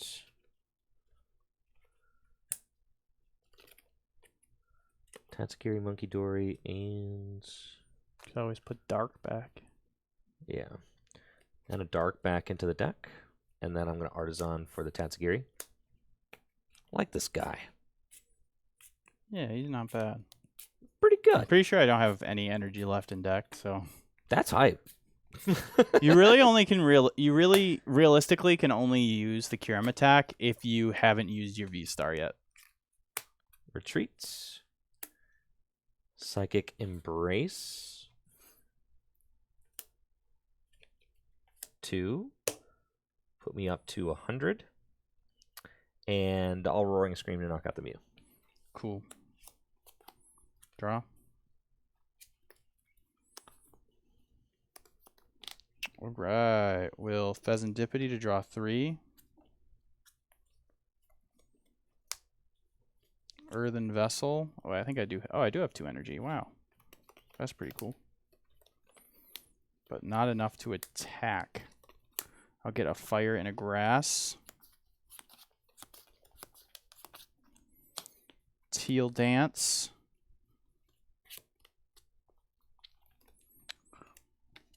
Let's see, how many energy? You still have a Darken deck. I was thinking about bossing up Manaphy and hoping you couldn't switch. I do have 2 Darken deck. Yeah. Yeah, so I lose because I don't have enough energy to attack, so. Okay, you can't even attack with him? No. Dang. I don't have any energy left. I'm all gone. Yeah, Yeah, that's why it felt really bad having to discard the 2 superiors early. Like I drew them both and I'm like, oh, I have to research these away. The Drago deck, like the one hang up with the deck is like sometimes your early draws can really body you. Like just having to discard too many of your your 4 energy switch and your 2 superiors are like your 2 most important your most important cards, especially when you're only running 7 grass. Yeah. Because you just need to hit that superior late game. Like usually 7 is just enough, and then a late game superior can get you into what you need. Also, you want 1 or 2 superior? Oh, 2. I saw some lists playing 1. Yeah, if you play 1, Azul played 1 at the late night, I think. Yeah, that's 1 is like you're never gonna find it when you want it. We're only playing 1. 1 is okay, but then I would want to be playing like 9 grass if I was only playing 1. But I think the sweet spot is 8 grass, 2 superior, but I'm trying 7 right now for the second canceling cologne because basically it makes it so playing 2 superiors you can go an early gust canceling cologne on Manaphy, and then it's like giving you the highest odds of being able to use the Curum. But honestly, like the main way you end up beating Gardy is just with a quick Dragapult attack, like a quick Dragapult attack with a Hulucha. Like the combination of that, because then they miss the return KO, and then you do the Gudra attack, then you Gudra, so they can't return knock you out. You go up 3 prizes, and then if you get to that point of the game, that's usually where Drago is winning. Yeah, Pedro says, cut Curum and Cologne, you don't need them. Just Dragapult. I agree. Turn 2 Pult, dude. I have said since day 1, even when the card got revealed, that the card is not going to be as good as people think it is. Like, no, just straight up. Because Manaphy's there. Yeah. And then, like, how many cards are you playing to help get around Manaphy, right? Yeah. But you gotta, put in you gotta try it, Can't just say it's bad without testing it. So. For sure. You got to do your due diligence. I agree with that. Yeah. Cologne's also very handy against, any deck playing Mimikyu. Yeah. Stuff like that. Yeah. I mean, it's saved my butt against Mimikyu many times. Like, for sure. Because a lot of Gardevoir lists are starting to play Mimikyu, so... being able just to not have to play a Shred Attacker. Like, if you're not playing any Colognes, then I would probably play a Shred Attacker. I don't know if I'd want to be that greedy to not play a Shred Attacker. But, yeah, definitely something that you could tech. But the thing is, like, I've also had a decent handful of games where, they couldn't get the Manaphy out right away, and I just turned to Curum, just wipe their board. Like, that happens. That also happens. For sure. But, so it almost feels worth it to have just the Curum. You might not even need to play the Cologne. Just have the Curum as an option, or you could just not play it, and then your opponent thinks you have it, so they go get out Manaphy, and you don't actually have it in your deck. Do they want to take that risk? I don't know. So yeah, something to think about. It is something. It's much to think about. A thing to think. All right, you want to go first or second, Jesse? I will go first. Sounds good to me.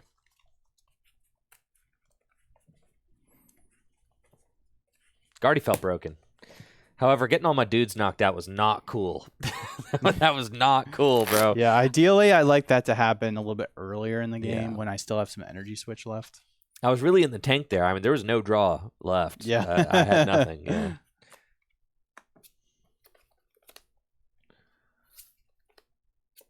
I do see now why Greninja's cut, though. I mean, your energy count's so low. So yeah, I mean, it's not even that so much as you just don't have the bench space for it. Like, and you don't have the bench space, right? Yeah, like then again, like there is merit to playing a Radiant Greninja Squawkabilly build like Henry branded, because you can have a lot better early starts with those cards. Can they hear that? Yeah, they could definitely hear that. Oh, okay, it's all good. Good luck. Good luck. Draw for turn. Okay. I'm gonna go Earthen Vessel. Get a Fire and a Grass.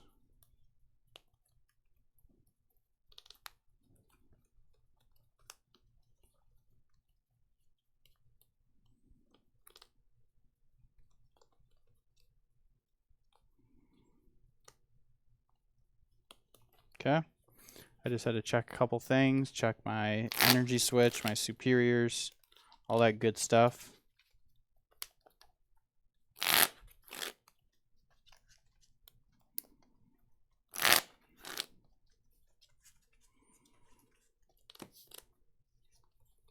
Attach for turn. And I'll pass. Draw. Man, that is tough. That is tough. That is tough. That is tough. I guess I wish I had the energy in my hand, but I do not. So Yeah, that part can be annoying. So instead, I think that we just have to go get basics. I'll play Arvin. And with Arvin, I'll get Buddy Buddy Poffin and probably Vessel.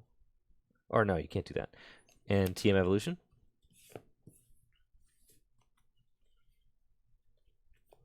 Use Artisan. And do I have Manaphy in here? I do, so I gotta go get Manaphy. No. And then Buddy Buddy Poffin to go get a Ralts and Tatsugiri. I think that seems fine. And then next turn, we just want to evolve into Curlia, attract customers, and then maybe TM Evo the following turn, something like that. And there's a big Passeroonie from me. These both are going to die. All right, let's see. Evolve. That's fine. I'll use Artisan. Artisan? Yeah, I'm going to thin my deck with Artisan. Oh, yeah. I'm going to get Cleffa. They're so living, dude. Nope. Both my boys. Man, if I just had the... Man, see, this decision can be hard because, like, I almost want to just Legacy Star with the E-Switch in hand, but I think it is just better to research and then Legacy Star. Yeah, it totally is. Just you try to do as much as possible to, like, conserve your E-Switches. Because then if I research and then Legacy Star an E-Switch, that's, like, one I'm wasting. Right. Potentially. Sometimes, it depends on what you draw. Sometimes you can just get them both back out. I also still need Dragapult. So I'll attach for turn and research.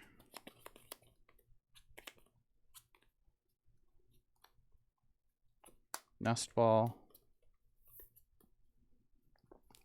for Ogerpon.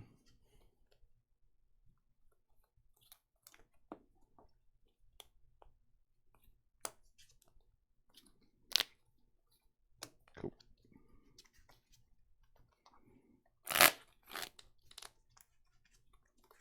Okay, now I gotta think here. Okay, can I actually get it? So, if I play Ultra Ball away energy and energy, go get Dragapult, and then I superior away Dragapult and energy, and then Legacy Star, get Ultra Ball back for Hawlucha. Yeah, so I think I have it guaranteed. So I want to play Ultra Ball before I Legacy Star so I can get it back out guaranteed. Yeah, so Ultra Ball, Grass and Fire for Dragapult. And then Superior away, Dragapult and Grass. Can't get that grass back. Yes. I need E-Switch, yeah. So get these two back. I'll shuffle.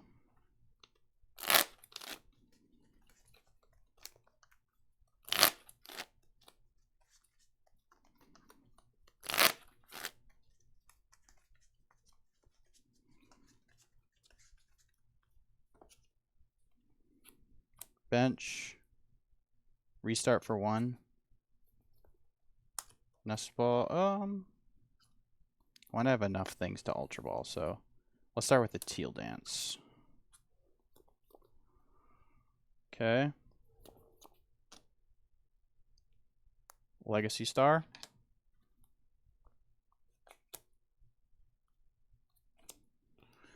Come on, my energy switches. Just stay in the deck. Energy switches. See, now I got that's 2 down the drain. That's all good. Energy switch and Ultra Ball.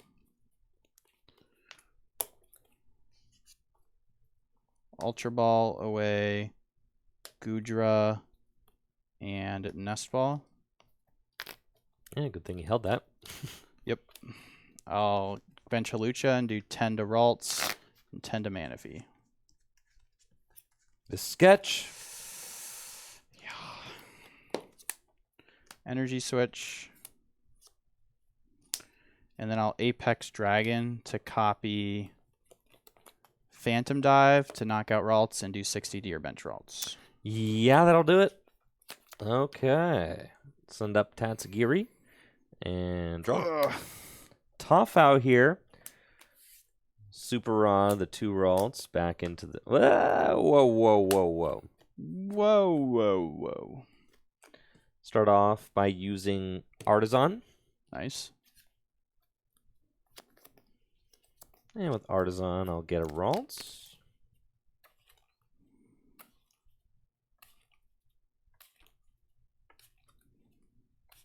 Get a little ahead of myself. Then we'll attract customers. I'm losing. No supporter for you. Whew.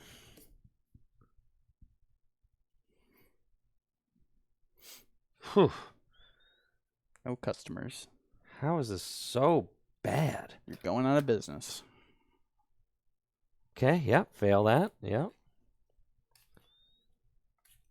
It's fine. Tough. Tough, tough, tough, tough. Let's go Turo scenario.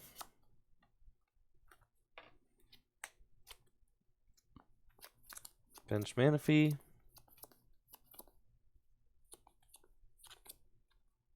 Counter catcher Halucha.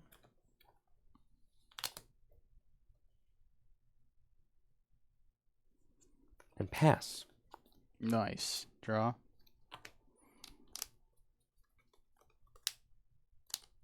right, you know what I said about this deck being the BDIF broken? Take it all back. Night Stretcher It's rough out here. for grass.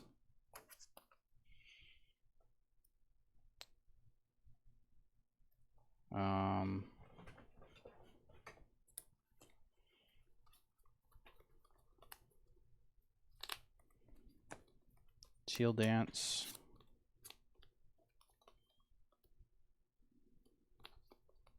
Attach. Retreat.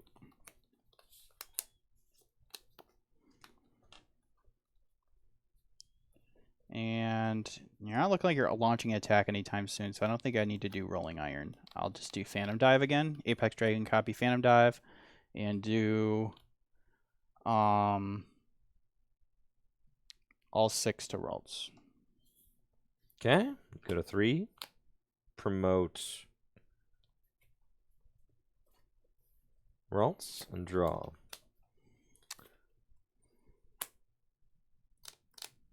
Super Rod. Those 3 back into the deck. Buddy Buddy Poffin. To go get 2. And Artisan.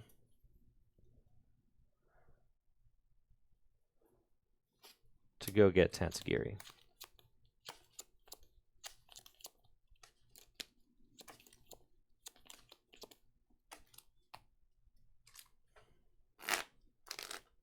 I'm promoting the Ralts because it's got the damage on it. I don't want Jesse to take a double knockout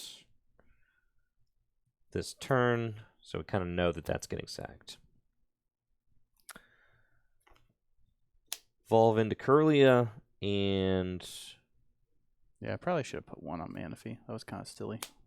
Refinement.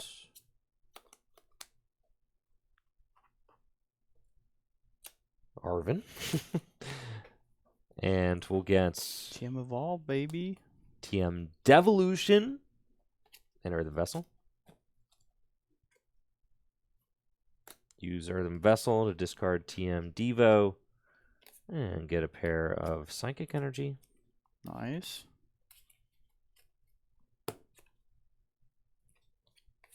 Energy here. TM Evo there. Evolution, baby. Let's go. I'm in there. Very nice, very nice. I'll draw. I'll play switch.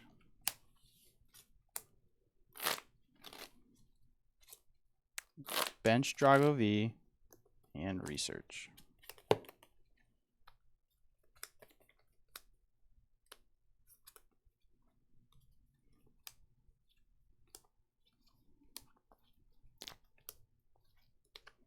Dang, imagine if I teal dance into the prime catcher and just end the game on the spot. Dude.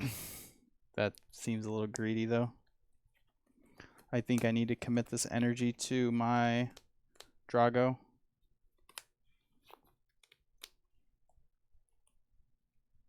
Attach return. Retreat.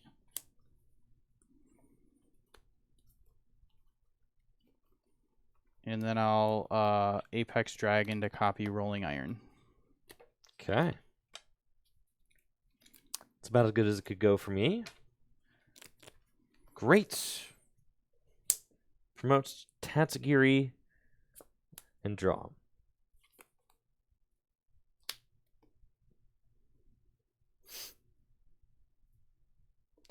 Artisan.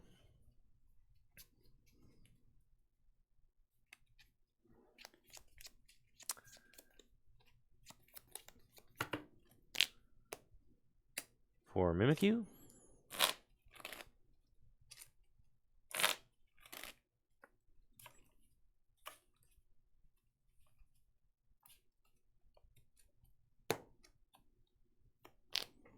And let's go. Refinement. Discard Psychic. Draw 2. Refinement. Discard Buddy Buddy and draw 2. Track customers.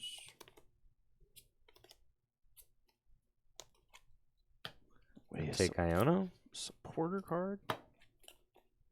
And before we do that, Ultra Ball away Fluttermane and Nest Ball. To go get Gardevoir. Do you have a Shred Pokemon? No, but I have 2 clone. That's right. Well.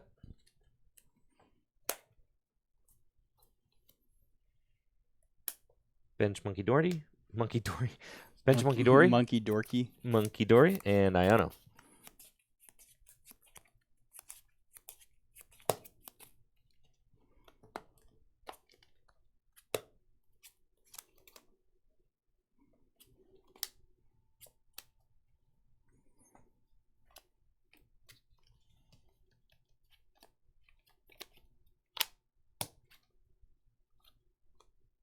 Attach and retreat into Mimikyu.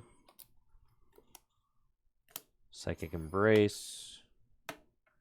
And Ghost Eye. Nice. Draw.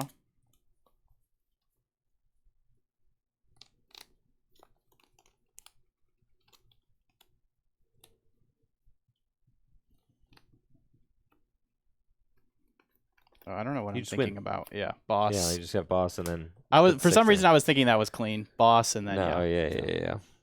Yeah, that was bad. That was bad. I definitely need that to not occur, where you get the turn 2 knockout 2 Curlias. Yeah. Or 2 That was Ralts. like a much extremer version of what I was referring to. Normally they still have 1 Ralts to work with. And then but like I said, as long as if you can go up 3 prizes and then just spamming the Gudra, then that can be like the way you win with this deck. As long as like your Dragapult attack can take a double KO at some point, like that can be a way to For sure. really win as I think I Drago. underestimated your ability to do that on turn 2. I could have gotten 3 Ralts there turn 1 instead of the You wanted it out to your supporter though. I so maybe did you just because say, I I'm didn't gonna have miss it. I didn't have anything, so like I wanted that. And like in an ideal world, you just don't do the double knockout. Still, I'm leaving myself with like, if I do get the 3 Ralts, I'm leaving myself with just a draw 2 and no supporter out. So like, it's it's tough. Anyways, game 3, I'll go first. Okay. And we'll see if we can set up a little bit stronger than that. That'd be great. But I do think that we got to really see just like how threatening that can be if you're getting the... Yeah. And I also see the Kyurem as like a game ender too. Like sometimes that can just finish a game for you. Like even if you even against multi-prize decks, there could be instances where you spread some damage with the Dragapult and then, put 50 on a Squawkabilly, and then you can Kyurem a single prize plus Squawk for 3 prizes. Like that's just like having that like really strong attack option in the deck. Like I haven't played too many matchups other than like the big like 3 or 4 decks, but there could be some other random matchups that could be good. Like even against Dialga, like KO 3 Matang sounds pretty good for sure. Yeah. But again, it all really comes down to, can you reestablish your Drago after you do it, which you can't always do. It just depends on how many E-Switch you have left in deck. If you can cure him without using your V-Star power, like there are some times where you draw really well with Drago where you can save your V-Star power, kind of like how Arceus could do. Right. That you can like, then after you discard all your energy, V-Star and just go get 2 E-Switch back out of your deck. Or out of your discard pile. Right. I'm going first. Game 3, let's go. Okay.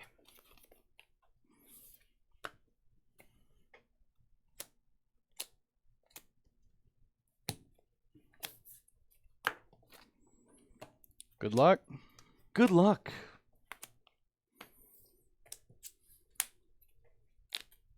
All right. Thank you. Draw for turn. And I've got a pretty decent looking opening hands. We've got Iono, Artisan, Hisui, and Heavy Ball, and a backup Ralts. And I've got an energy, which is fantastic. Start with Hisui and Heavy Ball. Easy way to check the prizes. And I've got more energy than I would like to see. That is for sure. But, could be worse, I guess.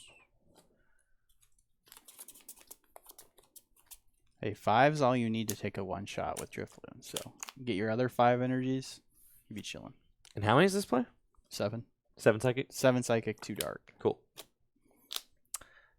And with that, I'll bench Ralts and use Artisan to go get another Ralts.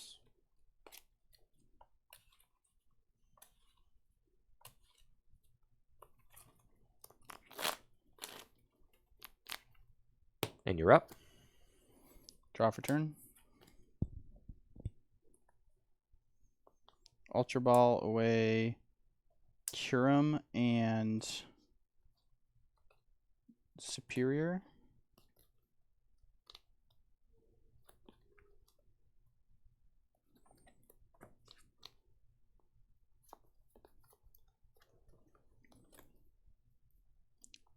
I think instead of getting a Drago V, I am just going to go grab a Dragapult and just say that I'm going to find a Drago V off this research.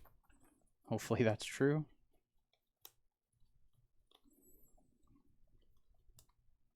Because guaranteeing the Drago in the discard pile early is really nice. So I'm going to get Drago off the Ultra Ball.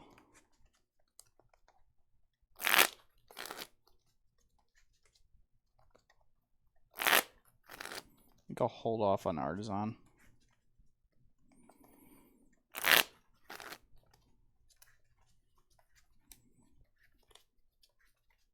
Second thought, it might actually just be good to go. I'll use Artisan. I'll go get Cleffa. This deck does have the extra bench space, so I'm fine with that. So you're not playing Squawk? No. Even though you're choosing to go first almost every game? Yeah. Kind of like Arceus. All right, and then I'll research.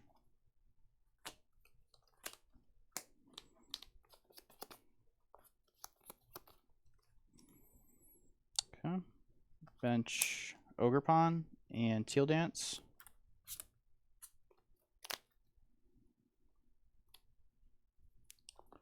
Nestball.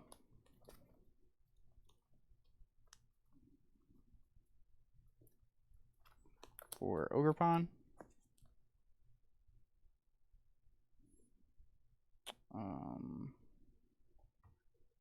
Yeah. Actually, let's see, bench, attach, switch, bench, draw 2. I think I value pretty highly getting the manual attachment onto Regidrago instead of attaching retreating into Cleffa. So I'm going to Nest Ball for Mew.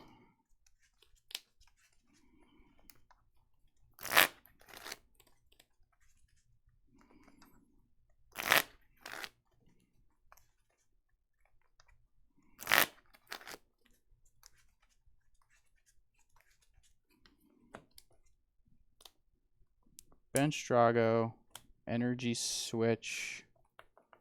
I could Energy Switch. I actually like that better. Energy Switch to... Well, let's see. Well, in that case, if I bench... I actually do want to leave a bench spot for... Yeah, that's fine. Okay. I think I will go Energy Switch onto Pheasantipity. Attach to Regidrago. Yeah, this is fine. Restart for 1. Retreat. Yeah, this is good. This is good. And then I'll Grasping Draw for 4. Okay. Draw. Excuse you. Bench Monkey Dory. There's a lot of construction going on in Full Grip as we work on the tournament hall. I also think there might be furniture people working on furniture. That's probably what that is. Yeah. Bench Monkey Dory and attach Psychic Energy to Ralts. Iono.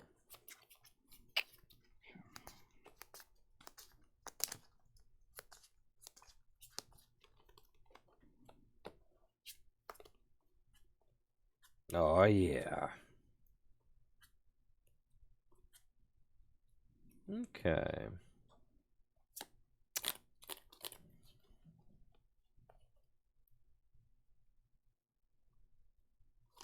Artisan? Woo! We're going to Artisan for Manaphy. And attach TM Evolution. I was hoping you would forget about Manaphy. No! And I'll use Evolution on these two on the bench to go get a pair of Curlia. Nice, nice. Okay, time to strike. Draw for turn. Evolve to Regidrago.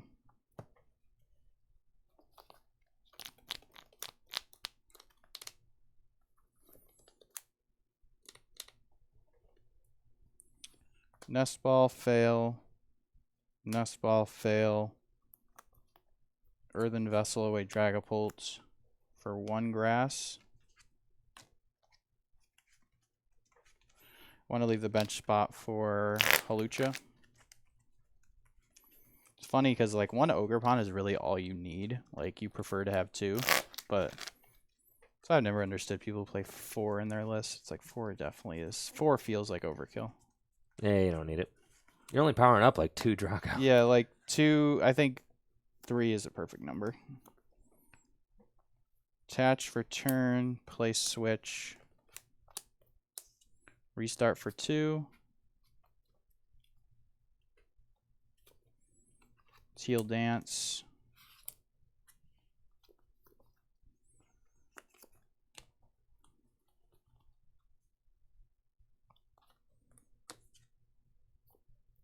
Ultra Ball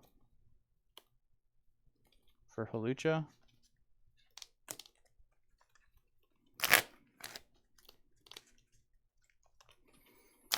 Now comes the part that stings.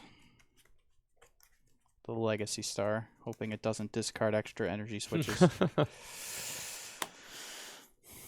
Man, there is not even room for backup Drago. This is crazy. There is. Oh, well, yeah. Because I got both these out. Yep. I arguably, I think I probably should not have got the Mew out, honestly. But it's all good. Legacy Star. Cool.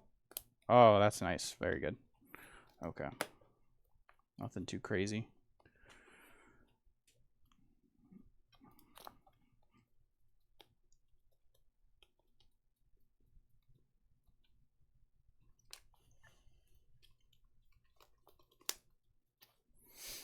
Boss and energy switch. Okay.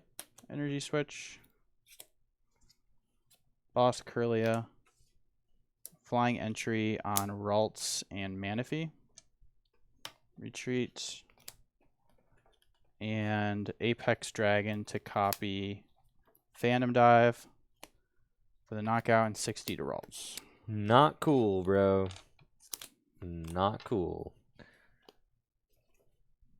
Yeah, this probably shouldn't be here. Like, since I started Pheasantipity, this should probably be room for a second Drago. But the idea is, like, he's not taking, like, it's not being threatened right now. But now that I don't have any space for one, it's kind of making me a little nervous. Draw? Yep. Yep, okay. Let's go. Refinement.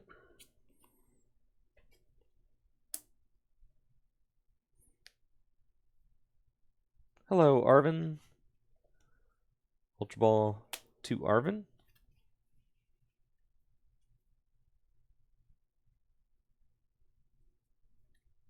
And we're going to go get a Gardevoir EX.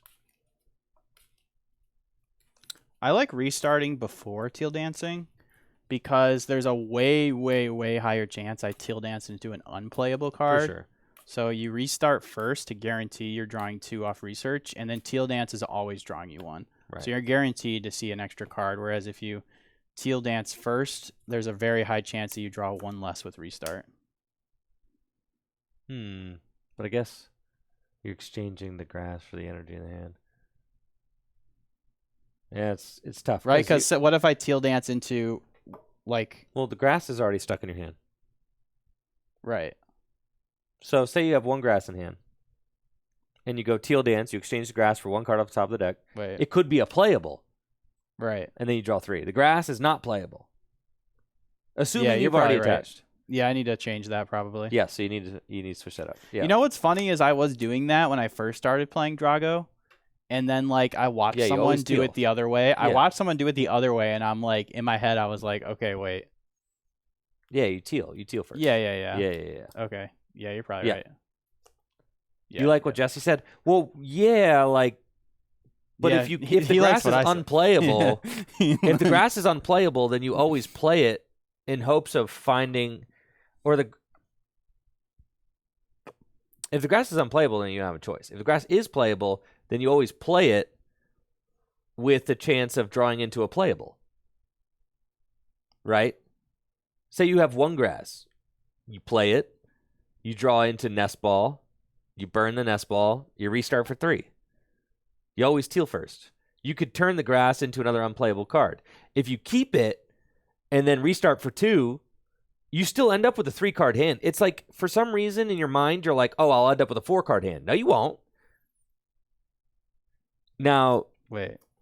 So if you Teal Dance... Oh, I get what you're saying. You always I get what you're first. saying. Yeah. It's always Teal Dance first. I think I'm overthinking it. You are overthinking it. You always Teal Dance first. Yeah, Pedro. Yeah. All right. Cool. Glad we could have this discussion. Well, it's funny is like I always was doing that like before, like when I first was practicing this deck, I would always do that. I would be like, okay, like obviously I'm gonna teal dance this, so I should just do it and then draw.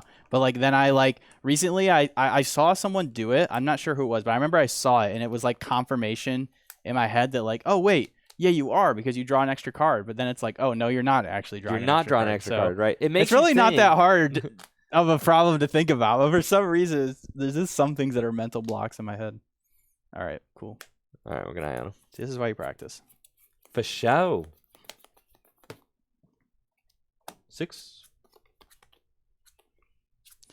Practice. We talking about practice. Talking about practice. Practice, baby. Practice. Okay. Oh, baby.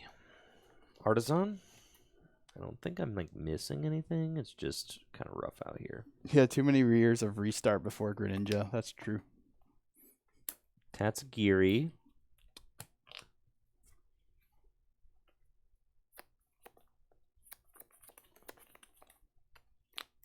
Earthen Vessel.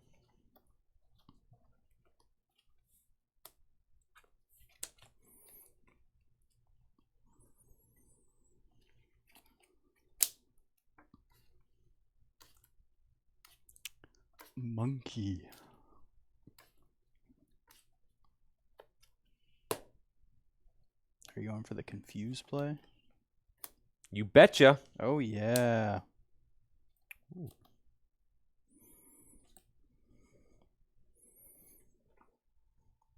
Ultra Ball. Confused play comes up quite often. Surprised it hasn't happened yet. Ultra Ball for Curlia.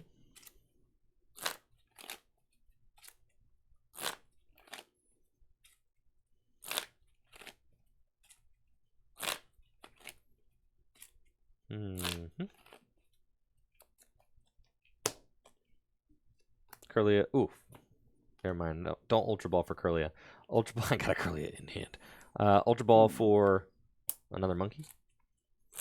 2 whole monkeys. Did you use Artisan yet? I did Oh. for that. Oh. I will.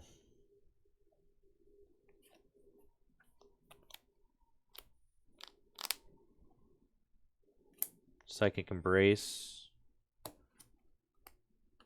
Adrenabrain 2 onto Halucha. And Mind Bend for 60. Wow, wow, wow, wow. All right, draw. I'm goated. Let's see. Nuts.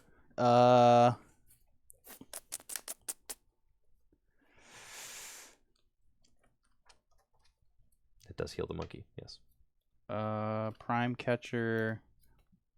It's funny as I actually kind of want to KO this, but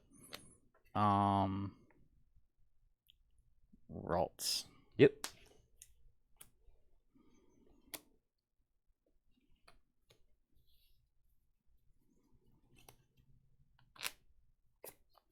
Research away 2 Drago VSTARs. That's an Ultra Ball. That's fine though.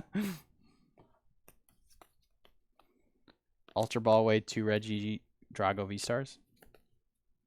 For Gudra? Yep.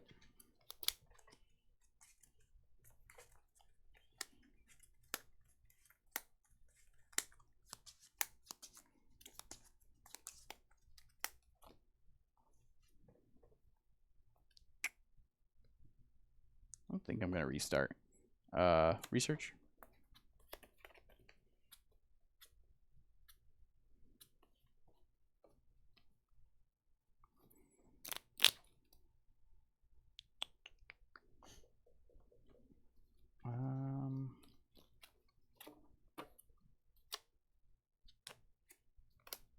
Teal Dance.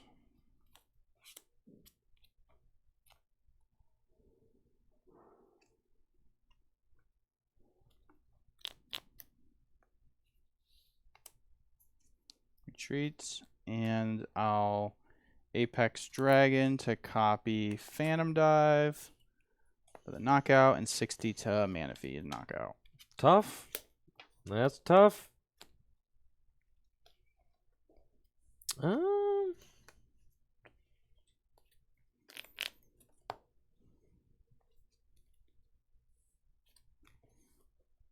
Promote Tatsugiri.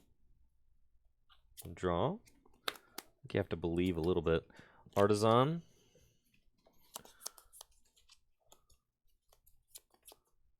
For Drifloon.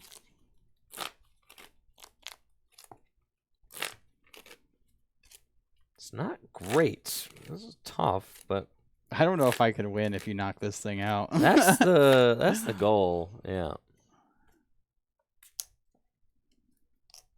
Yeah, I think it was like a huge blunder getting this Mew out earlier. But it has saved you with some draws, I think. Yeah, still though. Attracting customers. Let's go. I do play one. Ooh, I do play one Night Stretcher, but that's in the discard, and I just Ultra Balled away my other 2 Drago VSTARs. So there is no other VSTAR that has a chance of being developed. Well, I think I just lose here. But you know, because you've just run me off the table. Can you confuse me again? I can't even do that because I took the risk of promoting. Oh, you don't have an energy. Yeah, that's right. You have no draw power. I have no draw power, no energy. I would just assume Gardevoir's Curly's in play even when they don't. No, dude, you've been knocking those out. Great. Yes. It's not cool, actually. This is great news for me. So that's what I'm saying. This matchup is very close, isn't it? Doesn't it feel very close? For sure. I think I just need to... Yeah. I think I agree with Pedro, though. You just go chase down... You just go fast Dragapult EX, and you're, like, chilling. Yeah, exactly. I mean, that's, like... For our first draft of the list, we took this out to fit the Kyurem stuff. Yeah. But then I'm like, holy cow, this card is way too good. That's the better card. Yeah. And I also like Scoop Up Cyclone, so you can use it again.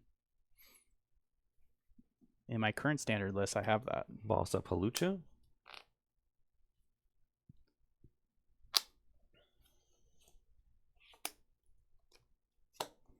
We're going to go accelerates to Guardy and then move it to Halucha with the Drainer Brain. How much damage? 20. And I'll pass to you. Energy switch. Retreat. Kyurem! Trifrost, baby. Boom. Boom. God. Overkill prize, baby. It feels so bad getting your Ralts and Curlia chased down. That's just like, man, that feels terrible. Not gonna lie. Right here. Yeah. Grant Manley. I got a Kyurem for you right here, baby. Trifrost for game. Get used to hearing it. Oh, yeah? Oh, yeah. We're going to get used to hearing it from you, Jesse. Future world champ. Future Let's world go. Champ. Yeah. And they'll never know if I cut it at Worlds. Oh, go ahead. Don't get your Manaphy out. Let's see what happens. I know, right? You want to play that game? We'll have a stare down. Just assume I don't play the Kyurem. Pretty much have to. Got to play the mind games, you know. It's gonna be interesting to see who decides to cut it and who doesn't. You know. Dang. Okay, Drago. I mean, Drago is definitely a real this contender. Deck is a killer for sure. It's very, very good. Yeah. What do you think are decks that fare well against Drago? Dialga. Dialga. Now that's a deck. I mean, it's kind of a given, right? You have so many 220 HP guys. You can just you can be down like 4 prizes, and Drago can just Chronos a bench Pokemon and then boss up your guy with energy, and then boom, you lost the game. I think Gardevoir has a really good shot against it, like very close. I'd even still say it's a little bit like it. I think Guardy still has the edge just by like a I felt hair. like I wasn't doing squat, but maybe I don't know. But like when you, I don't know. It's hard. It's hard, right? It's because it actually has been like in my testing, it's been like exactly 50-50. Mm-hmm. Like we had one session where Drago won 4, Guardy won 2. We had one session where Guardy was like sweeping. Then we had another session where it was like exactly 50-50. So like I don't know. That feels about right. Yeah, like it can definitely. But the thing is when that deck's winning, it's winning. It's not like barely winning. It's like it's like turbo. It's just like turbo Dragapult for the most part. But I think Guardy does okay against it. Dialga, I think Miraidon does pretty good because you can get that fast KO on their energy, which can just win you the game. It gets dicey if Drago sets up quick. Like if Miraidon misses the turn 1 knockout, then you're in a bad spot for sure. Because then they just start hitting you with the Gudra, and you have an invincible VSTAR that's just never going down. Right. Besides those 3 decks, it kind of struggles with the Cornerstone Ogerpon. Yeah. Cornerstone Ogerpon can be annoying. Again, but I would assume if you're not playing Colognes, you're playing a Shred attacker, so you don't just lose to that. You can also attack it with the basic V. The basic V does 2 shots it. So it's not like it's not as hard of a tech as it is for Charizard. I think the best part about this deck is you're kind of just very good into Charizard because you have the Drago, which is just as annoying for Charizard as it is for Gardevoir. And then not only that, you still have the Thread of the Kyurem, but you also have the Ogerpons that can one-shot Charizard. So, right. But on the flip side, I have had games where Charizard goes first, and you just get turn 2. You can sometimes just get turn 2 Dusclops, or not even turn 2, but like you can one-shot a V-Star. Even when you go second, you can one-shot a V-Star out of nowhere with the Clops and the Defiance Vest, or Defiance Band, which is something really interesting.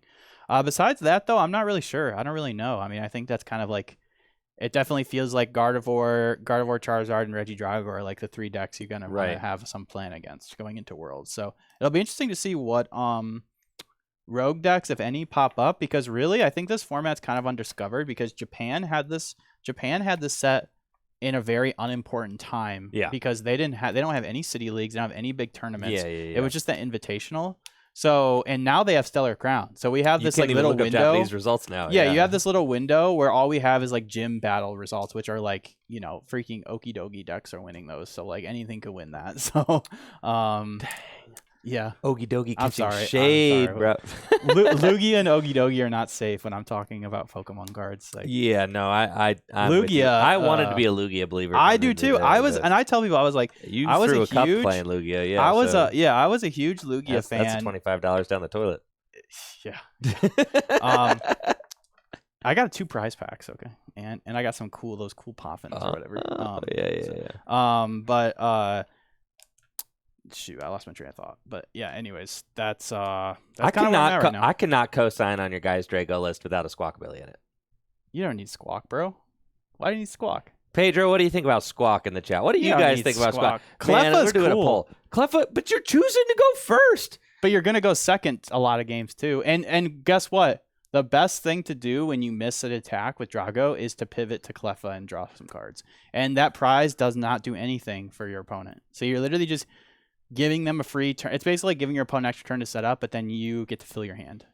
Squawk is good too. Squawk is good. I don't think Squawk is bad because turn 1 Motivate is actually pretty cool. You can Squawk, discard, but now you have a 2 prize guy that's just gonna get freaking destroyed. All your guys are 2 prize guys that are getting destroyed. You're feeding it to them. No, but Cleffa's the GOAT. I think that. Well, yeah, Cleffa's insane for when you go second, and I like Cleffa, but you could play both. You could certainly play both. Dang, I got my How you card beat all. Bolt without Squawk? You don't beat Bolt. You just fold that matchup. Yeah, I actually think it's interesting. I actually think Bolt is strangely could be well positioned for Worlds because it's very, very good against Regidrago. I think it's okay against Charizard. The matchup data says otherwise, but I feel like it's okay against Charizard. And then Gardevoir, you just are getting absolutely destroyed. I personally don't like having a bad Gardevoir matchup.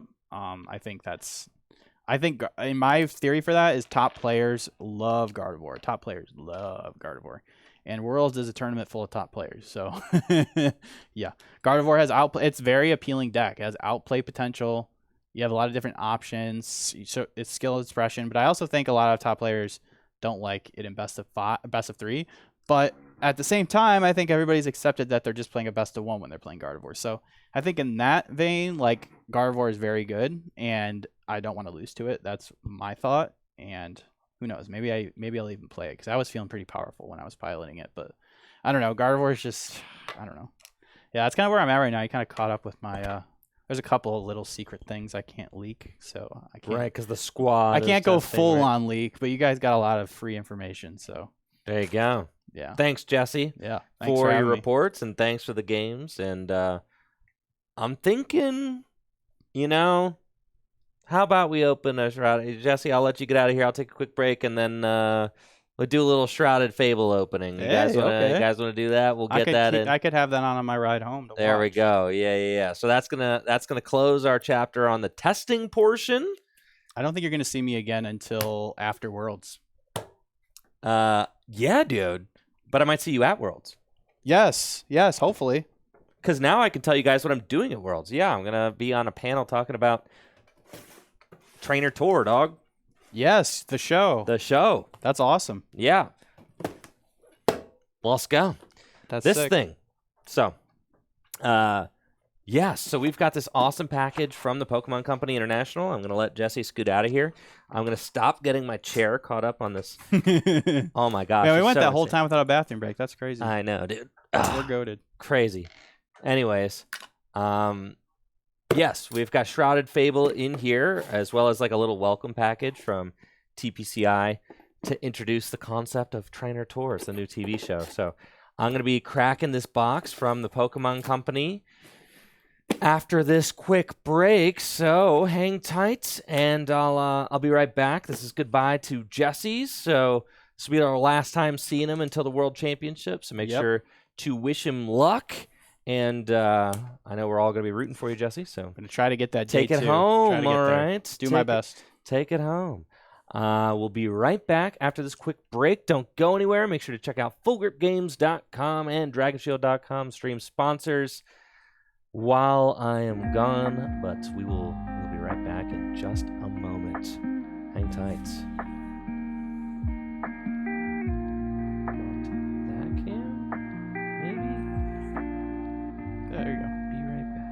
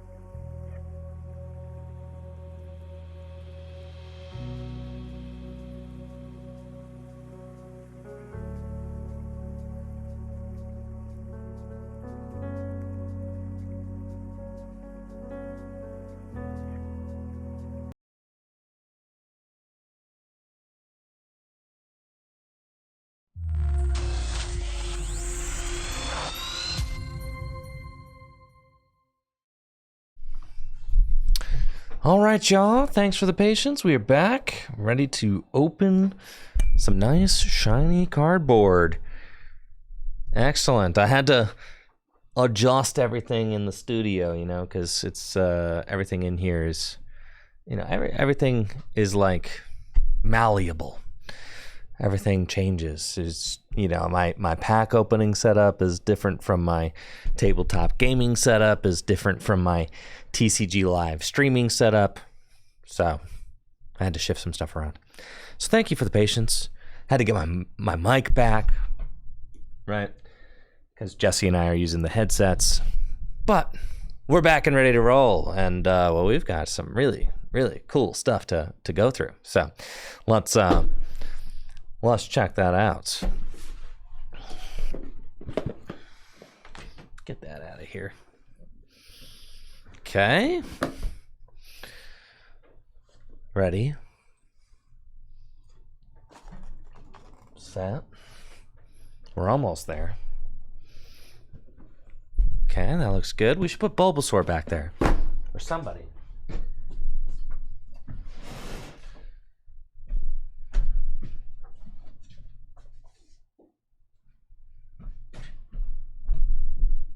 Squirtle, that'll do.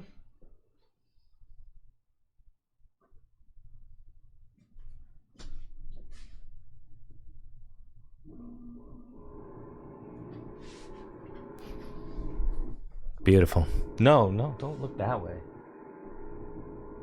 Look that way. Okay, excellent.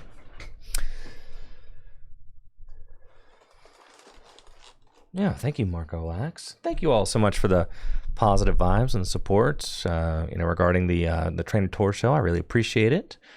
So thank you guys all so much for that. It is, it's been something I've been really excited to finally get to share with you guys, and it's finally out there. So it's out there for all to perceive and enjoy. We can get the Twitch chat up on here. Sure. Let's do that. Okay. And of course, I'm doing a little edit for YouTube, so don't mind me if I'm kind of like,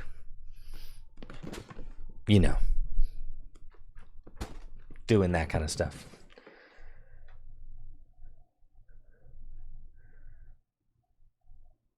Okay. Today we've got an extremely special booster pack opening brought to you by the Pokemon Company International. And it's special because, well, it comes in this Trainer Tour box. And Trainer Tour is the name of a new Amazon Prime TV show that is all about Pokemon cards. And it's hosted by yours truly. That's right. I am the co-host of the Trainer Tour TV show on Amazon Prime Video. This is a project that I am so excited to finally get to share with you all. And TPCI sent out this mailer to help promote the show. It's available. You can watch it now on Amazon Prime Video. And this cool box here is actually modeled after the Trainer Tour bus that you'll become very familiar with if you tune in to the show. It's 8 episodes, and me and my co-host Megan, we travel around and meet various folks who have a relation to the Pokemon franchise in some sort of way, whether they're casual fans or serious Pokemon TCG competitors, or maybe just looking to get started at a league somewhere. Everyone has their own Pokemon story, and this is kind of what the show dives into, is meeting people, helping them improve their game at the Pokemon TCG, and helping them through other areas of their life, or kind of figure out other areas, while also digging in deeper to their own lives and allowing each person to tell their own story. So it's something I'm really proud of. We all poured our hearts into the show, and I definitely hope that you'll check it out. This is the box. It's a very special box. I'm going to keep this box. I keep a lot of boxes in here. There's a lot of boxes back here in the studio, but this is definitely going to go into the box collection. But this box contains some really cool stuff, so let's go look at it. That was pretty good, huh? I think I did it. I did it. All right, I can cut that out. That'll work.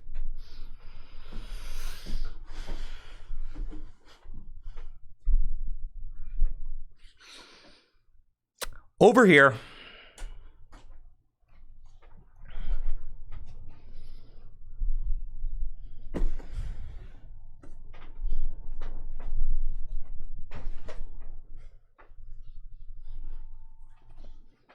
excellent, excellent, excellent.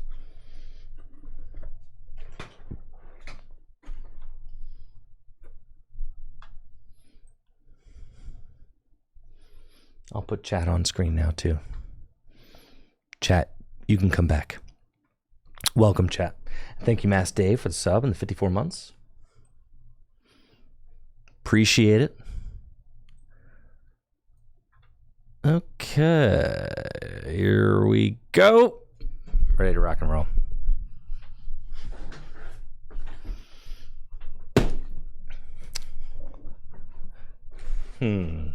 The box is like in the way of chat. How do I situate the box so I could see chat on my monitor?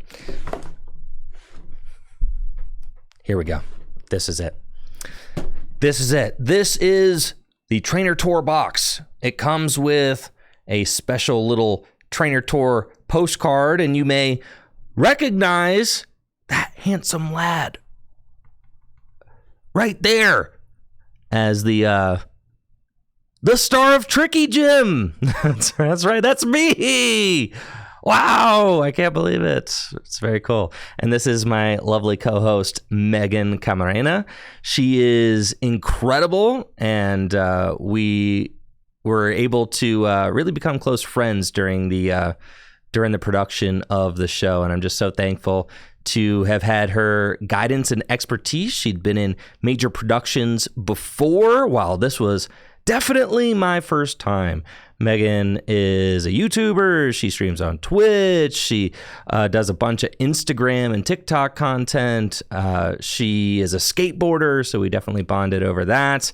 She has done work for Disney, Power Rangers, Pokemon. She helps promote movies, and the list goes on and on. She even writes her own comic book. I mean, she really does it all. So definitely cannot sing Megan's praises enough. She's awesome. And if you watch Trainer Tour, you'll get to learn more about her. And she is kind of the co-host that really dives into each person's story on each episode. And I am the co-host who really helps trainers to level up their game at the Pokemon TCG. So that's our dynamic. And that's how we work well together, because she's the, kind of storyteller. She's driving the storytelling of the episode, and I'm driving the leveling up your game at the Pokemon TCG stuff. We each have our own little notes on the back of the card that kind of express our feelings about producing the show, which was really cool that they included those with our signatures on them. That was a really nice little touch that the Pokemon Company International put into the postcard. I love that. I will cherish that forever. There's a cool Trainer Tour playmat, which I can't wait to take a look at. There's a whole bunch of confetti pasta stuff. And underneath the confetti pasta stuff, there's, my goodness, wow, Shrouded Fable. That's right. The newest Pokemon trading card game set. And I can't believe it. We've got a Shrouded Fable Elite Trainer box. Goodbye, box. My precious box. Goodbye, box. And we've got 2 booster bundles, which we are going to get to open. Each booster bundle comes with 6 booster packs. The Elite Trainer box also comes with, 10 booster packs? I believe.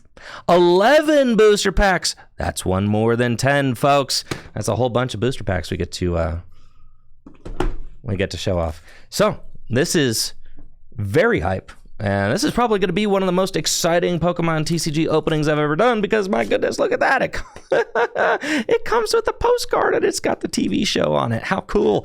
How cool. Let's start off by opening the...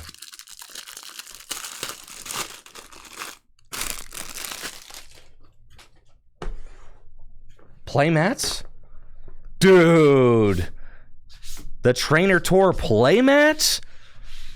Wow. Well, you know, I gotta do the opening on the Trainer Tour playmat. I kind of have to do that.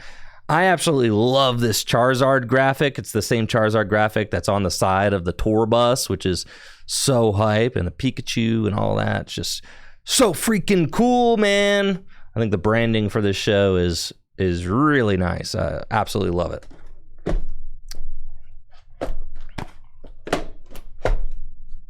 I need some sleeves.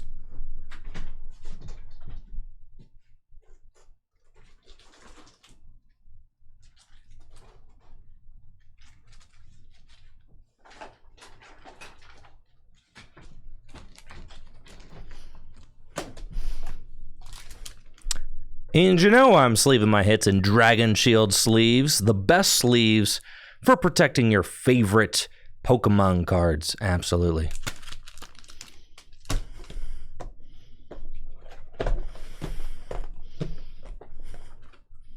Let's start off with the bundle. If I can get there.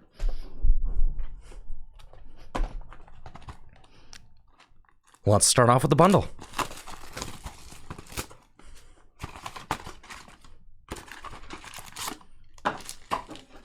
There we go. Shrouded Fable is a mini set, and mini sets don't have booster boxes, so you can't buy a booster box of Shrouded Fable. That does not exist. If you just want to open booster packs, the booster bundle is the best you're going to do. And this is a really cool product. It's kind of similar to what a build and battle kit is. In fact, I think they kind of use the same boxes or similar kinds of boxes that they use for the build and battle kits, except there's no little like mini deck in there. There's just 6 booster packs of the newest set.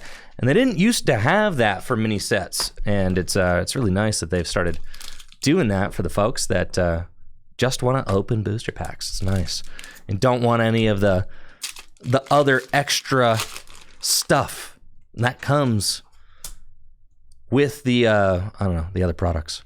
Cool. Here we go. Stuffle, Joltik, Persian, Frou-Frou, Cassiopeia, Hypno, Academy at Night, not Nighttime Academy, Academy at Night, Meowth, and Crobat. And here's our first look at the new reverse holo pattern, folks. Let's take a look at that. Wow.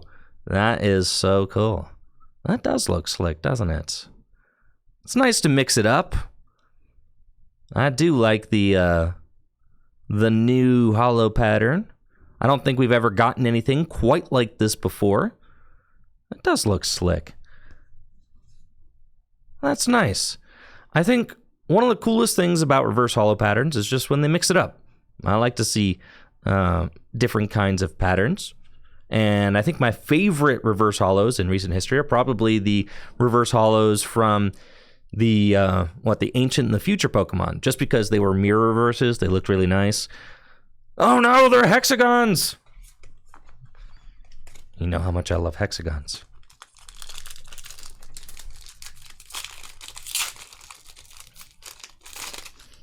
Let's bring it in, why don't we? Why don't we get a little closer? There we go. How about that? That's good. Very nice. We got Absol, Varoom, Furfrou, Q-Font. I love how he's holding these rocks on his little, on his snout there. That's wonderful. Cassiopeia, Sylveon, Malamar, looking dubious. Houndoom, Rowlet. That is the Rowlet that goes in the new United Wings deck. You can have Dartrix, which can attack, and hit for Grass Weakness in the United Wings deck now. Also ups the amount of Pokemon in the United Wings deck that have the United Wings attack to 16. And then here is Dusknoir. This is one of the most hyped new cards from Shrouded Fable. It's got the Cursed Blast ability, which allows you to knock it out. That's right, you just knock it out. You give your opponent a prize card, but you get to place 13 damage counters on one of your opponent's Pokemon if you use the ability. So, like, that's pretty good. That is pretty good. I'm just realizing, chat, hold the phone.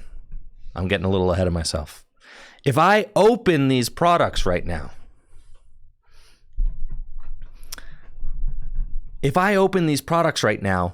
and then I go to make a YouTube video about them, I won't have a thumbnail because I opened them. So it's time to take a picture for the thumbnail. Let's go.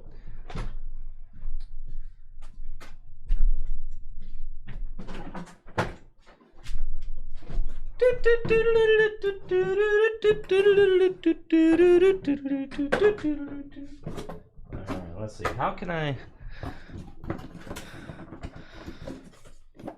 The box is nice, though. You know, we can use the box in the thumbnail for sure.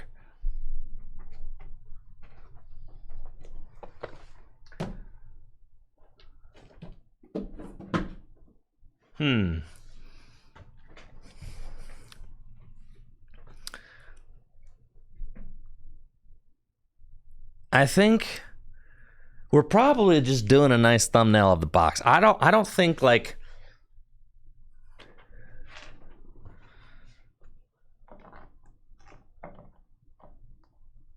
the box with the postcard. Maybe me being like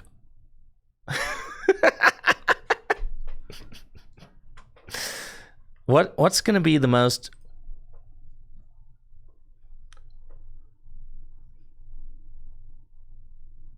that's me. Like that. There you go.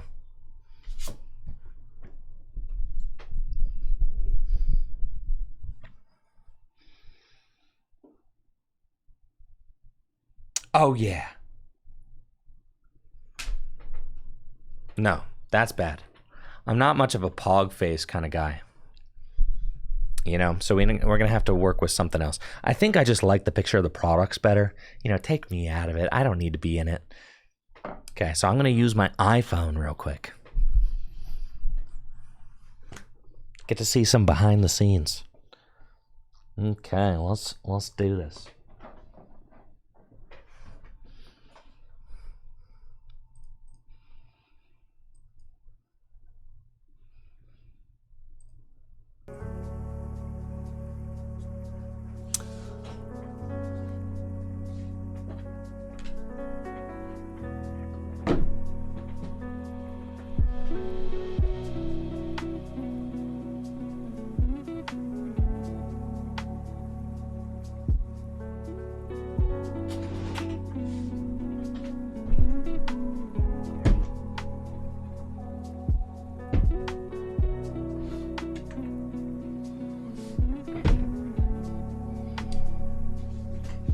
It's super imperative that I get a picture of the Elite Trainer box before I open it, because apparently those suckers aren't going out for like another month, all right? So I got one shot to take a picture of this thing before I crack it.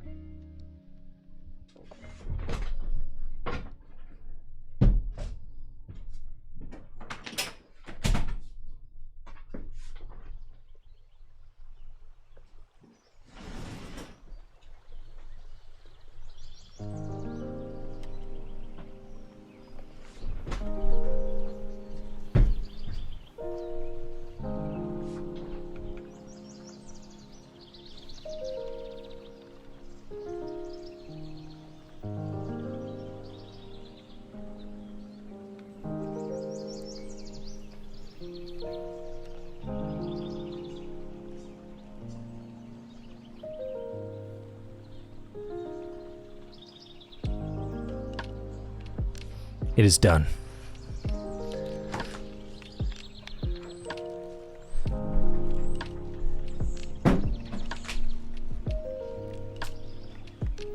Back to party time.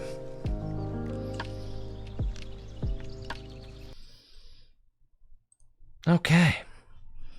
Wonderful. We've done it.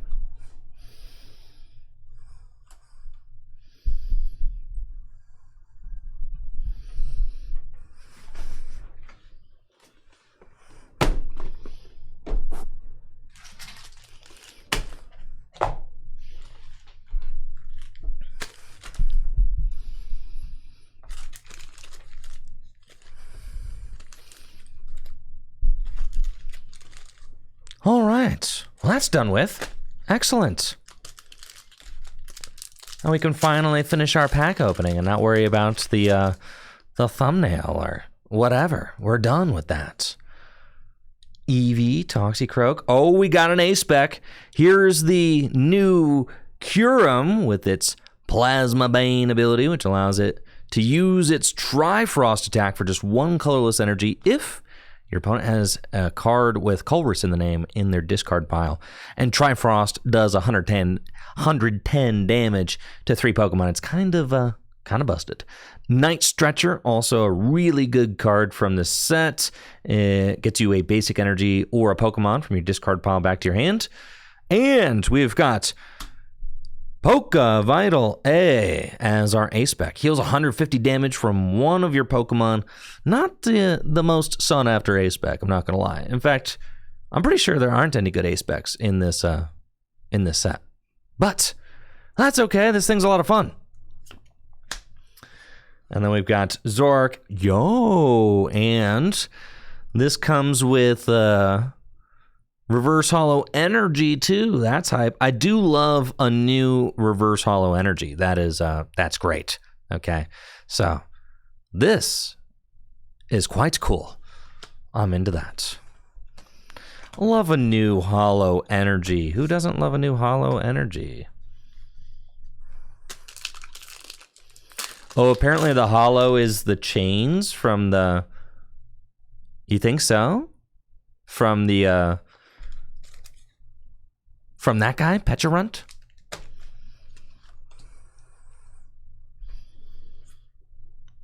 Dusclops, very good card. Also has the Cursed Blast ability. Janine's Secret Art is a cool new supporter. Accelerates energy from the deck. Reverse Hollow Kyurem and Haxorus. These are the top 2 dragons from this set. Obviously, the Kyurem we just talked about, but Haxorus has got the Dragon Pulse attack, which does 230 damage. And the reason that both these cards are good, I mean, Kyurem's kind of like good by itself, but difficult to use unless your opponent is playing a deck with Colress, is that both of these guys can be copied by Regidrago VSTAR, and that is how most players are going to be playing Kyurem or Haxorus at the upcoming World Championships. They are definitely some of the highlight cards from this set because of their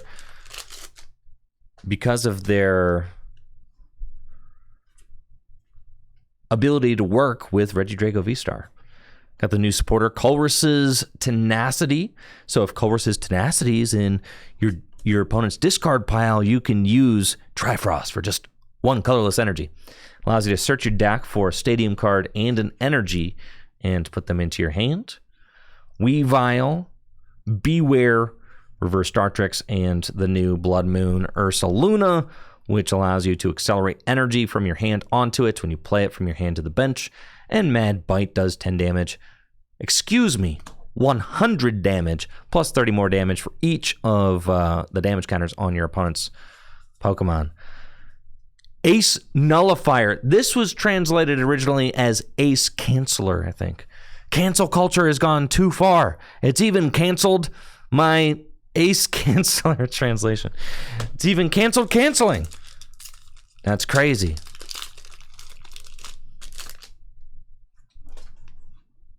We can't even cancel anymore. Xerosic's Machinations?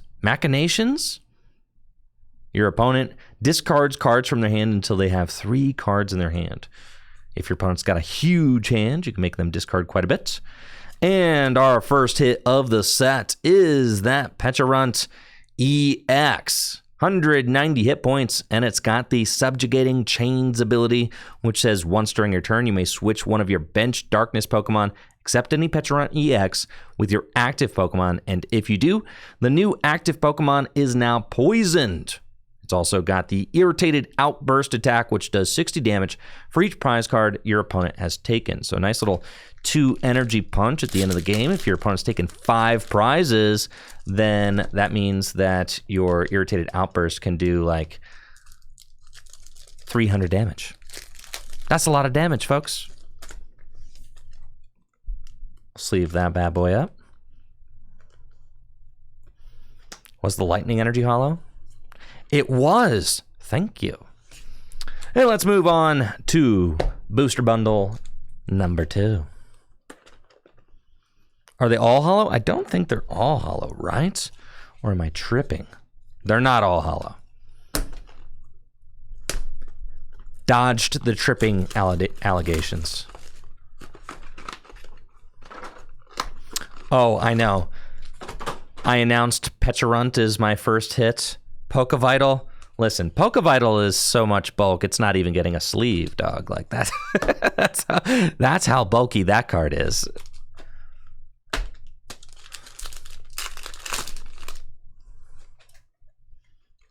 Here we go. Inkay, Joltik, Zorua, Cassiopeia, Sylveon, Malamar, Seadra, and yo, this is awesome. I absolutely love this art rare. Check that Persian out. It is so cool. Looks like it's hanging out in Giovanni's suite. Absolutely love that. You know, the Persian is like, it's almost ghostly, right? Because the Persian only really exists in its reflection here. You can't see its face in the room, but you can see it through its reflection, which kind of has like a kind of ghostly feel to it since it's just a reflection. Extremely cool artwork. Absolutely love it.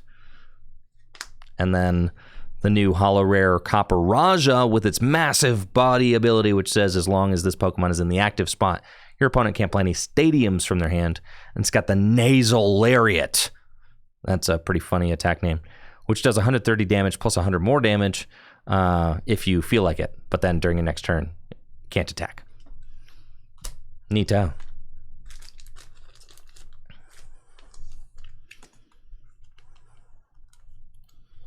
Persian sleeved up. On to the next.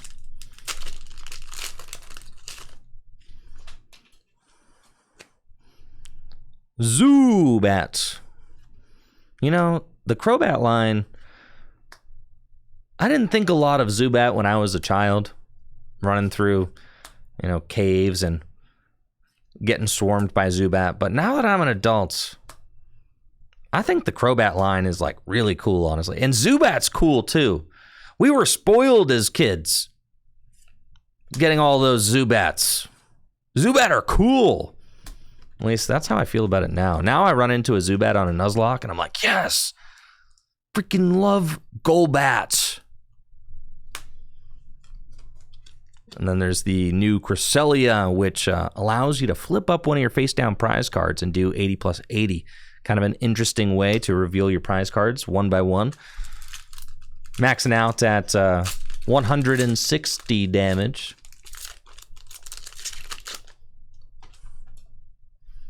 Beware, Sneasel. Sneasel is my favorite Pokemon of all time. There are different, you know, variations of Sneasel's art that I prefer over others, but I think I've decided it's between Sneasel and Zapdos. I mean, it's a close runoff, but I think Sneasel is the one of one, my favorite Pokemon ever. Reverse Night Stretcher, Reverse Haxorus, and regular Haxorus. Check that out. That is, that's pretty hype right there. We got a whole bunch of Haxorus. And honestly, the more Night Stretchers that we pull, the better. Because that card is, that card's good. So keep that out. Sure.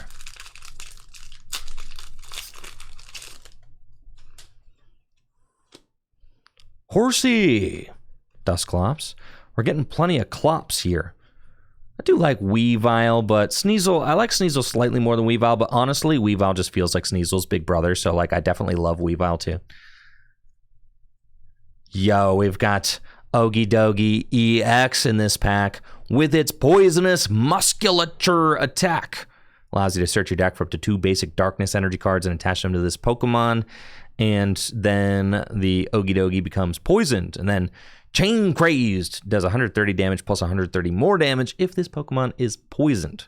So that is pretty neat. Okidogi is this big, bad, basic Darkness Pokemon from this new set, but honestly, as cool as Okidogi is, and I'm a fan. Okidogi is a cool Pokemon. I like its color scheme. I think the pink and green is very becoming. It looks nice, very edgy. Okay, but yeah, it's just I don't know that he's as good as like Roaring Moon EX. Roaring Moon EX is kind of just that guy when it comes to being like a big, bad Darkness basic Pokemon. It's kind of hard to outdo Roaring Moon EX on being like the big, bad, basic Darkness Pokemon, considering it can literally one-hit KO anything in the Pokemon TCG for just 3 energy, right? Okidogi can have its numbers ramped. I mean, you can attach the Binding Mochi to it. You can attach the Binding Mochi to it. Yeah, that's the main way to do it. Yeah, you could do that. And that'll get you to 300 damage. But Pokemon have more than 300 HP. Charizard EX, 330 HP. You don't always have the Binding Mochi. Speaking of the Binding Mochi, there it is. It's a tool card that makes your poison Pokemon do 40 more damage. And this is really the kind of crux of the whole set here, is that you've got this kind of 3-piece combo. You've got the Pecharunt EX, which can switch your Darkness Pokemon into the active spot, and it poisons them. You've got the Okidogi EX, which has the Chain Crazed attack, which does 260 damage if you're poisoned. There you go. And then you've got the Binding Mochi, which makes you do 40 more damage if you're poisoned. So you can do 300 damage for 3 energy with your Okidogi EX. And that's all pretty well and cool. You've also got the Janine supporter, which can accelerate Darkness energy from the deck to your Pokemon, but it doesn't draw any cards. I still think that Roaring Moon EX is better, but these guys are cool. And the Pecharunt, I think, is probably the best Darkness Pokemon in the set. No, I take that back, because there's Pheasantipity EX, which is actually just the best card in the set, period. Can't forget about Pheasantipity EX. Here we are, the extremely rare Pokemon Center Elite Trainer Box, Shrouded Fable Edition. And look how gorgeous that is. We've got Pheasantipity, Okidogi, and Monkey Dory all here on the front. I love the color scheme of this Elite Trainer box as well. It looks super cool. Man. And it's got the Pecharunt promo in it, which is actually a card that is not going to be legal for this year's World Championships because this card has not been printed in Japan yet. Wow. This is such a beautiful box. It's going to be a shame to have to tear it open, isn't it, folks? Wowee. Look at how cool they are. Dang. I love this. It's got like some kind of spooky Halloween vibes to it. That looks so cool. Absolutely love. Wow, the detail on that. Check that out. Dang, that looks nice. That is, as far as Elite Trainer boxes go, that's top tier. This is S tier ETB. Oh my, look at this. The tray? What? The Elite Trainer box serving tray? I was going to say, I don't think I've ever seen the serving tray. What is that? Okay, cool. So we've got, I got 2 Pecharunt promos? What the heck? Unironically,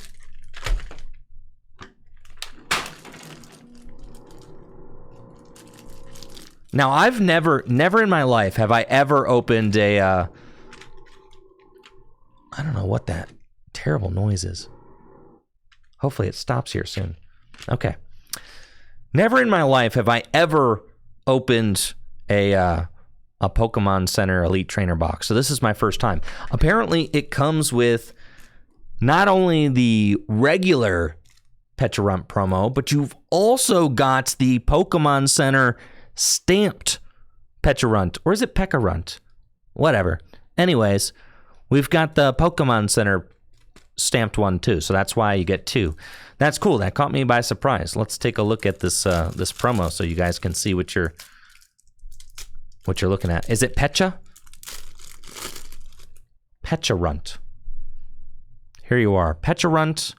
It's got the Toxic Subjugation ability, which says as long as this Pokemon is in the active spot, put 5 more damage counters on your opponent's poison Pokemon during Pokemon checkup. And it's got the Poison Chain Attack, which does 10 damage. But your opponent's active Pokemon is now poisoned, and they can't retreat. They have to sit there and suffer. Neato. Now, players are talking about being able to donk your opponent with the Pecharunt. Yes, sure. You could technically end the game on turn 1 going first if your opponent has a weak Pokemon in the active spot. You could inflict poison on that Pokemon with a card like Brute Bonnet, and then you could have Pecharunt in the active spot with its Toxic Subjugation, and then you could have a Radiant Hisuian... Is it Hisuian? Yeah. You could have a Radiant Hisuian Sneasler on your bench, and then, ramp the damage even more, and then you could have like the Stadium, and that's all cheese, okay? It's not a real strategy. Nobody's going to be playing Pecharunt Donk, okay? Nobody's playing Pecharunt Donk. Got a nice energy brick. Love it. And honestly, these are like some of the coolest dividers. I love the dividers. This is my favorite part of any Elite Trainer box. Is the dividers. My favorite part by a lot, honestly, because I use these. I use these for everything. I mean, I've got a lot of Pokemon cards at my house, and they need sorted. And, I love going through and seeing all the different dividers from across the years because they all have their own characters to them. And these are the things that I like. These are the things I keep. I don't keep anything else, honestly. A lot of the other stuff, usually gets lost in the sauce. But these things I keep. These things are like the coolest part of the Elite Trainer box. I'm not even joking, bro. These are the coolest parts. I'd make sure to keep these every time because they're so excellent and cool. You've got the sleeves with your Ogie Dogie, Monkey Dory, and your Pheasantipity on it. And you've got your player's guide for all the players out there. Poison burn marker. And new dice. Gotta check out those. This guy is looking kind of muddled, honestly. Is like not a very bright color. That's okay. I mean, really the whole kind of like theme of the box is that it's like very bright colors, so it's okay for not everything to be a bright color, but there's a little bit of a strange choice. It's kind of like a brown, I guess. Maybe it was supposed to be purple, but looks kind of brown. There we go. And now we've got 11 booster packs. Let's do it.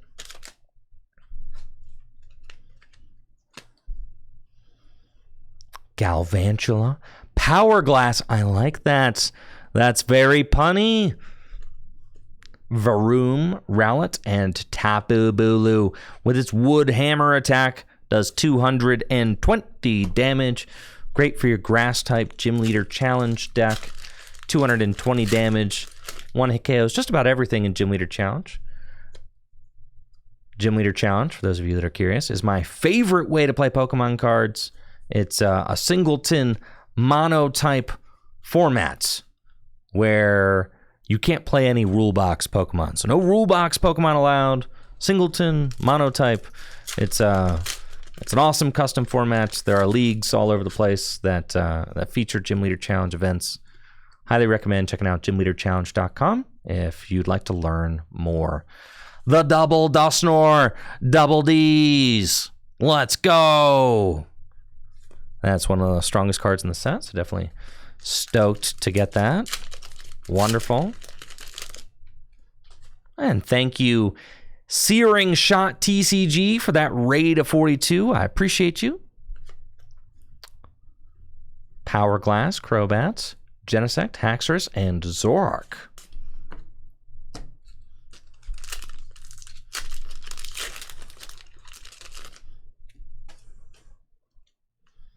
We got Dusclops. Is there a hit here? Maybe. Potentially. No, it's just a Caparaja. Do like that we still get the ancient solid reverse hollows. That looks nice. Those are definitely my favorite reverse hollows in recent Pokemon history. Something about the flat hollows. They just look so good. Slitherwing. Reverse Night Stretcher, that's good, that's good.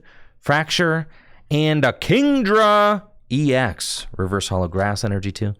Kingdra EX. It's got the King's Order attack, which allows you to put up to 3 water Pokemon from your discard pile straight onto your bench. Doesn't matter if they're a Stage 2, Pokemon VSTAR, Pokemon VMAX, whatever. You can just pop those bad boys straight onto your bench. And then its Hydro Pump attack does 50 damage plus 50 more damage for each water energy attached to this Pokemon, so you can ramp up the water energy attached to it. Maybe use King's Order to put Baxcalibur onto your bench, and then use Baxcalibur to accelerate energy onto your Kingdra EX. Do a bunch of that stuff. Where did my hits go? Didn't I have, I had some hits. Oh, I cleared them.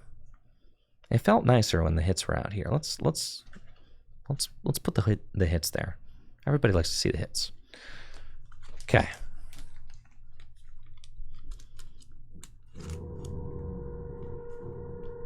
Man, what a terrible noise. Like I said, they're doing a lot of construction here at Full Grip, so they're probably working on the ceiling downstairs or something like that.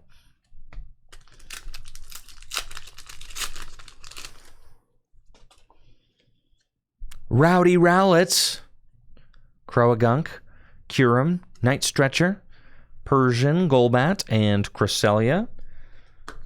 Come on, get me a Pheasantipity. That's what we want. What do the people want? A Pheasantipity. When do they want it? Right now. Dang it. Pheasantipity EX is definitely the card that I'm most looking for out of the set, as I think that in my early testing, Pheasantipity EX is in just a whole bunch of decks. I mean, really, it's in a ton of the decks that I'm playing.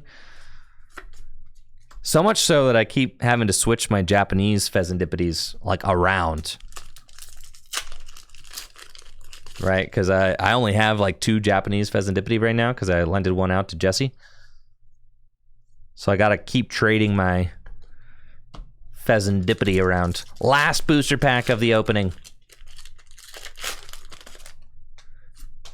Well, let's go. Dusclops. Beware. Sneasel. Zorua. Crobat.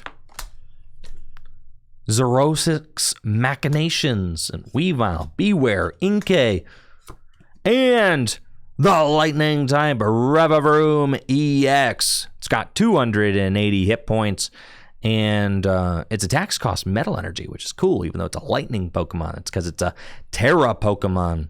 It's got the Accelerator Flash attack, which does 20 damage plus 120 more damage when it moves from the bench to the active spot. And then its Shattering Speed attack does 250 damage, and you have to discard this Pokemon, the whole Pokemon, and all cards attached to it. That's a steep cost. But I did get some cool holographic energy. Man.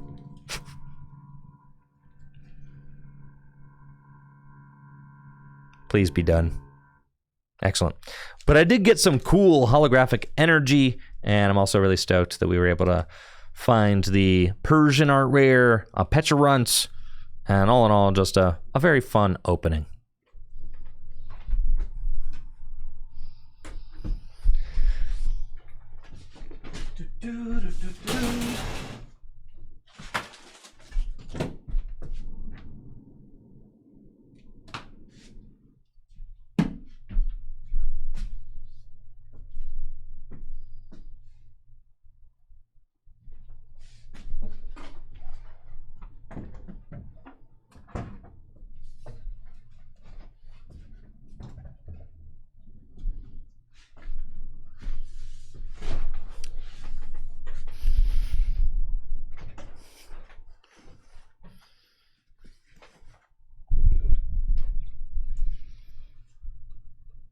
Okay. And that does it for the